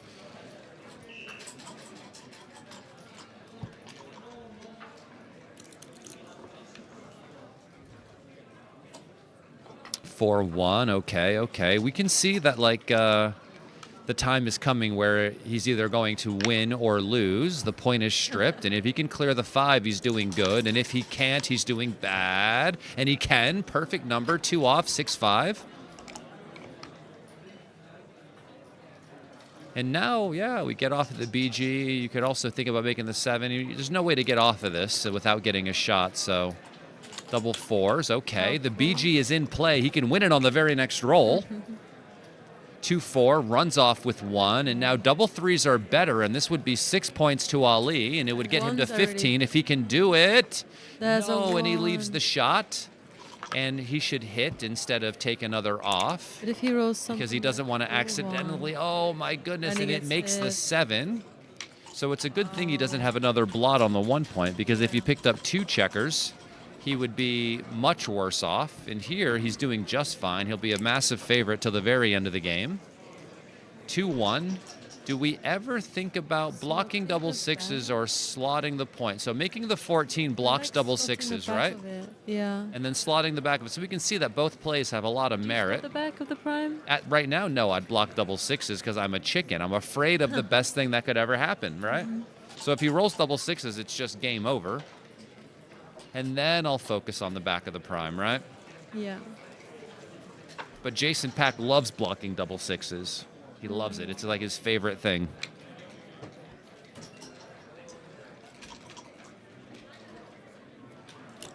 And he doesn't. Wow, this is like the worst of all the options. This means you're trying to hit loose on the 2. It's better just to slot the back than do this, because you'd be leaving a shot anyway when you hit, and you don't even stop their best roll. Of course, we need to be thinking about the sickest thing that could happen and then play against it, right? So if double 6 will make you cry, you have to stop the crying roll. Now if he rolls like a 1-2 or a 1-3, 2-3 hits, just barely. And now he needs to slot the 8 more than anything. Okay, well, he rolled a 2, so maybe he'll be nervous to do it now. Or maybe it will be impossible to do. Don't you dare start thinking about doing this. Is this right? Why not? Oh, man, it's close. I wouldn't have even done it. I don't see this idea. I mean, I know he only has a 1-point board, but you can just control the outfield to send him back when he rolls the 6. I think this is more of what you want to do, and 2-6 from the bar. I've rolled double 1s here before, by the way. Oh, very close, but he misses. So just make that point now, and just keep yourself spread in the outfield. I think you should make it. I'd be worried about getting BG'd. BGs are double 6s here. So 8s are hitting. BGs start with double 6s. 12s are hitting. I told you. Oh, wow. The BGs start with double sixes. Yeah. If he doesn't roll And now he does this, and if he doesn't roll a 1, the BG staying alive. 6-5, and the BG is there. Johan, I called it. I'm so sorry. I'm so sorry that the BG started with double six. I didn't mean to call it, but I did call it. Crazy. The announcer's curse. The curse of the commentator. Justin Nostradamus, you darn right. Honestly, people should start calling me for psychic readings. I'll charge them by the minute. Like the massages in the corner. Yes, but more money, of course. More money, more value.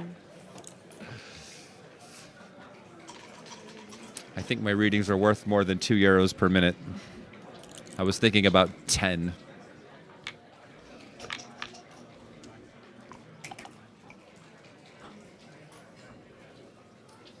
I have 2 step ups. Bigger splits, more likely to make an anchor.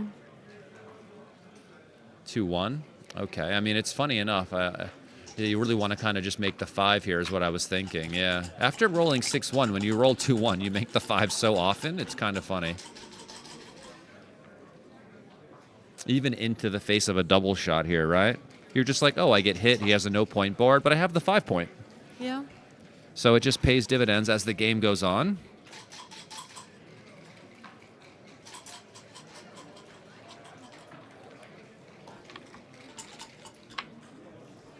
Yeah, the containment technique was a bit off there. You're right, Neil. It's tough, you know. Containment games always will ruin people's PR.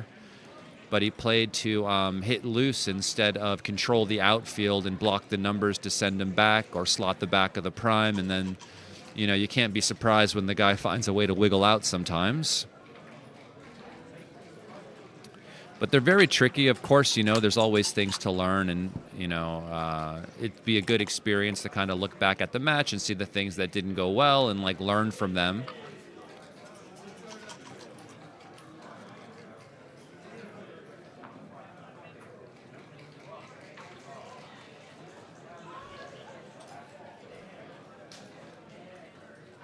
Everyone's had a bad streamed match or two before, so it's understandable. Being in that room is a very different feeling than playing online or something.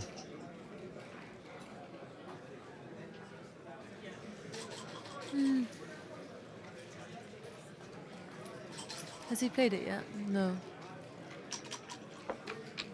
I mean, he has to hit, 5 with... I think. Oh, really? Yeah, I mean, okay, because he just rolls a 2 here. Now you have 2 back behind a 5 prime, and that's just way more So good. of an improvement than the other thing, right? So we can't just allow ourselves to have 2 back behind a 5 prime potentially.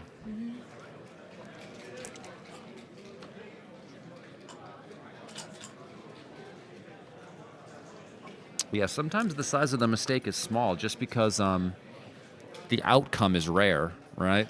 Yeah. Not because it's not necessarily like a large kind of misunderstanding. It's just that, oh, if the outcome is rare, how can the mistake ever be that large? But the misunderstanding can be quite large. And so some people, when they look at their matches, go, oh, but it wasn't a big error, but that the size of the error sometimes is misleading.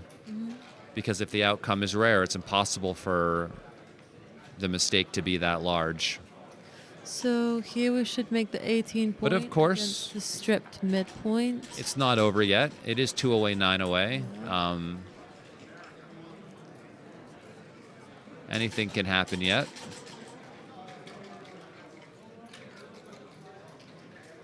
Whose role is this? This is Ali's role. He's already, then this we is have to all of come them. out. Yeah, for sure. Just want to lean into our 4 prime to kind of keep our position into place. We don't want to get too stuck back there, being up in the race by quite a bit. We were being primed a bit. 2-3, one of the best. One of the best, not the best. The best, of course, is doubles to get off of the 18. We could be looking to do so shortly. Not now, of course. This just goes to the 5. Double 2s. So we'll just make the 4 point. And then decide what to do with the others. And then go to the deuce. Seems good. We want to keep the contact to try to force them to have a bad decision here. And yeah, look at this. Not a great number, but you have to do what you have to do. We're not going to break our 5 prime because that's the strongest bit of our position, so we just play 13 to 10. And he hits him with a 1, and the other 5 just comes down. But we have to hit. There's nothing else we can do. Hitting is mandatory. Then we just cross our fingers that he doesn't roll a 2. It's unfortunate that the 6s are duped to hop out and cover, but I'm sure he's happy that he hit. 6-1, wow. Cover. Wow. Yeah. And then the Running only out of one timing, left but we is have to 12 cover 11. because there's a chance after, if he fans, that we might just have a cue, but he doesn't fan. Yes, he does. Okay. Do we have anything here now? Trailing by so much in the match, right? We have to cue. When there's gammons are high, the cube must come. And the gammons are at 30%, so he takes, and he doesn't roll a 6. No, not yet.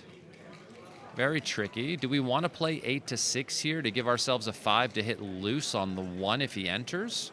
I know it gives some outside shots, but it's a bit necessary. Yeah, 8 to 6 or 8 to 5. See, this is a bit too nitty. Yes, We he need needs a 1 to come in time. anyway, so you can. When just you give him need that time, other you need to play a bit bigger. Yeah. Ali, of course, is doing good again because now he can't even really hit him in 5-3, right? Look at this. It's just an ace shot anyway. Yeah. And if Ali can roll a 6, and he does with a hit, and this match might be over after a roll like that, unless he can pop a 2 and a 6. No, a 2 and a 4. Wow, pretty impressive. 5-2, okay. Yeah, I mean, I'd probably just play, 18 to 13 and maybe 6 to 3 or something, but I don't know. I mean, 6 to 4. I don't have big feelings about any of these plays, and it's good because the differences are quite small between them. Let's give 6-5 and. Yeah, it's just That's 6-5 for the time being. 5-2.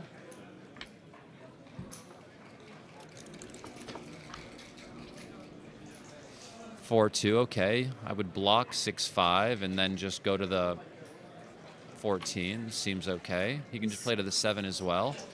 He's killed his 5s. So Yeah, this making the means 11 is good. But it's a crunch. None of these plays are going to be so bad because it's hard for green to do anything good anyway, right?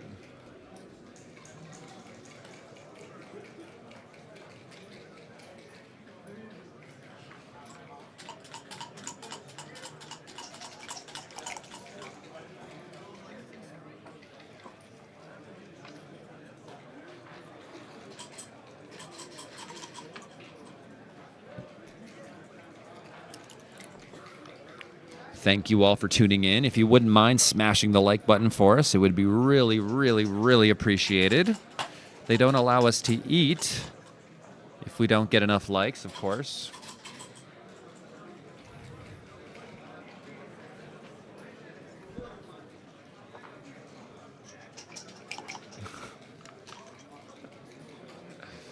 Five, 2. Thank you all. Johan is going to need a miracle. It needs to start with double 6s, or else he is going to be in a bad, bad spot in this game. His board is already crunching. Needs a 6 here critically to try to catch that last checker to come around. And no, 5-4 doesn't move. I guess it's better than breaking his board anymore. And this just covers the 1, and the ace can move closer. I would cover the 1, personally, just in case he comes out. I can be there, hit him, send him back, make him cry. It might hurt our distribution a little bit, which I think is why going to the 11 is a bit better for the bear off, but I don't feel strong about it one way or the other.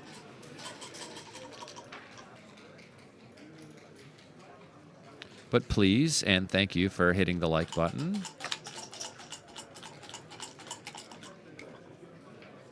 Six, 5, okay, this is forced. He'll now hit back with 3s if he can. He rolls the 3. Let's win some more gammons. No gammons available for him. He's holding a 2 cube and he's 2 away. Oh, I see. Yeah. So just the straight wins for him, and this clears the 7. It's a really good roll, really nice distribution. Notice that the 6 point is already pre-cleared, which is what you want against these deep anchor games.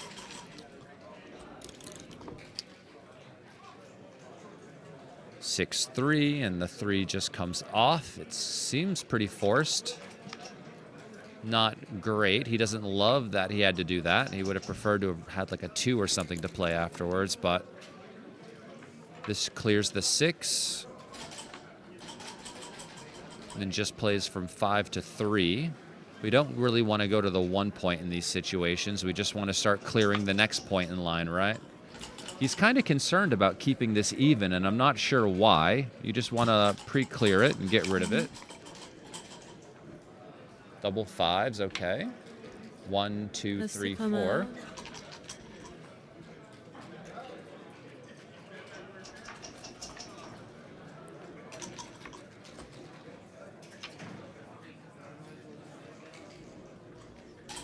He has to leave with at least one of them.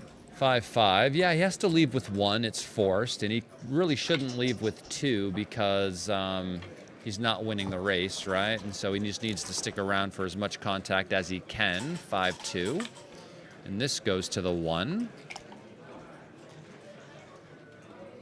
5, 5, and now he's forced to leave. And, you know, maybe he finds a way to catch up in this race. I'm sure 2 doubles 5s back to back. If he rolls 1 more, he's got a chance.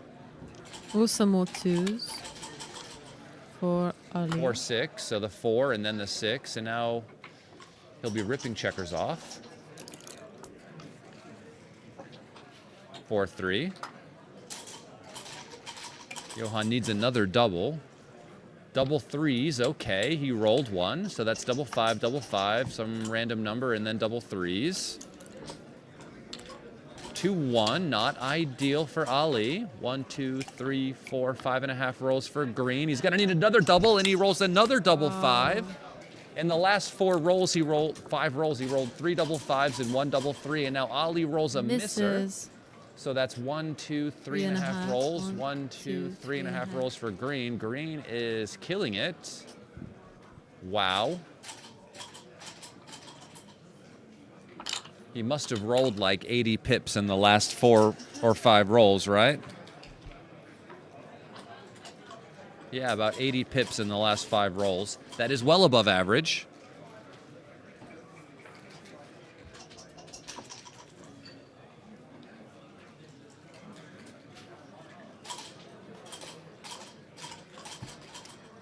He does this just to maximize how many checkers he gets off with doubles.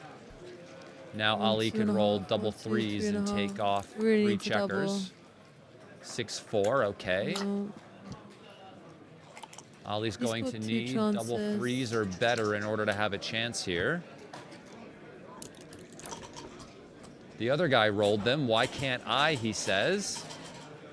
Doesn't really matter either way. Double 3s or better is the only way to get off of this and win. It's very surprising. And another double 5s. Absolutely disgusting. Absolutely disgusting. Yeah. Time for another break. And we have a break. And can we get new dice, please? No. Dice are fine. That was pretty sick, though. Double 5s, random number, double 3s, double 5s, double 5s. But who's keeping track? You are. Sick. Absolutely sick. What a comeback. Smash the like button for the comeback. We've got 604 viewers and only 337 likes on the video. If you like disgusting stuff like this, if you like the fact that live dice are rigged, right? This never happens in person. This never happens in real life, right? Only online. Right. Only on Galaxy. Only online. Smash the like button, please. But we are now proving Pretty please. that any dice. The reason why you can't see us is because I'm trapped in a cave. Please smash the like button. Thank you. We're taking a break. Oh, they're zooming out and they're following you. They're following you. Where are they going? And where it stops, nobody knows. They're following you. There's no way to escape. You've been trapped and now you are held captive inside of this television set as they track for us, but I'm going to run and disappear. You said you were at work. Now they know you're in Monaco. Yeah.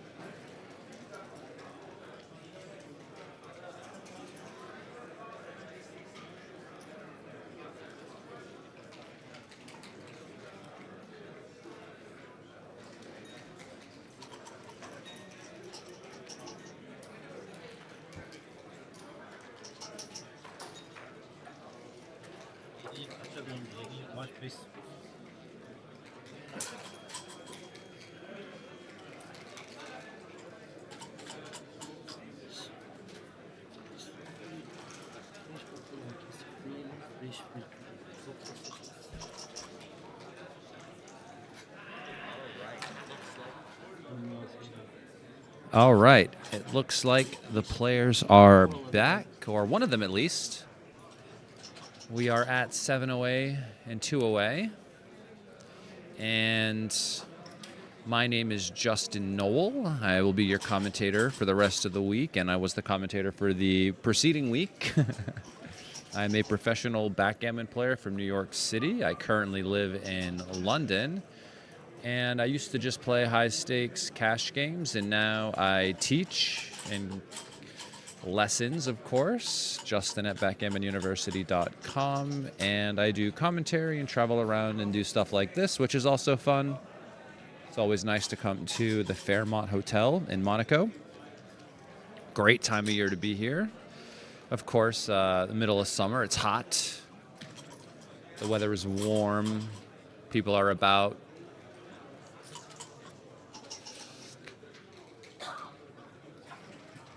Ali really unlucky in that last game for his opponent to roll, I don't know, maybe 4 or 5 double fives, followed by, and then a double threes in the mix there somewhere. What is my favorite pizza in Monte Carlo? Well, I went to this place the other day. I've got the screenshot on my phone here. Now, my pronunciation of things that are not American English is awful, but La Chamande Lab is the name of the pizza place. A little bit up the hill in Beau Soleil, I believe. Fantastic pizza. All right, and we are back. I think, where are we? Just waiting for Johan. All right, Ali thinking about how he could possibly have lost that game. I'm sure the computer gave him about 0%. Would love to go back and see what his actual winning percentage was before he rolled that first double fives. I'm sure it was low, very, very low.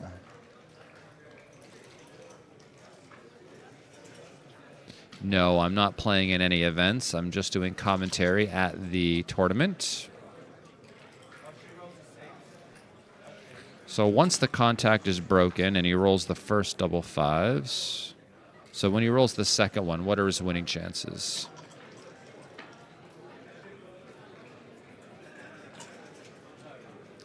It said from here he wins about 4% of the time when he still had 1 in his home board. And after he rolled the second double fives and escaped everybody, he wins quite a bit more, of course.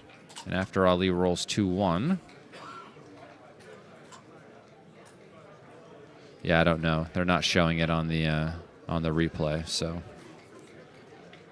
Yeah, Ali had about 96%, which is not 100%, is it? 96 feels like 100, but unless it is 100, there's always that chance. So the players are back.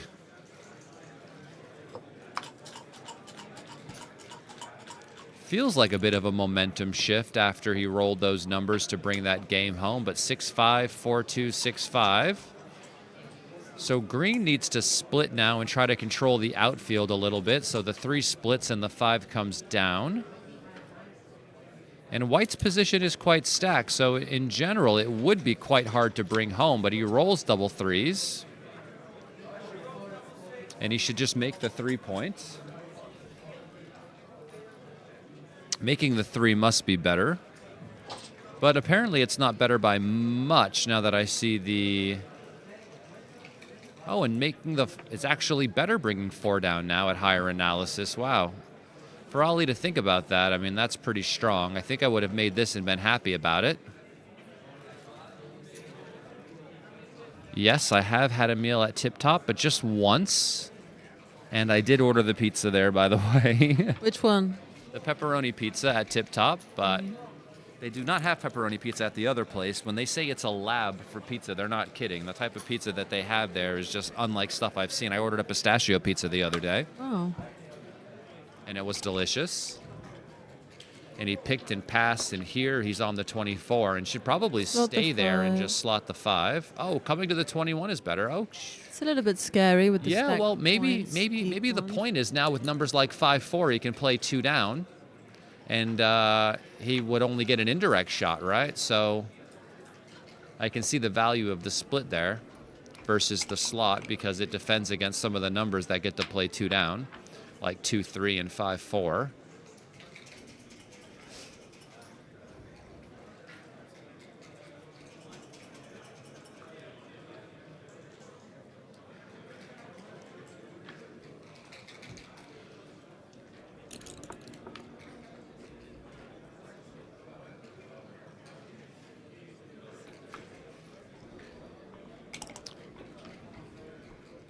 Double ones again, okay. He'll make a board with these rolls, but he won't win a race with them.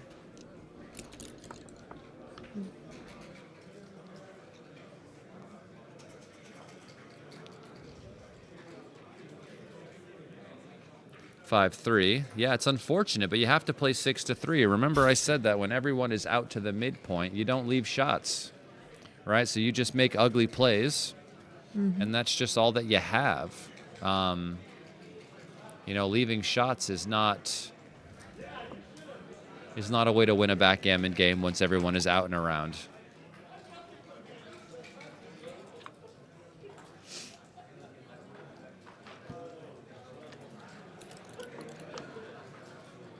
(5-1), great improvement. Gets to make the 5 now. Now he just needs to focus on clearing the mid and then making the 4, or making the 4 and then clearing the mid. Doesn't matter what order. 3-1 makes the 7 point. I didn't even mention that one. Only 2 6s hitting. Only. Only. Double 4s, comes down and makes the 4 point. I know it leaves a number, but what else are you going to do? And if you roll 6-2, it just wasn't meant to be. But there really isn't anything else. 3-2, not a 6-2. And he cubes, and this is just a massive pass. 2 away, 7 away. You don't just get to take because you're trailing, right? Your take point at 2 away, 7 away is 22%, right? It's just exactly what it is in a money game. So he just passes, and very nice. No, I believe it's the gala dinner today. I don't know when it starts, by the way.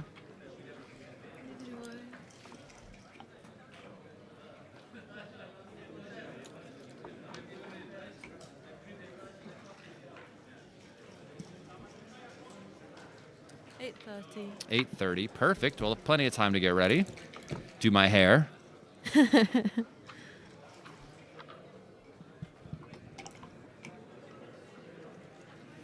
Double 3s, enters, makes the 5 point. Okay, so we're at 1 away, Crawford 7 away. Green's match winning chances aren't great, but they're doing okay in this game. It's still even. It's 13-8. White doesn't really want to split against this structure generally. Even though they have the 5 point made, that stack means that they might try to blitz them. But now that the 7's made, maybe he'll choose to run out if he can. And he can't, so Hit on the 3. very tough. Lots of different ways we can go here. Hitting on the 3 seems to make sense. That's such a cute home screen. Such a cute home screen. Thank you.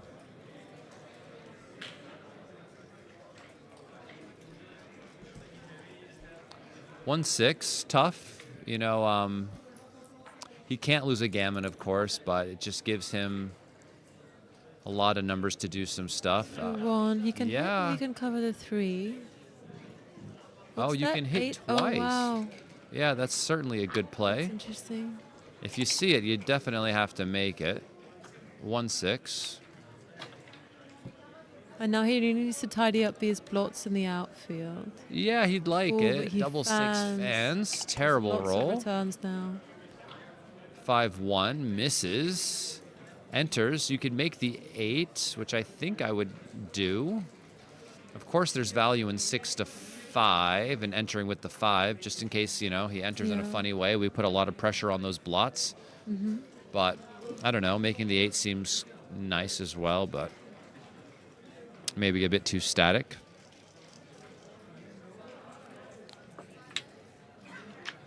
Jen in the chat says, hi, Justin and Miranda, watching from Montevideo, Uruguay. Very nice. This is like one country I haven't been to yet, is Uruguay. I have not been there. Been to many places. Have not been there. Ali comes in with the 2, and then the 4 maybe plays 8 to 4. Down.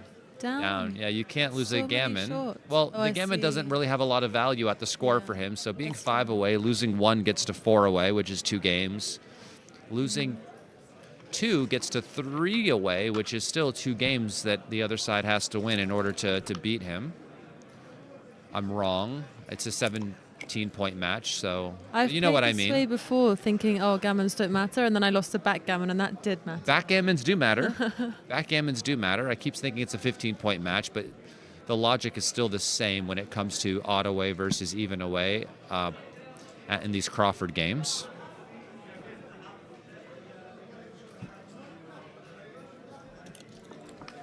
So he really wants to enter now and tidy up, but he fans. 6-5 hits on the 18 and runs to the midpoint. Or maybe not. No, it wants to go. It wants to play 8 to 3. It wants to slot. Look at this. They want to. JXG wants to slot the 3-point.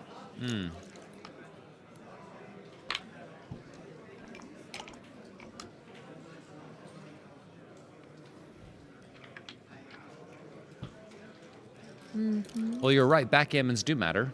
Yes. 3-4 just hits. Gammons don't matter so much. Backgammons matter a lot. You should just hit for sure. Okay, not a big deal. 6-2. Comes out and comes down. Yep. Not really looking to get trapped back there as Johan, so let's just come forward and try to win. The 2 is mission critical, and this slots the 5. Ali must be ecstatic, though. I don't think he shows it. 4-2. But that is a massive improvement. 6-3. Yeah, and just 13 to 7. I think the idea here is just to get 6 ducks in a row instead of just covering stuff and not having your position lined up for a full prime. Interesting. Sean Casey from the west of Ireland. Thank you very much. Double 6 doesn't move. Pretty good roll. It allows white to use up some of their outside timing. Ali is very prepared for a shot now. Yeah, some numbers will leave it immediately. This number does not. Only the Could one play, played. wow, 5 to 4 usually.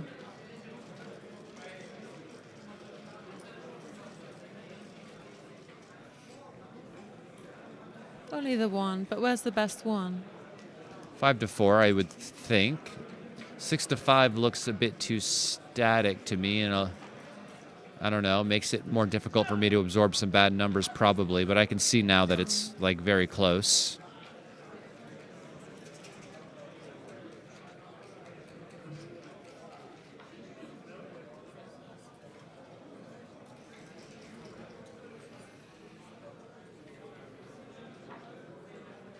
Five, 4 makes the 2.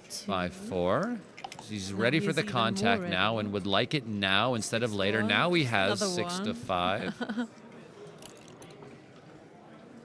And 4-2, he can just about hold on to his structure without breaking. And No, will he leave a needs shot a shot. now? No, he No. perfectly clears it.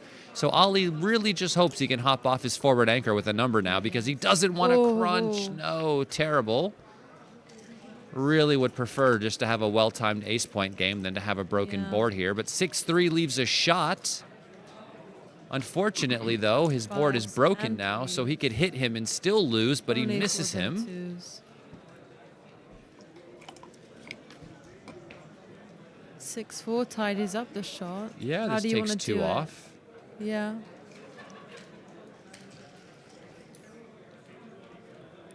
MCG in the chat. Nice to see you. Although I'm not seeing you, but you know what I mean. Nice that you're here. Nice to read you. If you haven't yet, MCG, please hit the like button. The more, the merrier. 6-2.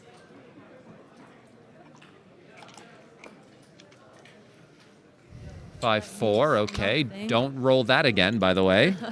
Glad you got that out of your system now. And double fours just comes around. 1, Onto the 2, six. 3, Yeah. 4. I declare a thumb war. That's how that goes. And 4-3. This is just as bad. Leaves The 4 shot. comes off, and now the 3. It's actually worse because it only takes 1 checker off. So play the 4 and then play the 3. This is like even worse than 5-4. That is disgusting, as you would say. Don't worry, he's allowed to miss. He is allowed to miss. And he does miss. 11 a.m. tomorrow. All right. I might be missing, Bill. 6-1.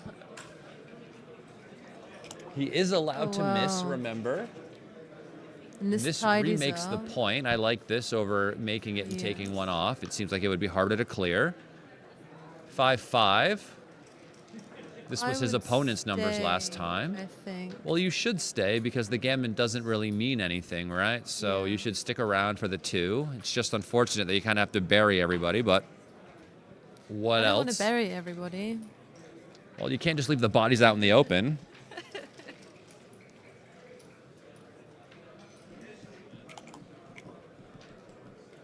Double 6, okay. You should get the hell out of Dodge now.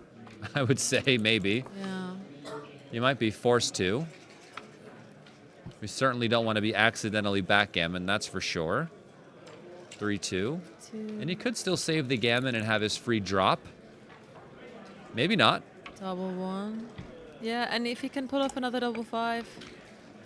Double Double. 4s. Okay, okay, okay. I can feel the momentum shift. Are we streaming the Calcutta auction? No, that's happening during the gala dinner.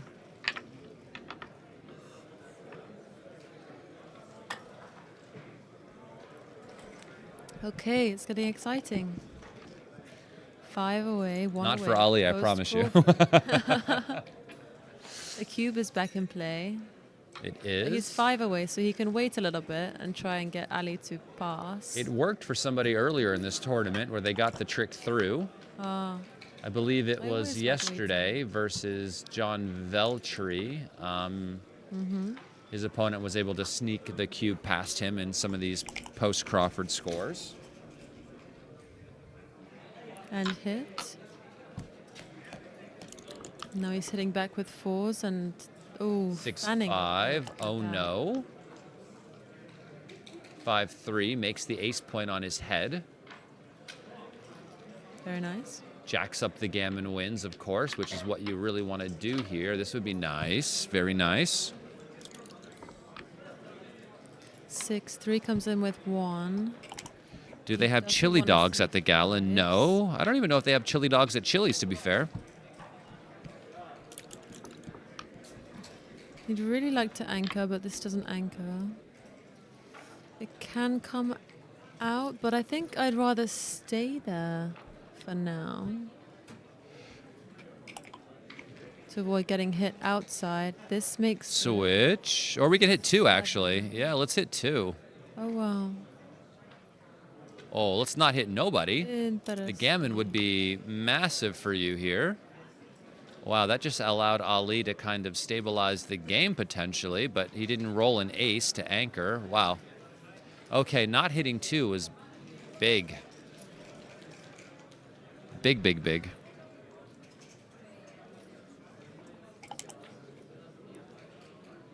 6-4, okay. I think we hit and play the 4 down. Yeah.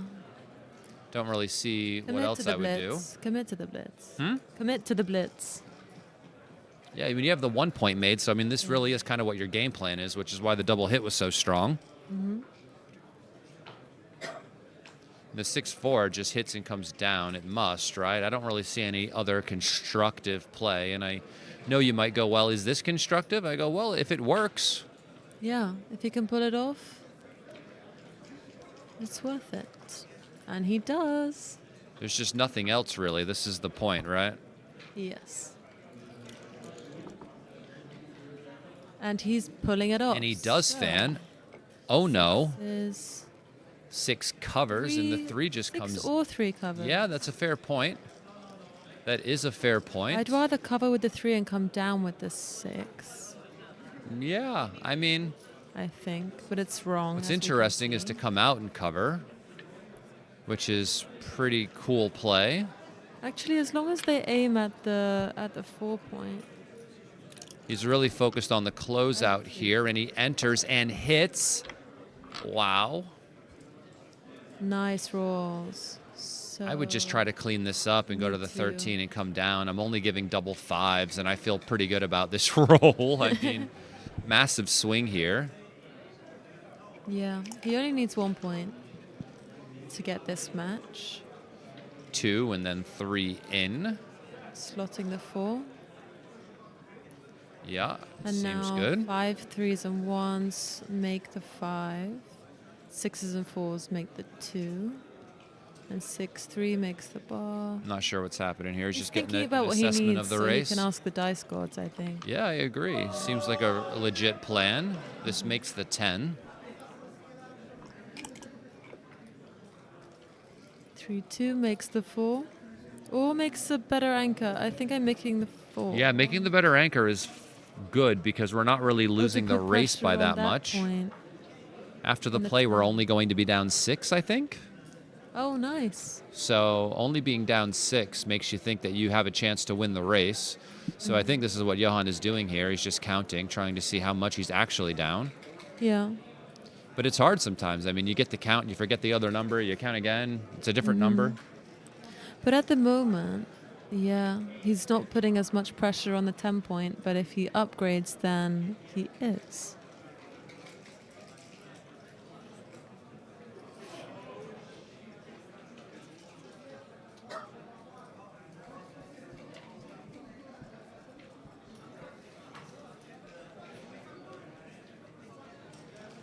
And he finds the best play.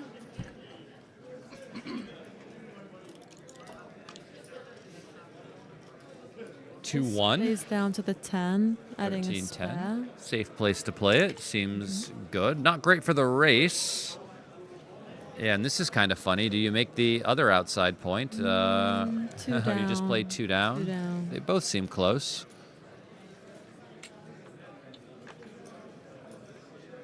This is slightly better. 5-3 makes the point on his head. This must be good. How long have you been playing backgammon, Justin? I'm not sure. I'm not sure exactly what year. I'm terrible with time. I mean, I'm sure I could figure out if I went on like Facebook and looked at pictures of me in the chess shop back in the day, but like I really have absolutely no idea what day or time it is most of the time. The only thing I really know about is backgammon. No, I'm kidding, of course. And I've been playing for 3 years. 3 years. I've been playing much longer than that. So I think he can play 8-4. How long has your dad been playing for? Seriously, about 4 or 5 years. But, Okay. Casually, a long time. Really? Okay. Yeah, I want to strip the 10 point now so we can try and bring it in on the next roll.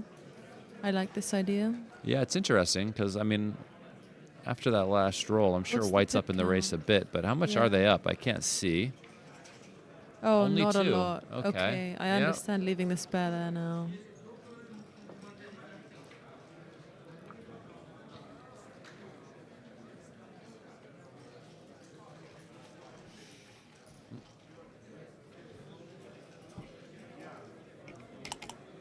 This is one of these things where if you're not really up in the race that much, you might start clearing the 7 and then the 8 and still holding the 10, trying to make it more difficult for the other guy to leave. Yeah. 5-3 just makes the 1 or slots the 1. One of the two. You could either do this and slot the 1, which leaves I like better that. outside distribution, but obviously leaves the blot on the board in case your opponent leaves with like 6-4 or something, Yeah. and then hops out with both. 6-1, okay. This And the allows one you to pays do 2 to this and 1. hold your board for the time being. And now you want to cover, but he can't really. Does he have to just slot the board again? This is not great. He has to break the 7 and slot the deuce and put the builder on the 4, but he knows green's going to want to run off, and he doesn't want to have 2 blots in his board. So now he's trying to find a way to not leave 2 blots in his board, but everything else just looks worse.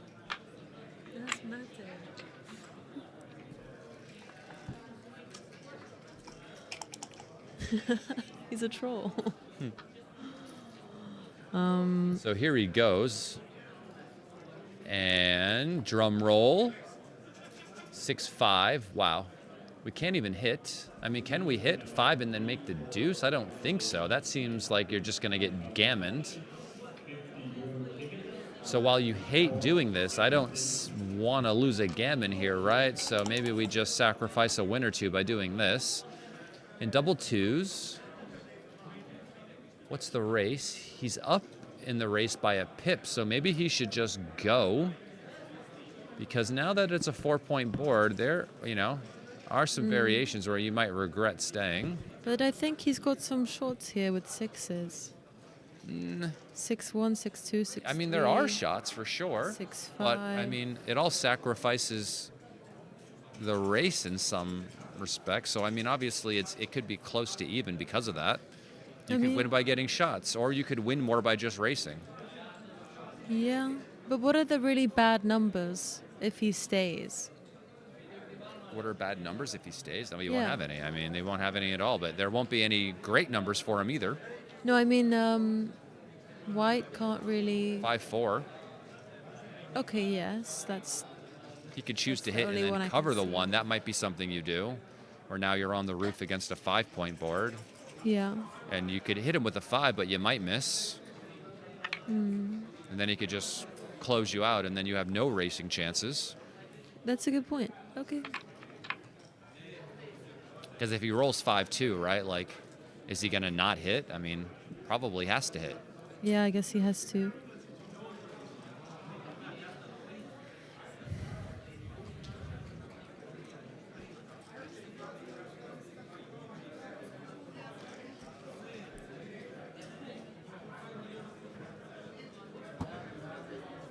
He's risking the 5-4. 6-4, great roll. Gets No to bring shots. both in, start to enter 9 the picks race. up. And 2-6, 2 crossovers. Pretty close race. 5s are bad, but it's 2-1 is anything terrible. else yeah, this is pretty bad too. Okay. Yeah, both did we ever running play 40. 6-5 there instead of this, just so we can start getting checkers off the guess, yeah. 6? Johan's won worse races than this before.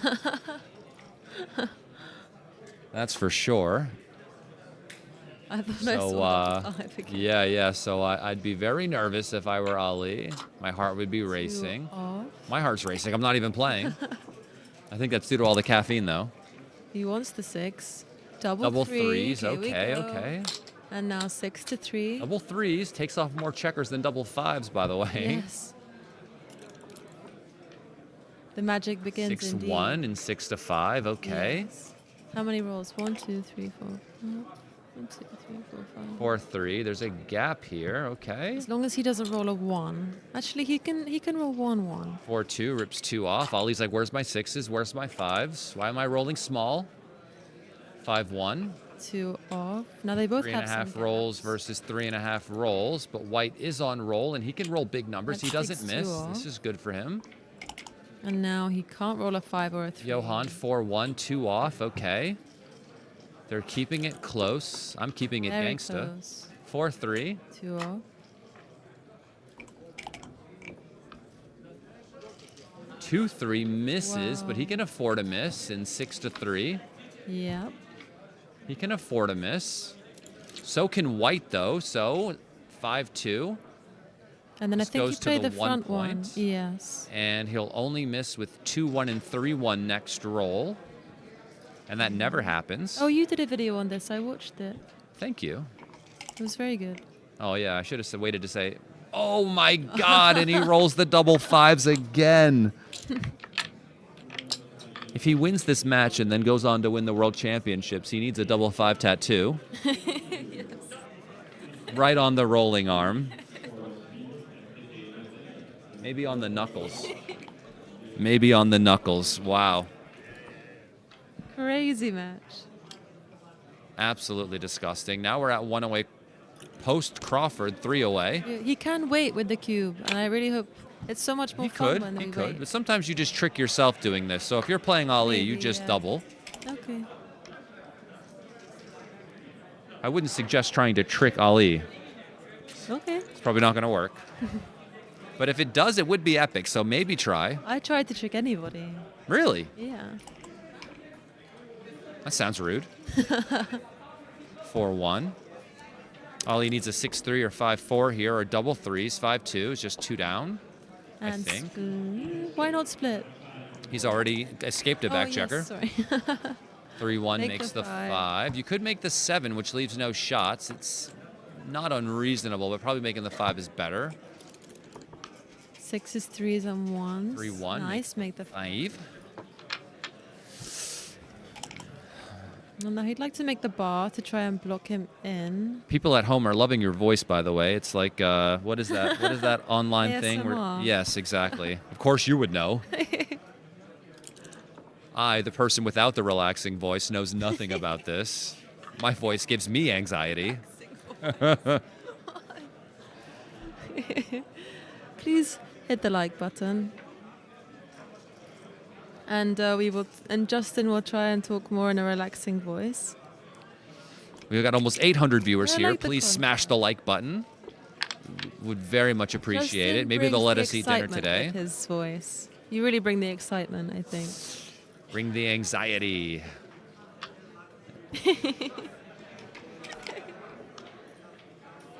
She sounds French.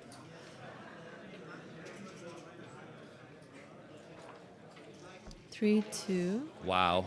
Having to hit here is scary, but you're not winning the race, which means you must take chances, and you can't lose a G, so are we going to be worried about this? I mean, I would be mildly worried, but, you know, he sees that he has to do it. He just doesn't want to do it. I don't blame you.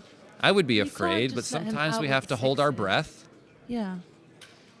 and just do Can't what just let needs him to be out. done. Hit away. The dice gods favor the bold. I've heard. Yeah. I don't know them personally.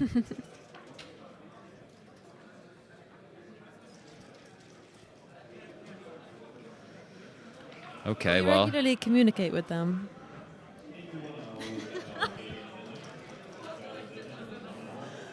I need another photo. from the sound of it, some of these guys' hands are full. They can't hit the like Okay. button at the moment. Okay. Shut up. You're horrible. And he hits and goes to the 1. Okay.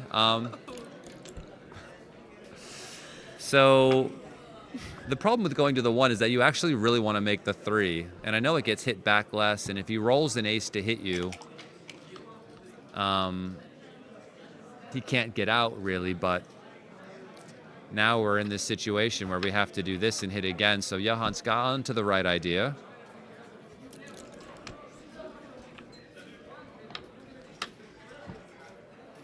Yeah, he could also win a G, and he gets hit back. And 2-1 hits back, and this was always a possibility. And now he's going to have 2 checkers back. All he needs to enter, he does. And where's the 5?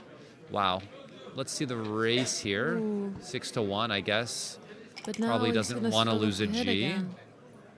Hopping out, of course, was going to win more games, but I think has he's to leave a concerned direct about 6 losing now. a Gammon. Yeah, Yeah. yeah.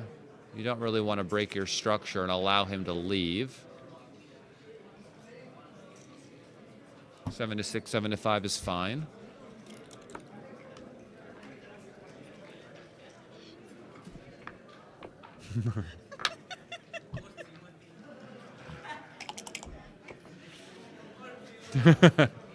Because they all have the same letters in their last name.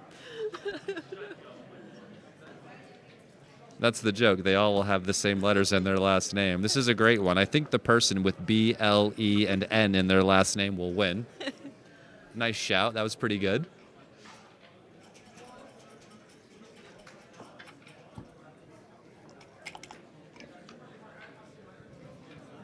This would be a miraculous, like, comeback win for Johan if he's able to pull this off. Racing with double fives and double fives and double fives and double fives.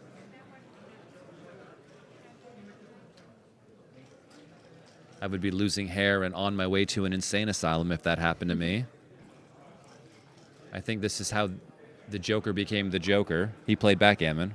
He must have. Hey. Yeah, I guess.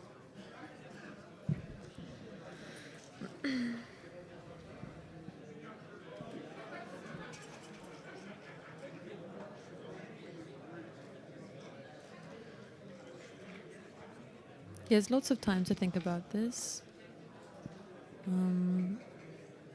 It's an ugly roll.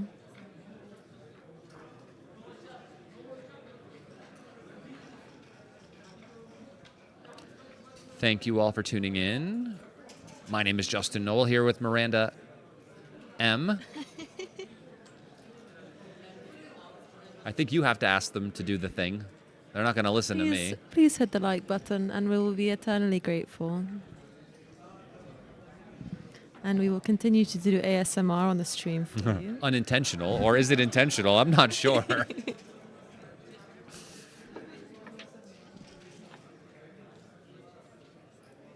What would you do with this? I mean, you have to come out and play 5 to 2. It's hard because backgammon players don't like making plays like 5 to 2. It's ugly. But it's like the only way to really move forward and like lower your chances of losing a G. If you just play 13 to 10 and something goes a little bit wrong, you're going to be in a bad spot. And this 2 steps up. You really don't want to be in front of those checkers on the 2 because they might have to hit. You can follow me on Instagram or maybe Facebook. I'm not working for MI6 currently, but are you, Justin? I can neither confirm nor deny these allegations. 4-3. I would just make the point, I think. Making points is good. You only get hit with a 4, and then you could hit back, right? So, or double, sorry, not a 4, a 5. But I guess double 5s would be brutal. I'll type my Instagram in the chat for you. 4-2 just goes to the 2 again. This is one of the heaviest 2 points I've ever seen.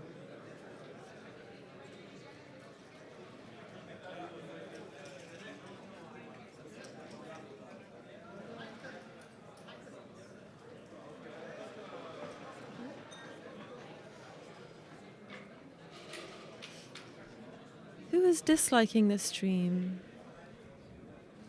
I can tell you who might be. Ali. Depending on the way this goes. This escapes entirely, and this has to be the runs, play. yeah. I mean, why wouldn't we want to get out? I mean, I could understand, like, why you might not want to, but I really don't get it. So I would just run.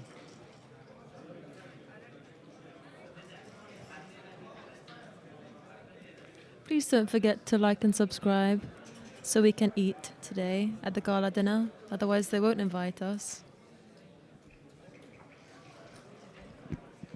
I think, so is he counting the race now? I guess I'm not really sure what's happening here. I mean, I would pretty quickly Really just counting the run, race? but Also thinking if he can get a shot next time. yeah, I mean, it's possible they could leave shots when he tries to break the mid or something, right? So if you're here, maybe you can catch him. So that is probably the main idea, but I wouldn't do it. And here he can release the mid, and this is, I guess, what the point of staying back was for, so he couldn't just do this.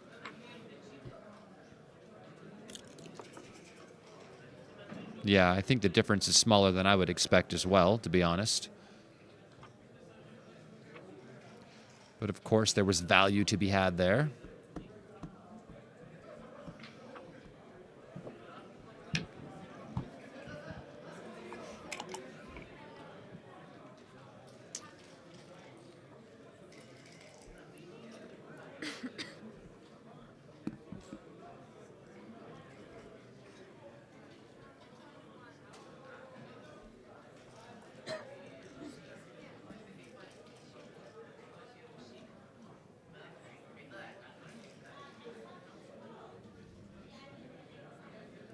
Tough decision whether or not you want to leave the shot here. Of course, it looks ugly to make another play, but of course, getting hit with 6-3 and 5-5 and double threes is not ideal. Mm-hmm.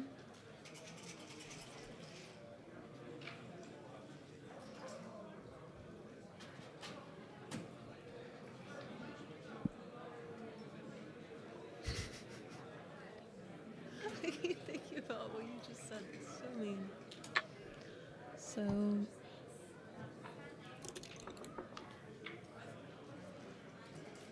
it's gonna make the one. He doesn't want to leave shots now. Double twos, okay. lovely roll. Yeah, we could block him from leaving with the 9 point.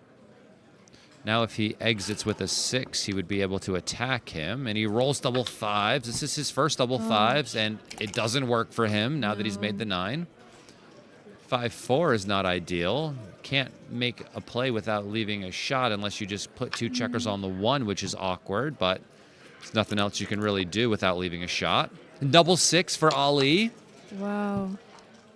Wow, what a The swing. luck is swinging in Ali's favor now. 5-2. 2 in. He wants the best distribution, but he's got a lot of weight. But they both have a lot of wastage now. 4-1. Yeah, you just Yes. fill in the gap on the 3. I like this. 4-2. Just bring both in.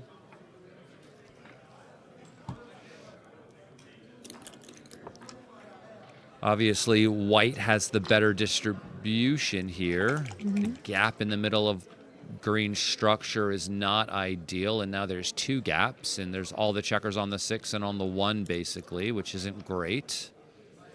4-2. Can Ali finally win a race against them? What do you think? Yep. Seems a bit scary. I wouldn't be surprised if we got another game here. I really wouldn't. Just feels So- like he's going to roll it, but This is good. maybe No that's just gaps. me being paranoid.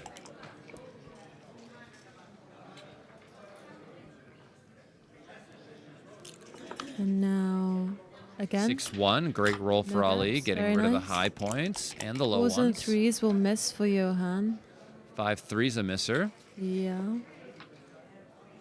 And now he's odd, which is not great. 6-5 for Ali. 2 Okay, good 1, roll. 2, 3, 1, 2, And 3, 4.5. Can he do it again? 4-3. He does it now again. 1, 2, 3, 4. So he's even. This will The be 3 roll versus 4 roll. It amazing. looks like Green is going to need 2 doubles to bring this game. So if he doesn't roll it now, this match is over. And he does He roll the needs a first one. 5-5 tattoo. He this calls guy. double fives like it's going out of style. Ali doesn't want to see him roll again. Can Ali roll a Let's double? see No. it again. Let's see Ones it are again. better. And if he rolls another double fives, I'm hiding and running away. I don't want him to look at me and turn me to stone. Okay. Oh, Ali was able only to needed fade one the double more. fives again. I'm sure his heart is beating. That was crazy. Absolutely that was crazy. a great match. Fantastic match. Well, thank you all for tuning in. My name is Justin Noel here with Miranda Moulton. Smash the like button. Subscribe to the Please YouTube like channel. and subscribe. Don't forget to download the Backgammon Galaxy app. Play the free tournaments that'll be coming up, giving away over $10,000 worth of prizes for absolutely nothing on the Backgammon Galaxy website. My name is Justin Knoll, professional backgammon coach and player from New York, currently living in London. Sorry, I'm just a little getting ahead of myself. I'm going to go get ready And for the we will gala be dinner back now. tomorrow because at I am 11, hungry. commentating the next round. Very cool. See you next time. All right, I'll see you guys on the next one. Have a good one.